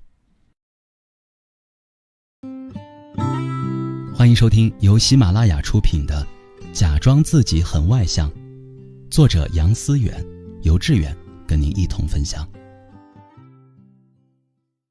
今天我们来聊聊，为什么你总觉得别人话里有话呢？生活中有这样的一类人，他们总能在别人的表达里听出影射自己的言外之意。比如，别人说自己童年多么多么幸福，他们会觉得对方是在嘲笑自己有一个糟糕的原生家庭。别人说喜欢每天下班去做瑜伽，他们会觉得对方是在指责自己不够自律。别人夸赞某某善解人意，他们会觉得对方意在批评自己共情能力不足。为什么这些人总是觉得别人话里有话呢？来访者小叶每周都会在固定时间找我咨询一次。上次咨询中，小叶和我提及她和婆婆之间发生的冲突。一天晚上，小叶去厨房拿东西，因为没开灯，不小心将盐盒打翻在地。原本很小的一件事儿，小叶也不以为意，把地板收拾干净后就回屋睡觉了。过了一会儿，小叶的丈夫起身去卫生间，也没有开灯。这时另外一个屋里传来婆婆的声音：怎么不开灯啊？小心别把自己磕着了。婆婆的这句话触动了小叶的神经，她认为婆婆话里有话，是在指责自己打碎了盐盒。因为按捺不住内心的愤怒，小叶冲出去就和婆婆吵了起来。咨询的过程中，小叶一直重复说：我又不是故意要打碎盐盒的，她凭什么说我呀？小叶的这份愤怒对我来说并不陌生，不仅仅是对自己的婆婆，在之前数次的咨询中，她都表达过类似的愤怒，对领导、对同事、对朋友、对丈夫。比如，领导给她一些工作上的建议，她觉得领导是在表达对自己的轻视。朋友推荐好的心理学书籍给她，她觉得对方是在嘲笑自己心里有病。愤怒的背后是恐惧。当小叶在我面前怒气滔天的时候，我知道她内心的小女孩正蜷缩在一角，对自己的不被接纳有着深深的恐惧。在心理学上，小叶这种总是觉得别人话里有话的表现叫做防御性倾听。很多人在接收信息的时候，首先会在内心竖起一道屏障，防御来自他人的攻击，以保护自己不受伤害。换句话说，他们在和别人沟通的过程中，容易偏离沟通的内容本身，习惯从对方的言语中搜寻恶意。习惯防御性倾听的人，在回应别人的时候，往往在开口之前便有了一番异常丰富的心理活动。你这哪里是在说别人，你分明是在影射我吗？你凭什么指桑骂槐呀？你是在故意挑衅我吗？一连串的心理活动之后，只等对方话音一落，他们就急着去发动攻击，结果搞得对方一头雾水。我完全没有这个意思呀。习惯性防御倾听的人，在与人沟通的过程中，总是不自觉地自导自演一场受迫害的苦情戏。究其原因，在于他们在成长的过程中早已习惯了自我攻击，被我不够好的信念牢牢捆绑住了。一旦从外界捕捉到疑似对自己的批评、否定或质疑，他们就会立刻变得风声鹤唳。这些子虚乌有的信息唤醒了他们内在消极的核心信念，以为全世界都在挑剔自己、嫌弃自己。于是他们选择用防御的姿态来确保自己的安全。遗憾的是，这种防御不仅让他们受困于各种各样的负面情绪，还总在不经意间对他们和别人的关系造成巨大伤害，从而影响了他们自身的心理健康和个人发展。事实上，每个人都有表达自己的权利。习惯防御性倾听的人必须明白一点，在与人沟通的过程中，如果发现自己无法认同别人的观点，或者别人对你的观点提出质疑，都不能说明别人对你的全面否定，而只意味着你们针对某一具体问题理解不同罢了。你要试着卸下自己的防御，平静温和地和对方进行沟通。假如领导对你说，这件事儿你和小郭一起完成吧。这时候，如果你选择防御性倾听，就容易将领导的意思曲解为自己工作能力不够，需要小郭帮忙。请务必要擦掉自己脑补出来的画面，然后可以这样回答他：领导，我觉得我自己一个人也可以完成，您能让我试试吗？习惯自我攻击的人，本质上是不相信任何人的，所以才会把全世界都树为自己的假想敌。因此，他们要改变自己防御性倾听的状态，最重要的就是要学会相信别人，相信别人并不想伤害自己，相信别人对自己没有那么大的意见，相信别人也看到了自己的优点。这个世界并非如你假想的那样不怀好意，就像美剧《破产姐妹》里那句台词说的一样，有时候你以为天要塌下来了，其实是你自己站歪了。欢迎收听由喜马拉雅出品的《假装自己很外向》，作者杨思远，由志远跟您一同分享。让你受困的不是冷暴力，而是心智化不足。一位读者向我提问，最近在和老公冷战，我一直受坏情绪牵引，如何才能走出困局呢？这位读者的问题反映了当下很多人的境遇，就是在两性关系中遭遇了冷暴力，从而被各种负面情绪搞得精疲力尽、绝望至极。事实上，让很多人受困的并非冷战本身，他们沉浸在负面情绪中的真正原因是心智化不足。所谓冷战，就是指有话不能好好说，它的本质是回避语言沟通。那么，一个人为什么要发起冷战呢？用精神分析理论来解释，一个习惯发起冷战的人，他的心理年龄可能还停留在口欲期，也就是0到1岁的阶段。在口欲期阶段，如果孩子的需求没有得到母亲及时的回馈，就会产生一系列的负面情绪，愤怒、难过、委屈等。但由于不会使用语言，所以孩子只能用身体来表达。长此以往，其心理年龄就会滞留在口欲期，即便长大后，他在语言沟通方面也会存在很多障碍。他不善于表达内心的情感，总是希望自己什么都不用说，对方也能够懂自己。当然，现实状况往往要比理论复杂得多。简单一个口欲期的归因，并不能解释所有的冷暴力现象。比如，有些人在社交中很擅长沟通，偏偏只对自己的另一半施加冷暴力。那么，冷暴力到底是怎么回事呢？冷暴力其实是一种表达的方式。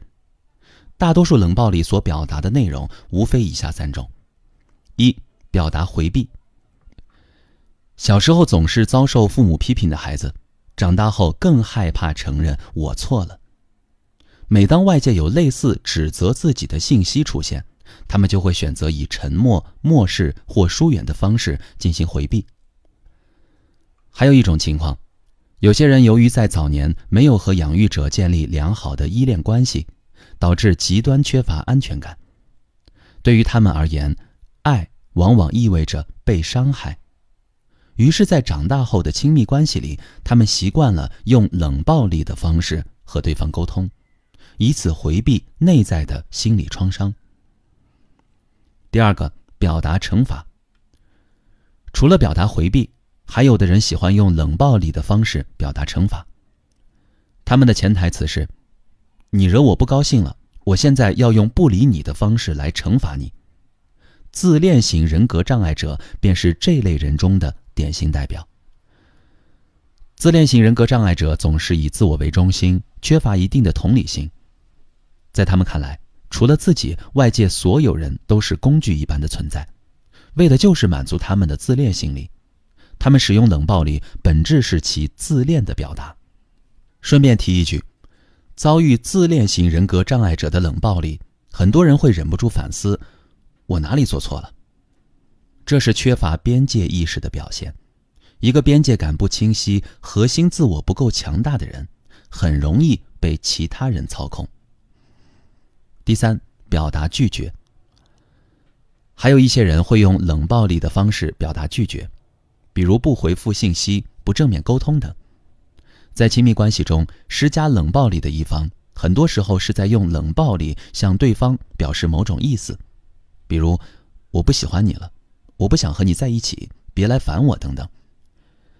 面对这种表达拒绝的冷暴力，很多人会囿于未完成情节而不断和对方纠缠，深受精神上的折磨。遭遇冷暴力的人能否走出困境，很多时候取决于其自身的心智化水平。何为心智化呢？简单讲，心智化就是理解自己和他人行为背后的心理状态的能力。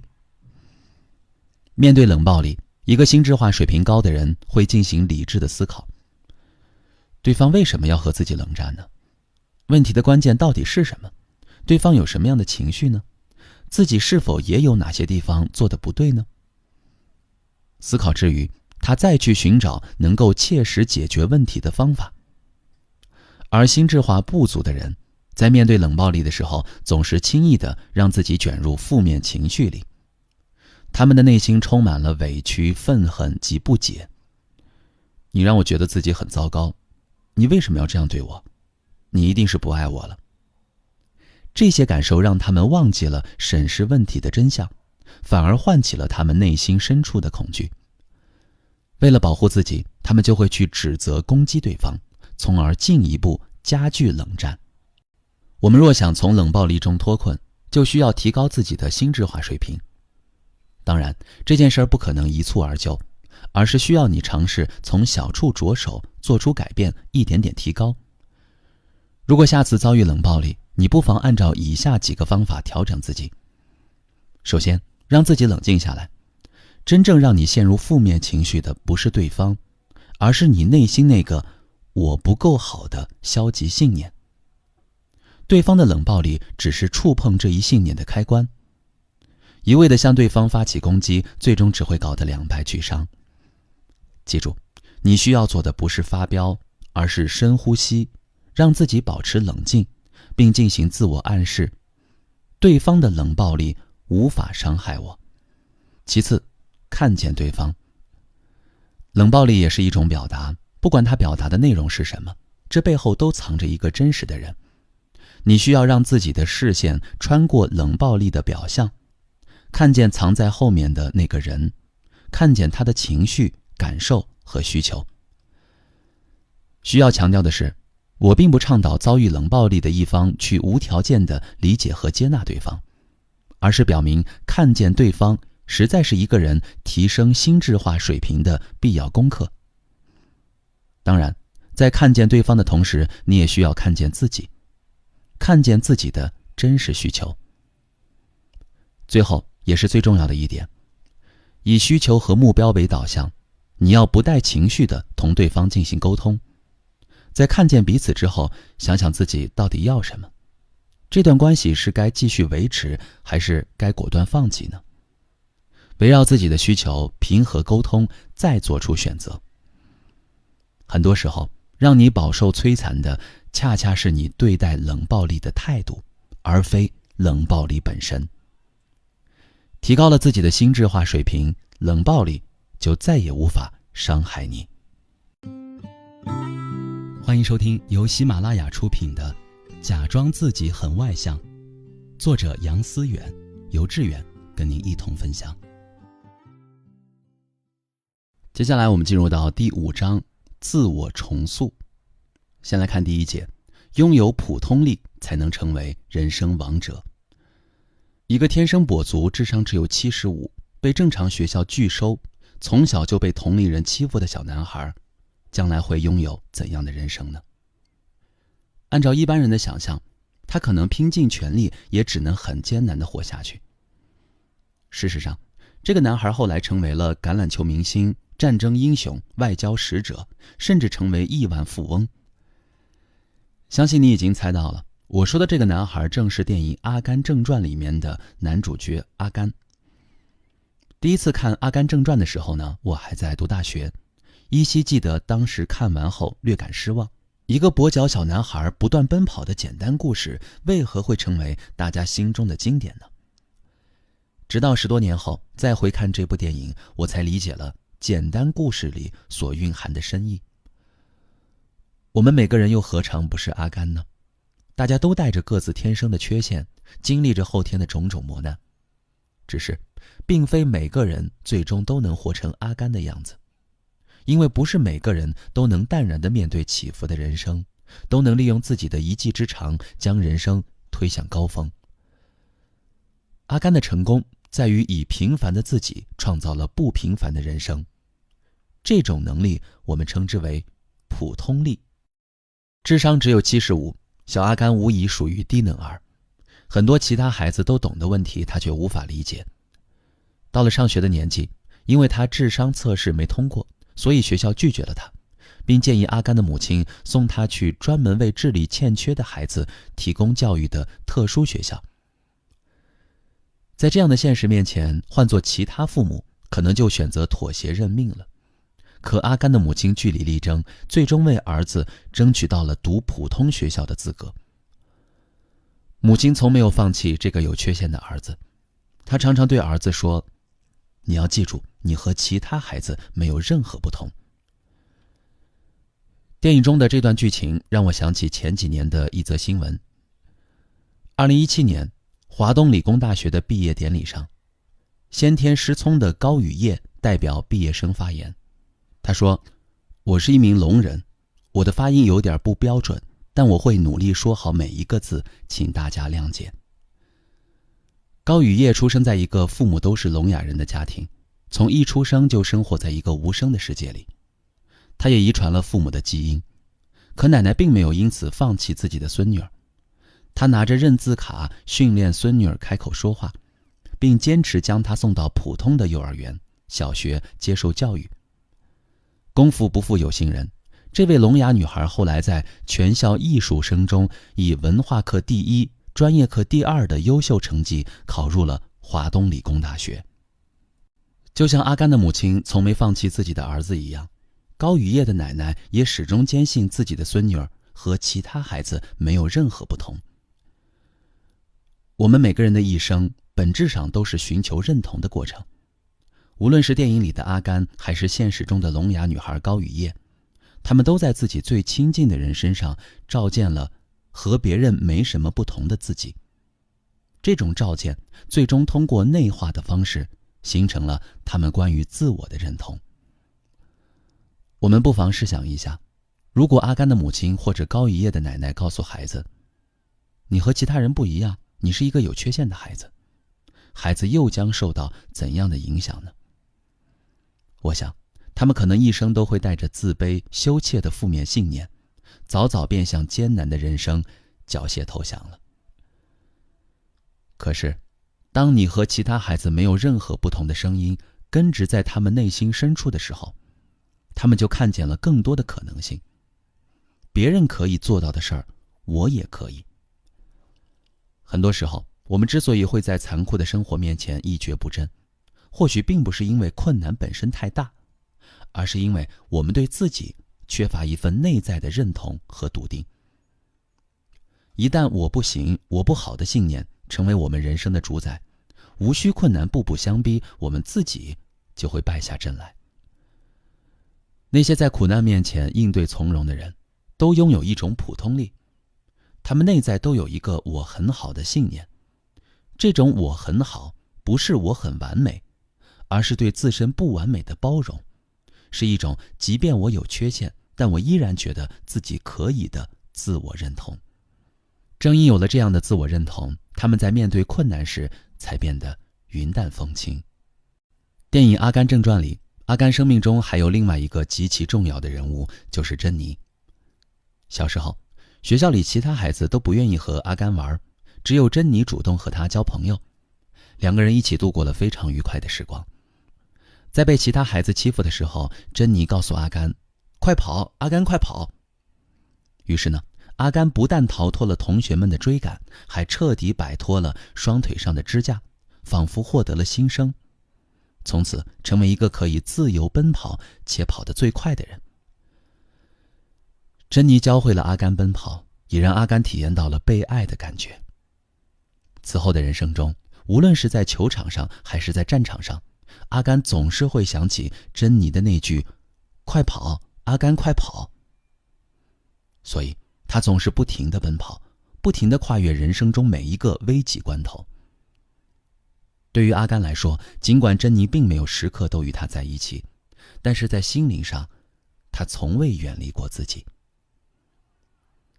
电影中，珍妮从小经历不幸，在一个单亲家庭里面长大，经常受到酗酒的父亲的打骂。长大后的珍妮无法像其他女孩一样，坚定地相信自己值得被爱，所以她一次又一次地拒绝阿甘。直到后来，受过多次伤害的珍妮终于回到了阿甘身边。不过一夜之后，她便选择了离开阿甘。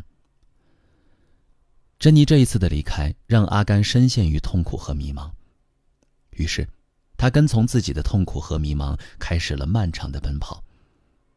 他跑出家门，跑上街头，跑过了山海，跑遍了美国。3年的时间，除了跑步就是吃饭和睡觉。就这样，他又多了一个被各大媒体争相报道的新身份——跑步达人。直到有一天，他突然停下来说道，我真的很累了，我要回家了。当他说出这句话的时候，因珍妮离开而带给他的痛苦也都消解了。在一生之中，每个人都会有痛苦和迷茫的时候，也许是突然失业，也许是被深爱的人背叛，也许是孩子上不了好的学校，也许是某个重要的人突然离开。在那些人生的至暗时刻，我们就像失去珍妮的阿甘那样，突然不知道自己该怎么办才好。不过，和选择奔跑的阿甘相比，我们大多数人在陷入焦虑、抑郁的负面情绪中时，总是试图给这些问题寻找一个确定性的答案，并执着于改变它。可生活中有很多事情本就无法改变，我们要做的只能是接受它的存在。比如接受某人就是不喜欢你，接受付出努力不一定能够成功，接受孩子就是不爱学习，接受生老病死谁都无法掌控。很多问题没有答案，很多事情无法改变，而是否能够与这个世界的不确定性共舞，取决于一个人是否拥有普通力。普通力是一种那就这样吧的高级智慧。那就这样吧，不是什么也不做，而是在付出努力之后，接纳事情本来的样子，与自己达成和解。追求确定性是人的一种本能，因为确定性可以提供安全感和掌控感。可这个世界恰恰充满了太多的不确定性，这就需要我们修炼好那就这样吧的智慧，去面对每一个没有答案的问题。如何培养普通力呢？像阿甘一样，专注于当下。虽然智商有缺陷，但阿甘参军之后深受长官的喜欢，原因无他，无论是整理床铺还是拆卸安装武器，阿甘在每一件事情上总能率先完成。显然，他凭借的不是智力，而是做事的专注力。因为能将注意力高度集中于当下，所以阿甘做事的效率比其他人都要高。再看我们自己，那些常常令我们焦虑不安的都是些什么事儿呢？我们担心说错话惹领导不高兴，担心35岁之后被公司淘汰，担心孩子成绩不好影响未来发展。当我们的注意力被瓜分时，我们便无法专注于当下真正应该关心的更重要的事情。德国作家埃克哈特·托利在其《当下的力量》一书中提出了一个叫做向思维认同的概念。当一件事情发生的时候，我们会根据经验或者思维习惯给事情做一个预判，然后让事情朝自己预判的方向发生。也就是说，我们之所以常常感到焦虑不安，无法像阿甘一样在困难面前从容不迫，就是因为我们习惯认同自己的经验，习惯对未完成的事情做出预判，从而无法做到专注于当下。那些能从容过活的人很少预判明天，因为他们深知明天不可知，人生是由无数个当下构成的。所以他们能够专注于每一个当下，用力做好那些自己能够做到的事儿。而那些无法改变的事情，那就这样吧，只需坦然接受，无需较劲。我们常常说要做一个内心强大的人，但什么是强大呢？老虎的凶猛是强大，可老虎无法抵御猎人的猎枪。真正的强大应该像空气一样，无色无味，无形无相，却无所不包。这大概就是普通力的本色。拥有普通力的人不会被任何困难打倒。阿甘的先天缺陷无法掣肘他人生之花的绽放，凭借自己的普通力，他活出了不平凡的人生。电影《阿甘正传》让我想起英国经典小说《鲁滨逊漂流记》。有读者称鲁滨逊这样的人为生活者，他们身上永远有一种安稳从容的气质，就算流落到荒岛无人区，也能在毒蛇猛兽出没的丛林里找到自己的生活节奏。每一个拥有普通力的人，才是生活里真正的王者。欢迎收听由喜马拉雅出品的《假装自己很外向》，作者杨思远，由志远跟您一同分享。今天我们要聊到的话题是放下应该才是自由。前些天呢，和一位朋友聊天，尽管他没有直接表明自己的状态有多糟糕，但我还是能够从言语之间体察到他的不如意。这位朋友呢，是个聪明人，非常清楚自身的诸多不悦所来何处，只不过他觉得自己没有力量去改变，或者说没有意愿去改变。一边是内心的痛苦，一边是主观意志上的退却，这样的处境将他推进了痛苦的漩涡。朋友试图给自己找各种理由去接受这种状态，比如他会对自己说，我应该这样做才能证明我是一个有责任感的人，我不应该那样做，否则会给我带来很大损失。所有这些理由都能成为他接受现状的论据。遗憾的是，尽管找了那么多理由去说服自己，他依旧不快乐。在日常的咨询工作中，我经常听到不同来访者发出类似的声音：我内心应该更强大一些，我不能够允许自己犯错，我应该做一个完美的妈妈。他们都在努力让自己成为那个应该的样子，却一次次败在残酷的现实面前。我明明很努力了呀，为什么还是做不到呢？面对这样的来访者，我都会问他们一个问题：是谁要求你应该如何如何呢？这时候他们常常一脸懵懂，然后回复道：是我自己要求自己的，人得要求自己变得更好，这有错吗？是啊，变得强大，变得优秀，变得完美，这些对于自我的要求看起来再正常不过了，难道会有什么问题吗？没错，这些都是积极的、正向的自我期待。可为什么在实现这些期待的过程中，你体验到的不是快乐，而是痛苦呢？事实上，在这个世界上，很多东西都会欺骗你，语言会欺骗你，认知会欺骗你，思维也会欺骗你，哪怕真理也有可能被推翻、被证伪。可唯独有一样东西不会欺骗你，那就是你的感受。最近有位来访者在人际关系上出了一些问题，来找我求助。他的问题是因为性子急，常常在沟通中表现得很强势，很容易出口伤人，甚至引发口角和冲突，导致身边的同事们都渐渐疏远了他。当我问他为什么一定要用强硬的态度去面对自己的同事时，他回答道：我应该做一个强大的人，这没什么错呀。每一个看起来强悍不好惹的人，其实内心都有别人看不见的脆弱的一面。我的这位来访者对自己的要求和期待是做一个强大的人，但在咨询的过程中，我了解到这实际上是从小到大父母对他的要求，正是这种要求剥夺了他允许自己脆弱、渴望变得柔软的权利和愿望。除了父母的期待，一些来自社会的价值要求也常常让我们忽视自己内在的真实需求。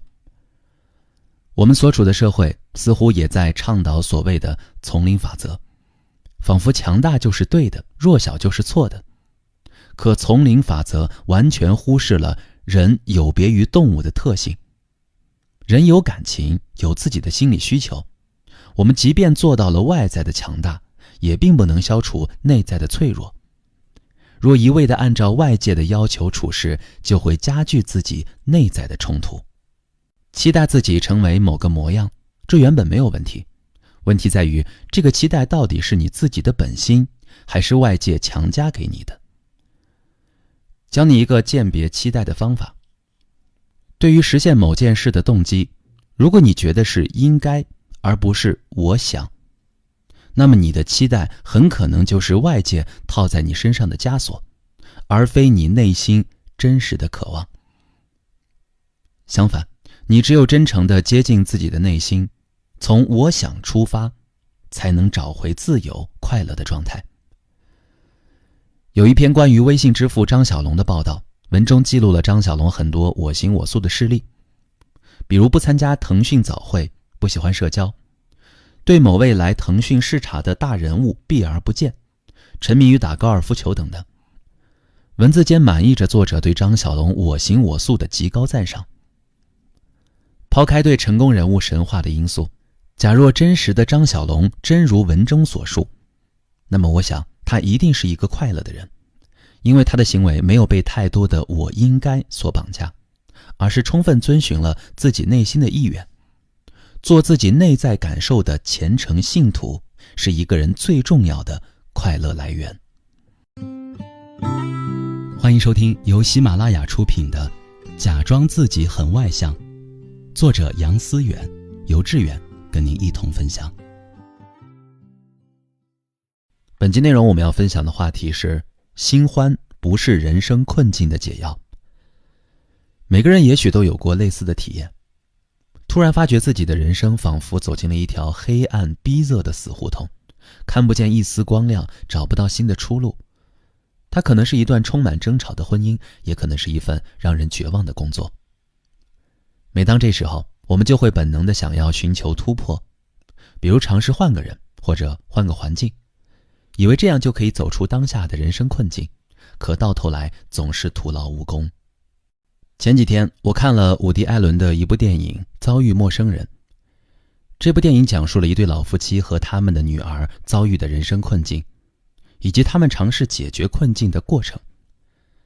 70多岁的老父亲突然忆起青春往事，英雄迟暮的现实让他感到非常悲伤，于是他开始健身，还试图找一个年轻貌美的应招女郎，让自己重振雄风。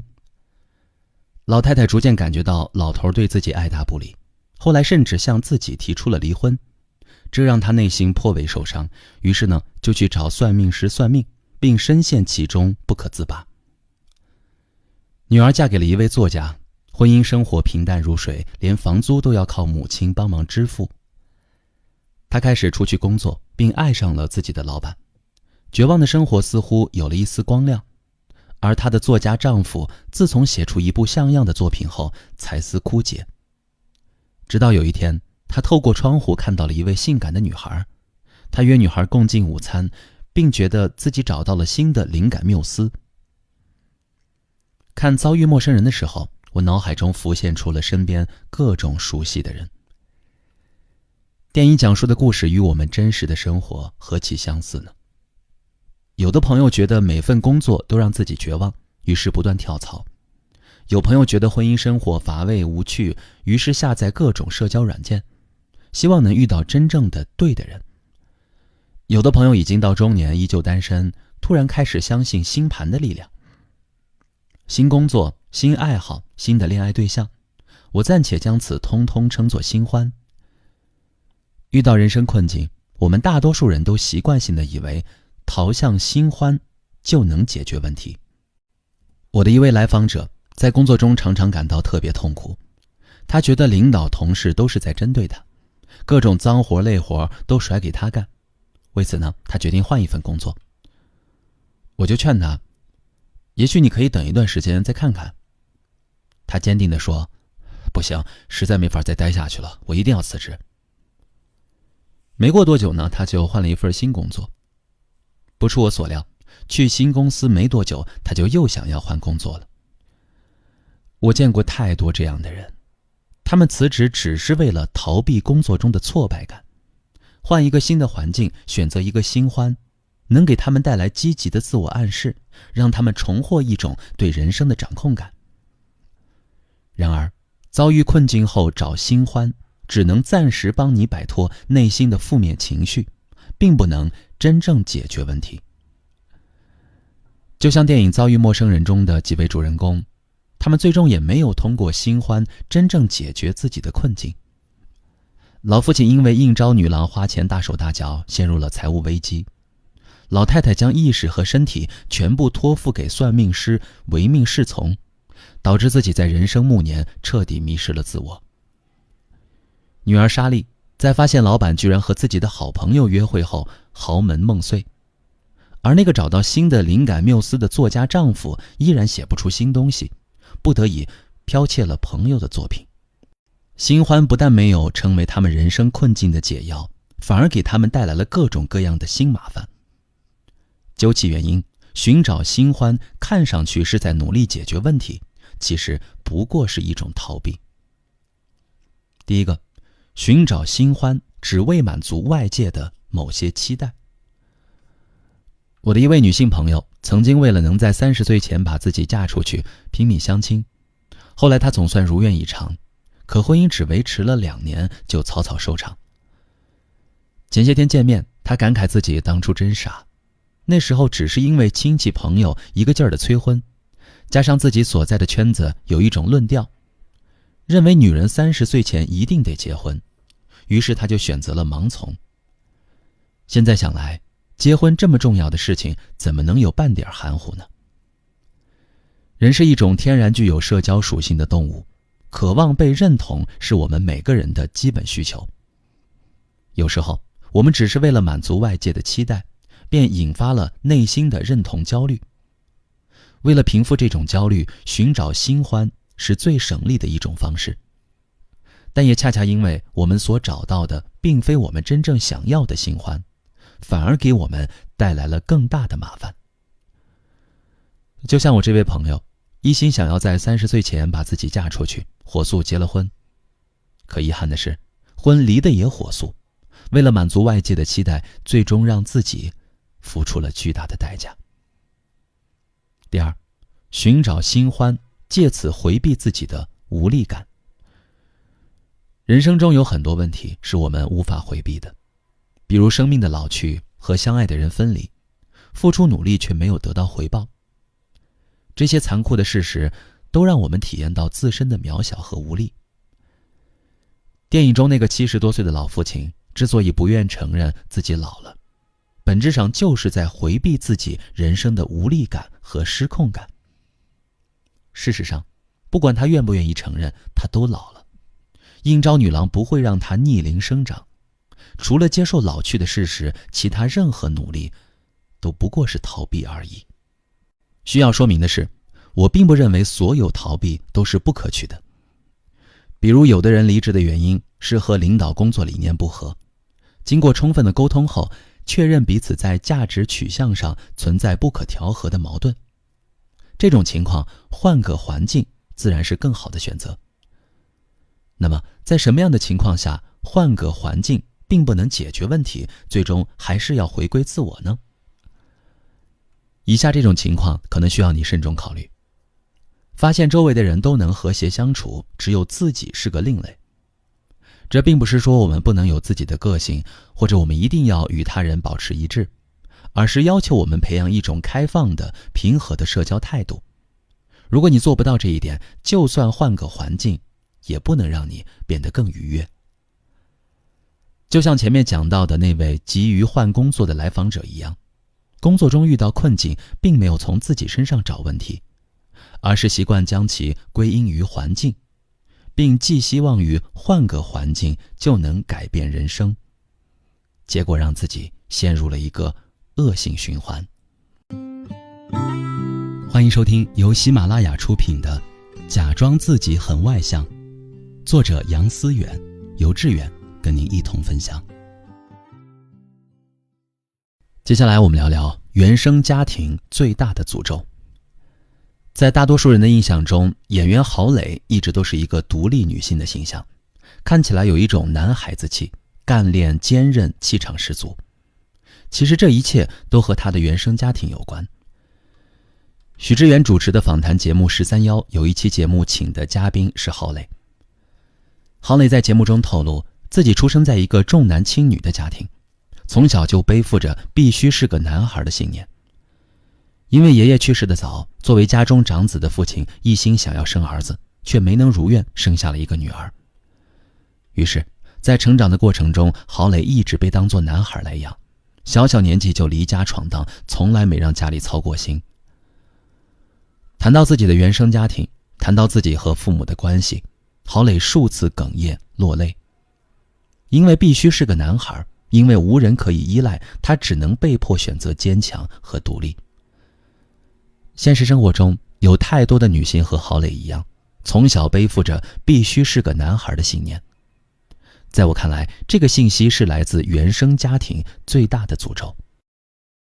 我的一位来访者小编是一个27、28岁的姑娘，她最初找我做咨询的原因是觉得自己找不到生活的意义，她怀疑自己抑郁了。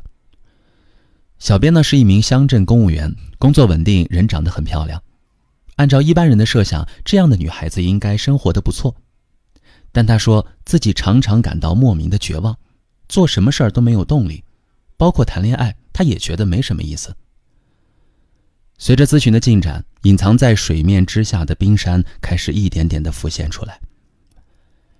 小编在家里呢排行老二，上面有一个哥哥，比自己大3岁。本来是2个孩子中更小的那个，可别提偏爱，就连父母平等的关爱和照顾，小编从小到大也没有体验过。相反，他永远是那个被忽视的孩子。家里有什么好吃的，父母从来都是留给哥哥，自己过年没有新衣服穿，而哥哥不光有新衣服，还有各种新奇的玩具。长大一些之后，身边的同学都有了属于自己的自行车，父母却只给哥哥买了一辆。来自父母的这种不公正对待并没有停留在童年，即使到了现在已经快30岁的小编，每个月依然要把工资的一半交给家里，因为父母要求自己给哥哥攒钱娶媳妇儿。小时候，小编也不明白自己为什么被要求一直让着哥哥，但是每当听到父母说因为你是女孩的时候，他似乎觉得所有的忍让也都理所应当。正是这份理所应当，让他不抱怨父母，也不抱怨哥哥，反而埋怨自己，为什么我偏偏是个女孩？为什么我不能是个男孩呢？事实上，小编的故事绝非个案，在无数重男轻女的家庭中，女孩们正在承受着和小编类似的问题，甚至更为苛刻的命运。她们有的不被给予任何期待，仿佛人生只有一个使命，那就是嫁人生子；有的不被允许读书，从小就被灌输女孩上学没什么用的观念；有的甚至完全被视作家庭劳力，努力赚钱只为贴补自己的哥哥或弟弟，而这一切都只因为她们是女孩。因为你是女孩，这一残酷的诅咒像一把沉重的枷锁，锁住了无数女孩的生命力。在咨询室里，当小编和我历数自己如何忍让哥哥，以及父母如何偏爱哥哥的时候，他说，我们那儿的风俗就这样，所以我一点也不恨他们。可同时，我看见眼泪正顺着他的脸颊止不住地流了下来。理智告诉自己不该怨恨，可内心的那些委屈，那些难过，那些因不被父母重视而产生的伤痛，又该如何安放呢？小编们只能自己扛着，这些积压在内心深处的痛苦情绪，最终都会逐渐沉淀在他们的人格里，并持续发酵，给他们日后漫长的人生铺上一层灰暗的底色。这些被原生家庭诅咒过的女孩，从小习惯了被忽略、被区别对待。她们看着男孩们被父母视作珍宝，而自己却如草芥。这样的成长体验会使他们产生极度的低价值感。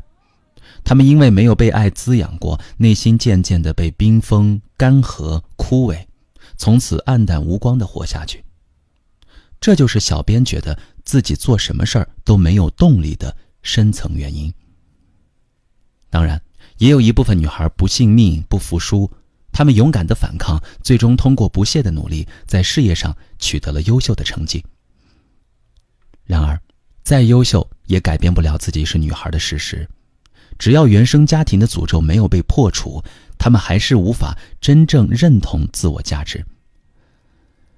因为自我价值被剥夺，很多女孩在潜意识里不认同自己的女性特质，她们内心渴望成为一个男孩，于是选择对自我的女性特质进行阉割，只会坚强，不懂示弱，爱好竞争，不善合作。这种雄性竞争的性格特质常常让他们在亲密关系中饱受伤害。他们渴望爱，又害怕爱，他们想寻求依恋，却处处与人竞争。为了处理内在的分裂和冲突，他们耗费了大量的心力，导致缺乏更多的精力去建设自己的未来。尽管原生家庭给每个人写下了各种各样不同的剧本，但总有人能够打破禁锢，重新书写自己的人生。对于那些活在重男轻女剧本中的女孩，她们又该如何改变，才能点亮自己的人生呢？首先，认同自己的价值。她们必须明白，从出生那一刻起，自己就一直在被父母灌输错误的观念。女孩有权利拒绝外界对自己的定义，更有权利进行自我定义。一个女孩只有意识到性别无法决定自己价值的时候，才可以真正自由地面对生活。其次，允许自己脆弱，并学会示弱。脆弱是人类共有的特质，但当女孩这个身份成为自己被诅咒的原因，很多女孩就会小心翼翼地藏好自己的脆弱，尽力去呈现自己的坚强。殊不知，他们越是故作坚强，内心越是千疮百孔。他们要想改写自己的人生剧本，就应该允许自己脆弱，并且学会示弱。只有这样，原生家庭带给他们的创伤才有可能真正的被疗愈。再次，勇敢地追求自我实现。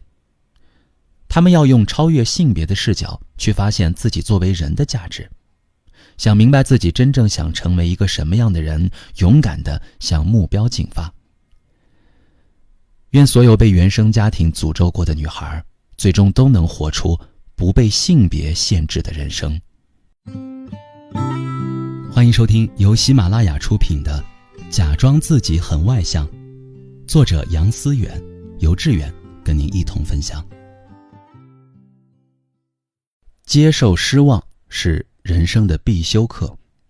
闺蜜有一个儿子刚读小学，有一次我们聚会，她略显焦虑地说，儿子对于写作业这件事很抗拒，老师为此和他沟通过好几次。当他和儿子沟通的时候，儿子对于自己无法按时完成作业总是表现得很淡定。闺蜜就问我，如果你是我，你会怎么办呢？我说，我大概会很正式地和他谈谈，告诉他不完成作业的后果。如果他觉得自己能够承担，那就随他去吧。闺蜜儿子的事儿还没完，她女儿那边又出状况了。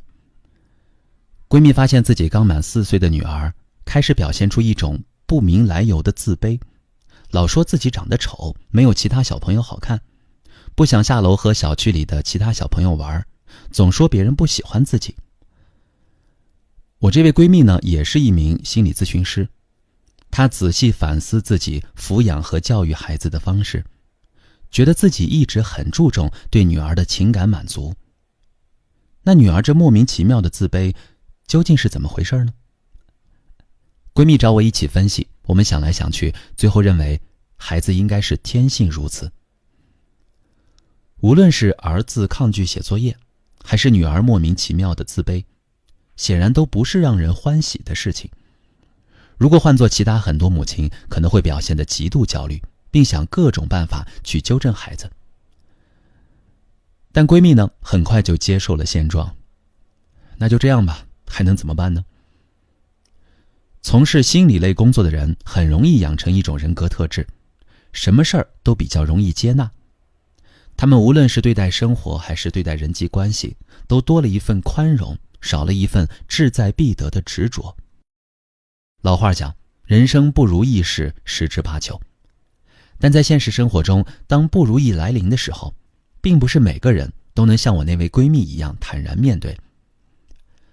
前几天接受了一位来访者的咨询，咨询一开始他就感慨道，杨老师，我终于理解了你以前和我说的一句话，如果自己不成长不改变，走到哪里境遇都是一样的。这位来访者之前在一家公司上班，因为处理不好人际关系，整天十分痛苦。在决定是否换工作的时候，他询问过我的意见，我就和他说了上面那句话。不过呢，他当时还是觉得问题不在自身，而是自己正好很不幸的遇到了一帮难以合作的同事。最终他还是按照自己的意愿辞了职，并很快找到了一份新的工作。刚到新公司的时候确实很顺利，他和我聊天提到办公室环境如何单纯，我也为他终于找到了适合自己的工作环境而感到开心。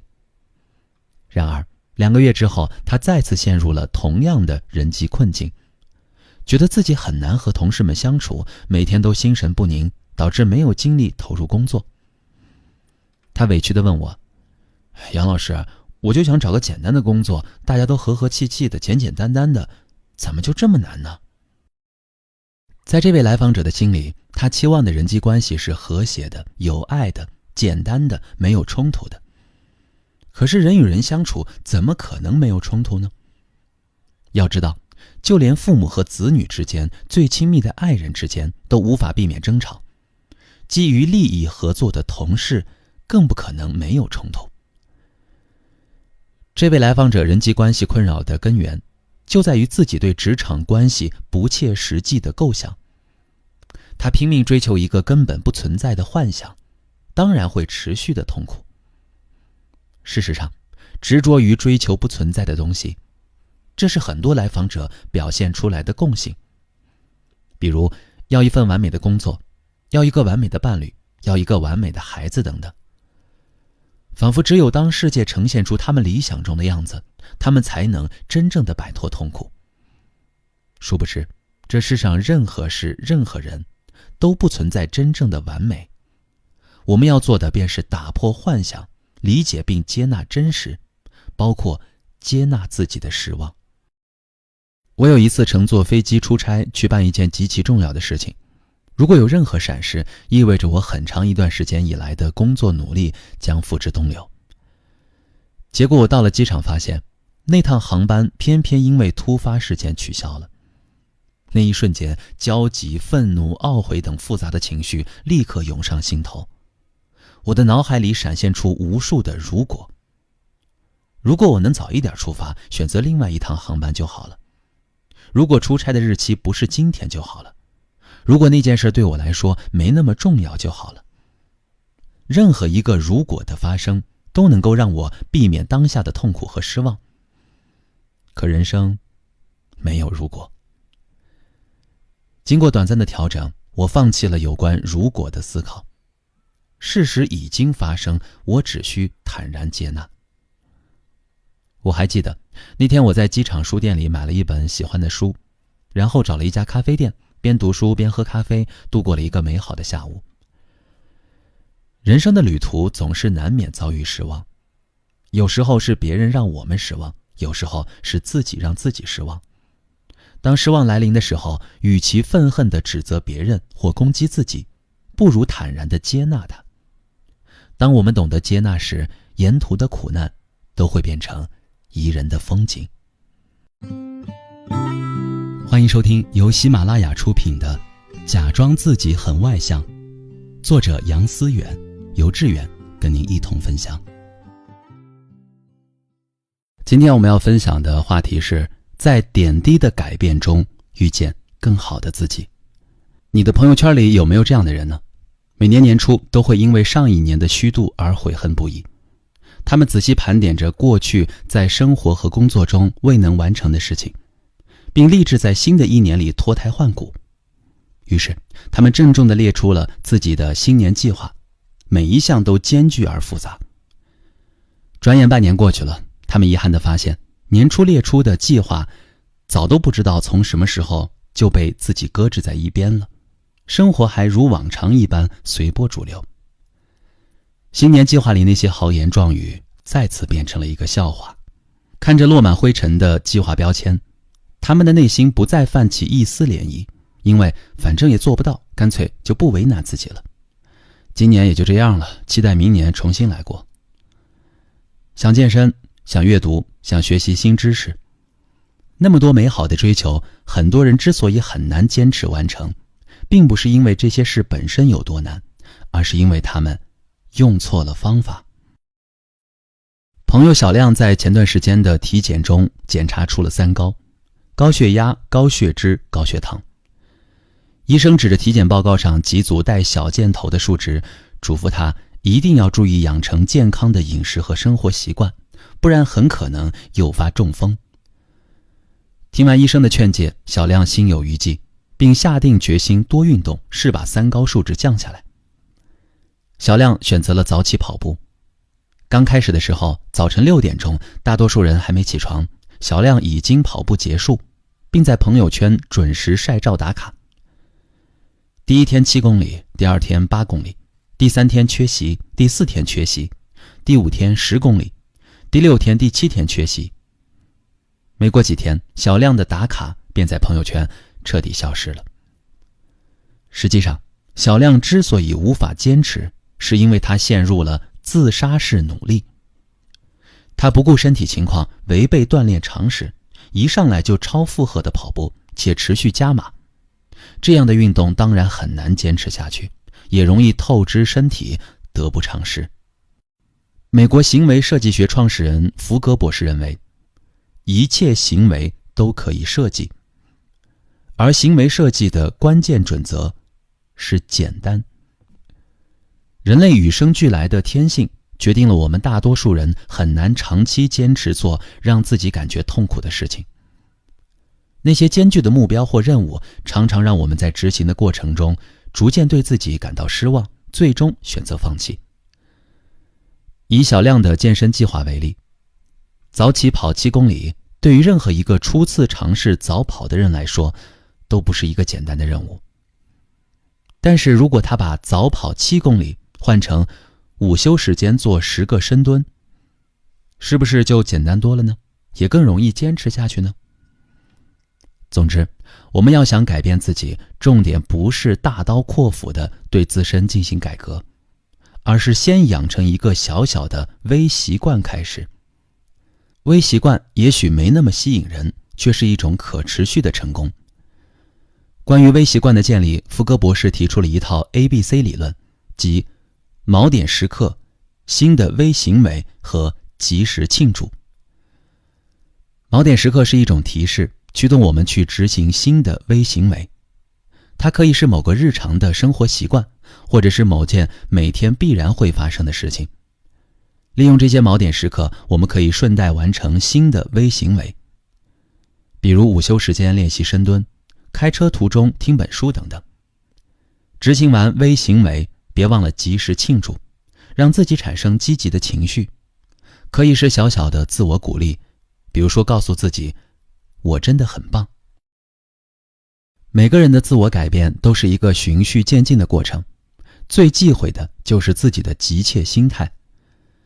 我们要学会做时间的朋友，相比隔三差五来一次剧烈运动，每天10分钟的锻炼更容易坚持，效果也更好。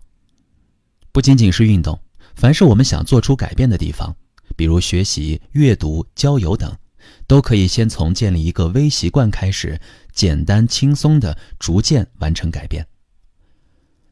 所有改变的发生都应该是为了通向更美好的体验性自我，而不是为了迎合外界或自身的某种偏见。换言之，我们不必为了改变而刻意的痛苦的改变。学会建立微习惯，改变就成了一件易于坚持的愉悦的事儿。在点滴的改变中，我们终将遇见更好的自己。正如纪伯伦所言，如果有一天你不再寻找爱情，只是去爱；你不再渴望成功，只是去做；你不再追求空泛的成长，只是开始修养自己的性情，你的人生一切才真正开始。欢迎收听由喜马拉雅出品的《假装自己很外向》，作者杨思远，由志远跟您一同分享。今天我们来聊聊，你那么焦虑，也许是缺少这种能力。最近几年呢，我身边突然冒出了很多创业者，他们每天做着千篇一律的创业规范动作，刷咨询、混圈子、找人脉，参加各种可能给自己带来资源的活动，好像新世界的大门即将开启，只要有个新奇的创意，明天自己就能成为第二个比尔盖茨。我曾和一些创业成功者深度沟通过，他们描述了自己被聚光灯照不到的另一面，那些创业过程中付出的艰辛，那些无数次深夜里的痛哭，那些多少次想放弃却心有不甘的挣扎，活脱脱一部血泪史啊！组建团队、融资、项目开发，在整个漫长的创业过程中，每个环节都充满了坎坷。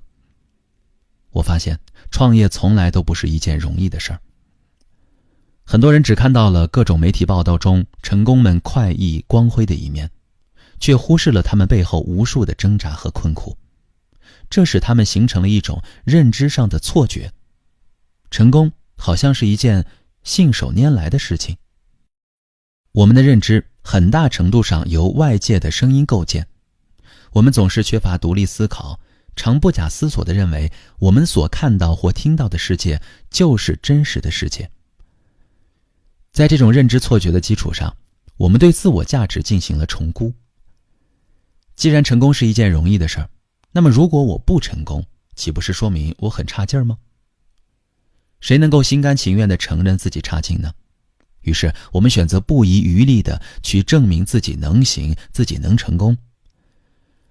追求成功本没有错，无论是世俗意义上的成功，还是自我价值体系内认定的成功，只要能够给你带来真实的满足感、存在感，都是值得追求的。问题在于，如果你低估了追求成功的难度，如果你缺乏对自己能力的正确判断，一味追求快速的成功，那么在可能遇到的压力和困难面前，你就会陷入极度的焦虑和迷茫，从而耗尽自己的心理能量。大多数人的焦虑其实都源于缺乏延迟满足的能力。延迟满足是指一个人能够放弃当下短暂及时的满足，甘愿等待更有价值的长远结果，并在等待中展示的自我控制能力。关于延迟满足呢，心理学有一个著名的棉花糖实验。20世纪60年代，在美国一所幼儿园里，研究人员找来数十名年龄相近的儿童，让他们每人单独待在一个小房间里。房间里的桌子上放着孩子们爱吃的棉花糖。研究人员就告诉这些儿童，他们可以选择马上吃掉棉花糖，也可以等研究人员回来时再吃。但是他们若坚持到研究人员回来后再吃，作为奖励，他们还可以再得到一块棉花糖。结果呢，大多数孩子坚持不到3分钟就忍不住吃掉了棉花糖，只有大约1/3的孩子成功延迟了自己的欲望，得到了奖励。此后10几年，研究人员继续对参与实验的孩子们进行跟踪观察，最终得出结论：那些为了获得奖励而付出等待的孩子，比那些缺乏自制力的孩子更加容易成功。延迟满足可以说是当代人普遍缺乏的一种能力。看看我们周围，有多少人沉迷短视频欲罢不能，只因为无法舍弃感官刺激带来的短暂快乐？有多少人下定决心想要减肥，健身几天后感觉体重没什么变化，于是就宣告放弃了？有多少人立志养成每天早起阅读的习惯，结果没坚持几天，手中的书又变成了手机？就像我在前文提到的那些迫切追求成功的创业者们，实际上他们追求的只是及时满足。比如，创业者这一身份能帮助他们快速实现虚妄的自足，高大上的虚假光环能立刻为他们迎来别人崇拜艳羡的目光。因为缺乏延迟满足的能力，他们既未在心态上做好准备，也无法在个人能力方面不断提升自我。所以一旦遇到真正的困难，他们便毫无应对之法，从而陷入焦虑和痛苦。那么我们如何才能养成延迟满足的能力呢？一，找到自己的节奏。我们在生活中总是习惯性的给自己找参照系，以此来确认自己的位置。对于参照系的选择，很多人会不自觉地投向外界。小张刚刚换了豪车，小王最近升职了，小李嫁给了大老板的儿子呢。记住，不要让外界信息过度干扰我们对自身价值的判断。我们需要找到自己的节奏，坚信自己哪怕每天只进步一点点，最终也能到达向往的方向。第二，牢记自己的目标。没有什么事情是一帆风顺的，我们在追求成功的道路上必然会遇到挫折。面对挫折，由于心智模式的不同，每个人的表现便不同。有人会被挫折打败，直接缴械投降；有人则越战越勇，最终走出低谷。当我们的意志被挫折动摇的时候，我们不妨试着问问自己：我原本的目标是什么？目标完成的时候是什么样子？如果目标实现了，我会有多满足？牢记自己的目标，也许我们就不会那么容易放弃了。第三，在小事中驯服自己。延迟满足的能力本质上是专注力和耐力的叠加，这两种能力的提升需要我们从小事开始练习。以我自己为例，我在工作的时候呢，为避免分心，会刻意将手机放到比较远的地方，专注于完成眼前的工作。另外，我在生活中习惯给自己列一些易于实现的计划，比如坚持21天跑步，运动量小一点没关系，重要的是一定要去执行。总之，通过小事驯服自己，逐步提升自信，我们最终才能养成延迟满足的能力。欢迎收听由喜马拉雅出品的《假装自己很外向》，作者杨思远，由志远跟您一同分享。本节内容我们来说人生难题特效药。因为工作关系呢，我最近认识了一位女性企业家。这位企业家很厉害，用了2年的时间就把公司做到了行业第一，公司规模日益壮大，最近正在忙着公司上市的事儿。一次和她聊天，我说，现在应该是你人生中的高光时刻吧？你人生最灰暗的时候是什么样的呢？接着他便给我讲起了创业之前的一段经历。那时候他刚刚开始自己的第2段婚姻生活，不久就怀上了第2个宝宝。正当他开心地等待着新生命到来的时候，却意外地发现老公出轨了。她老公倒也敢做敢当，坦然承认自己爱上了别的女人。于是在生下第2个宝宝之后，他结束了这段婚姻，带着2个孩子离开了家。离婚后，因为没多少积蓄，他很快在经济上就捉襟见肘了。有一次呢，他让朋友帮忙代购奶粉，朋友告诉他奶粉费2000元。他突然发现自己翻遍所有的银行卡都凑不出来2000块钱。从那一刻开始，他决定做出改变，去创业，给孩子创造更好的生活。当命运将他推向人生的谷底，反倒激发出了他内在惊人的力量。后来他通过不懈的努力，最终成就了现在的事业。我的来访者小陈，人生一直处于一种痛苦的状态。提起自己痛苦的原因，他说，我始终不明白，为什么我妈妈就不能像别人的妈妈那样理解和支持孩子，而是一味地要求我听她的话呢？听完他的话，我知道这又是一个真实自我未被看见的案例。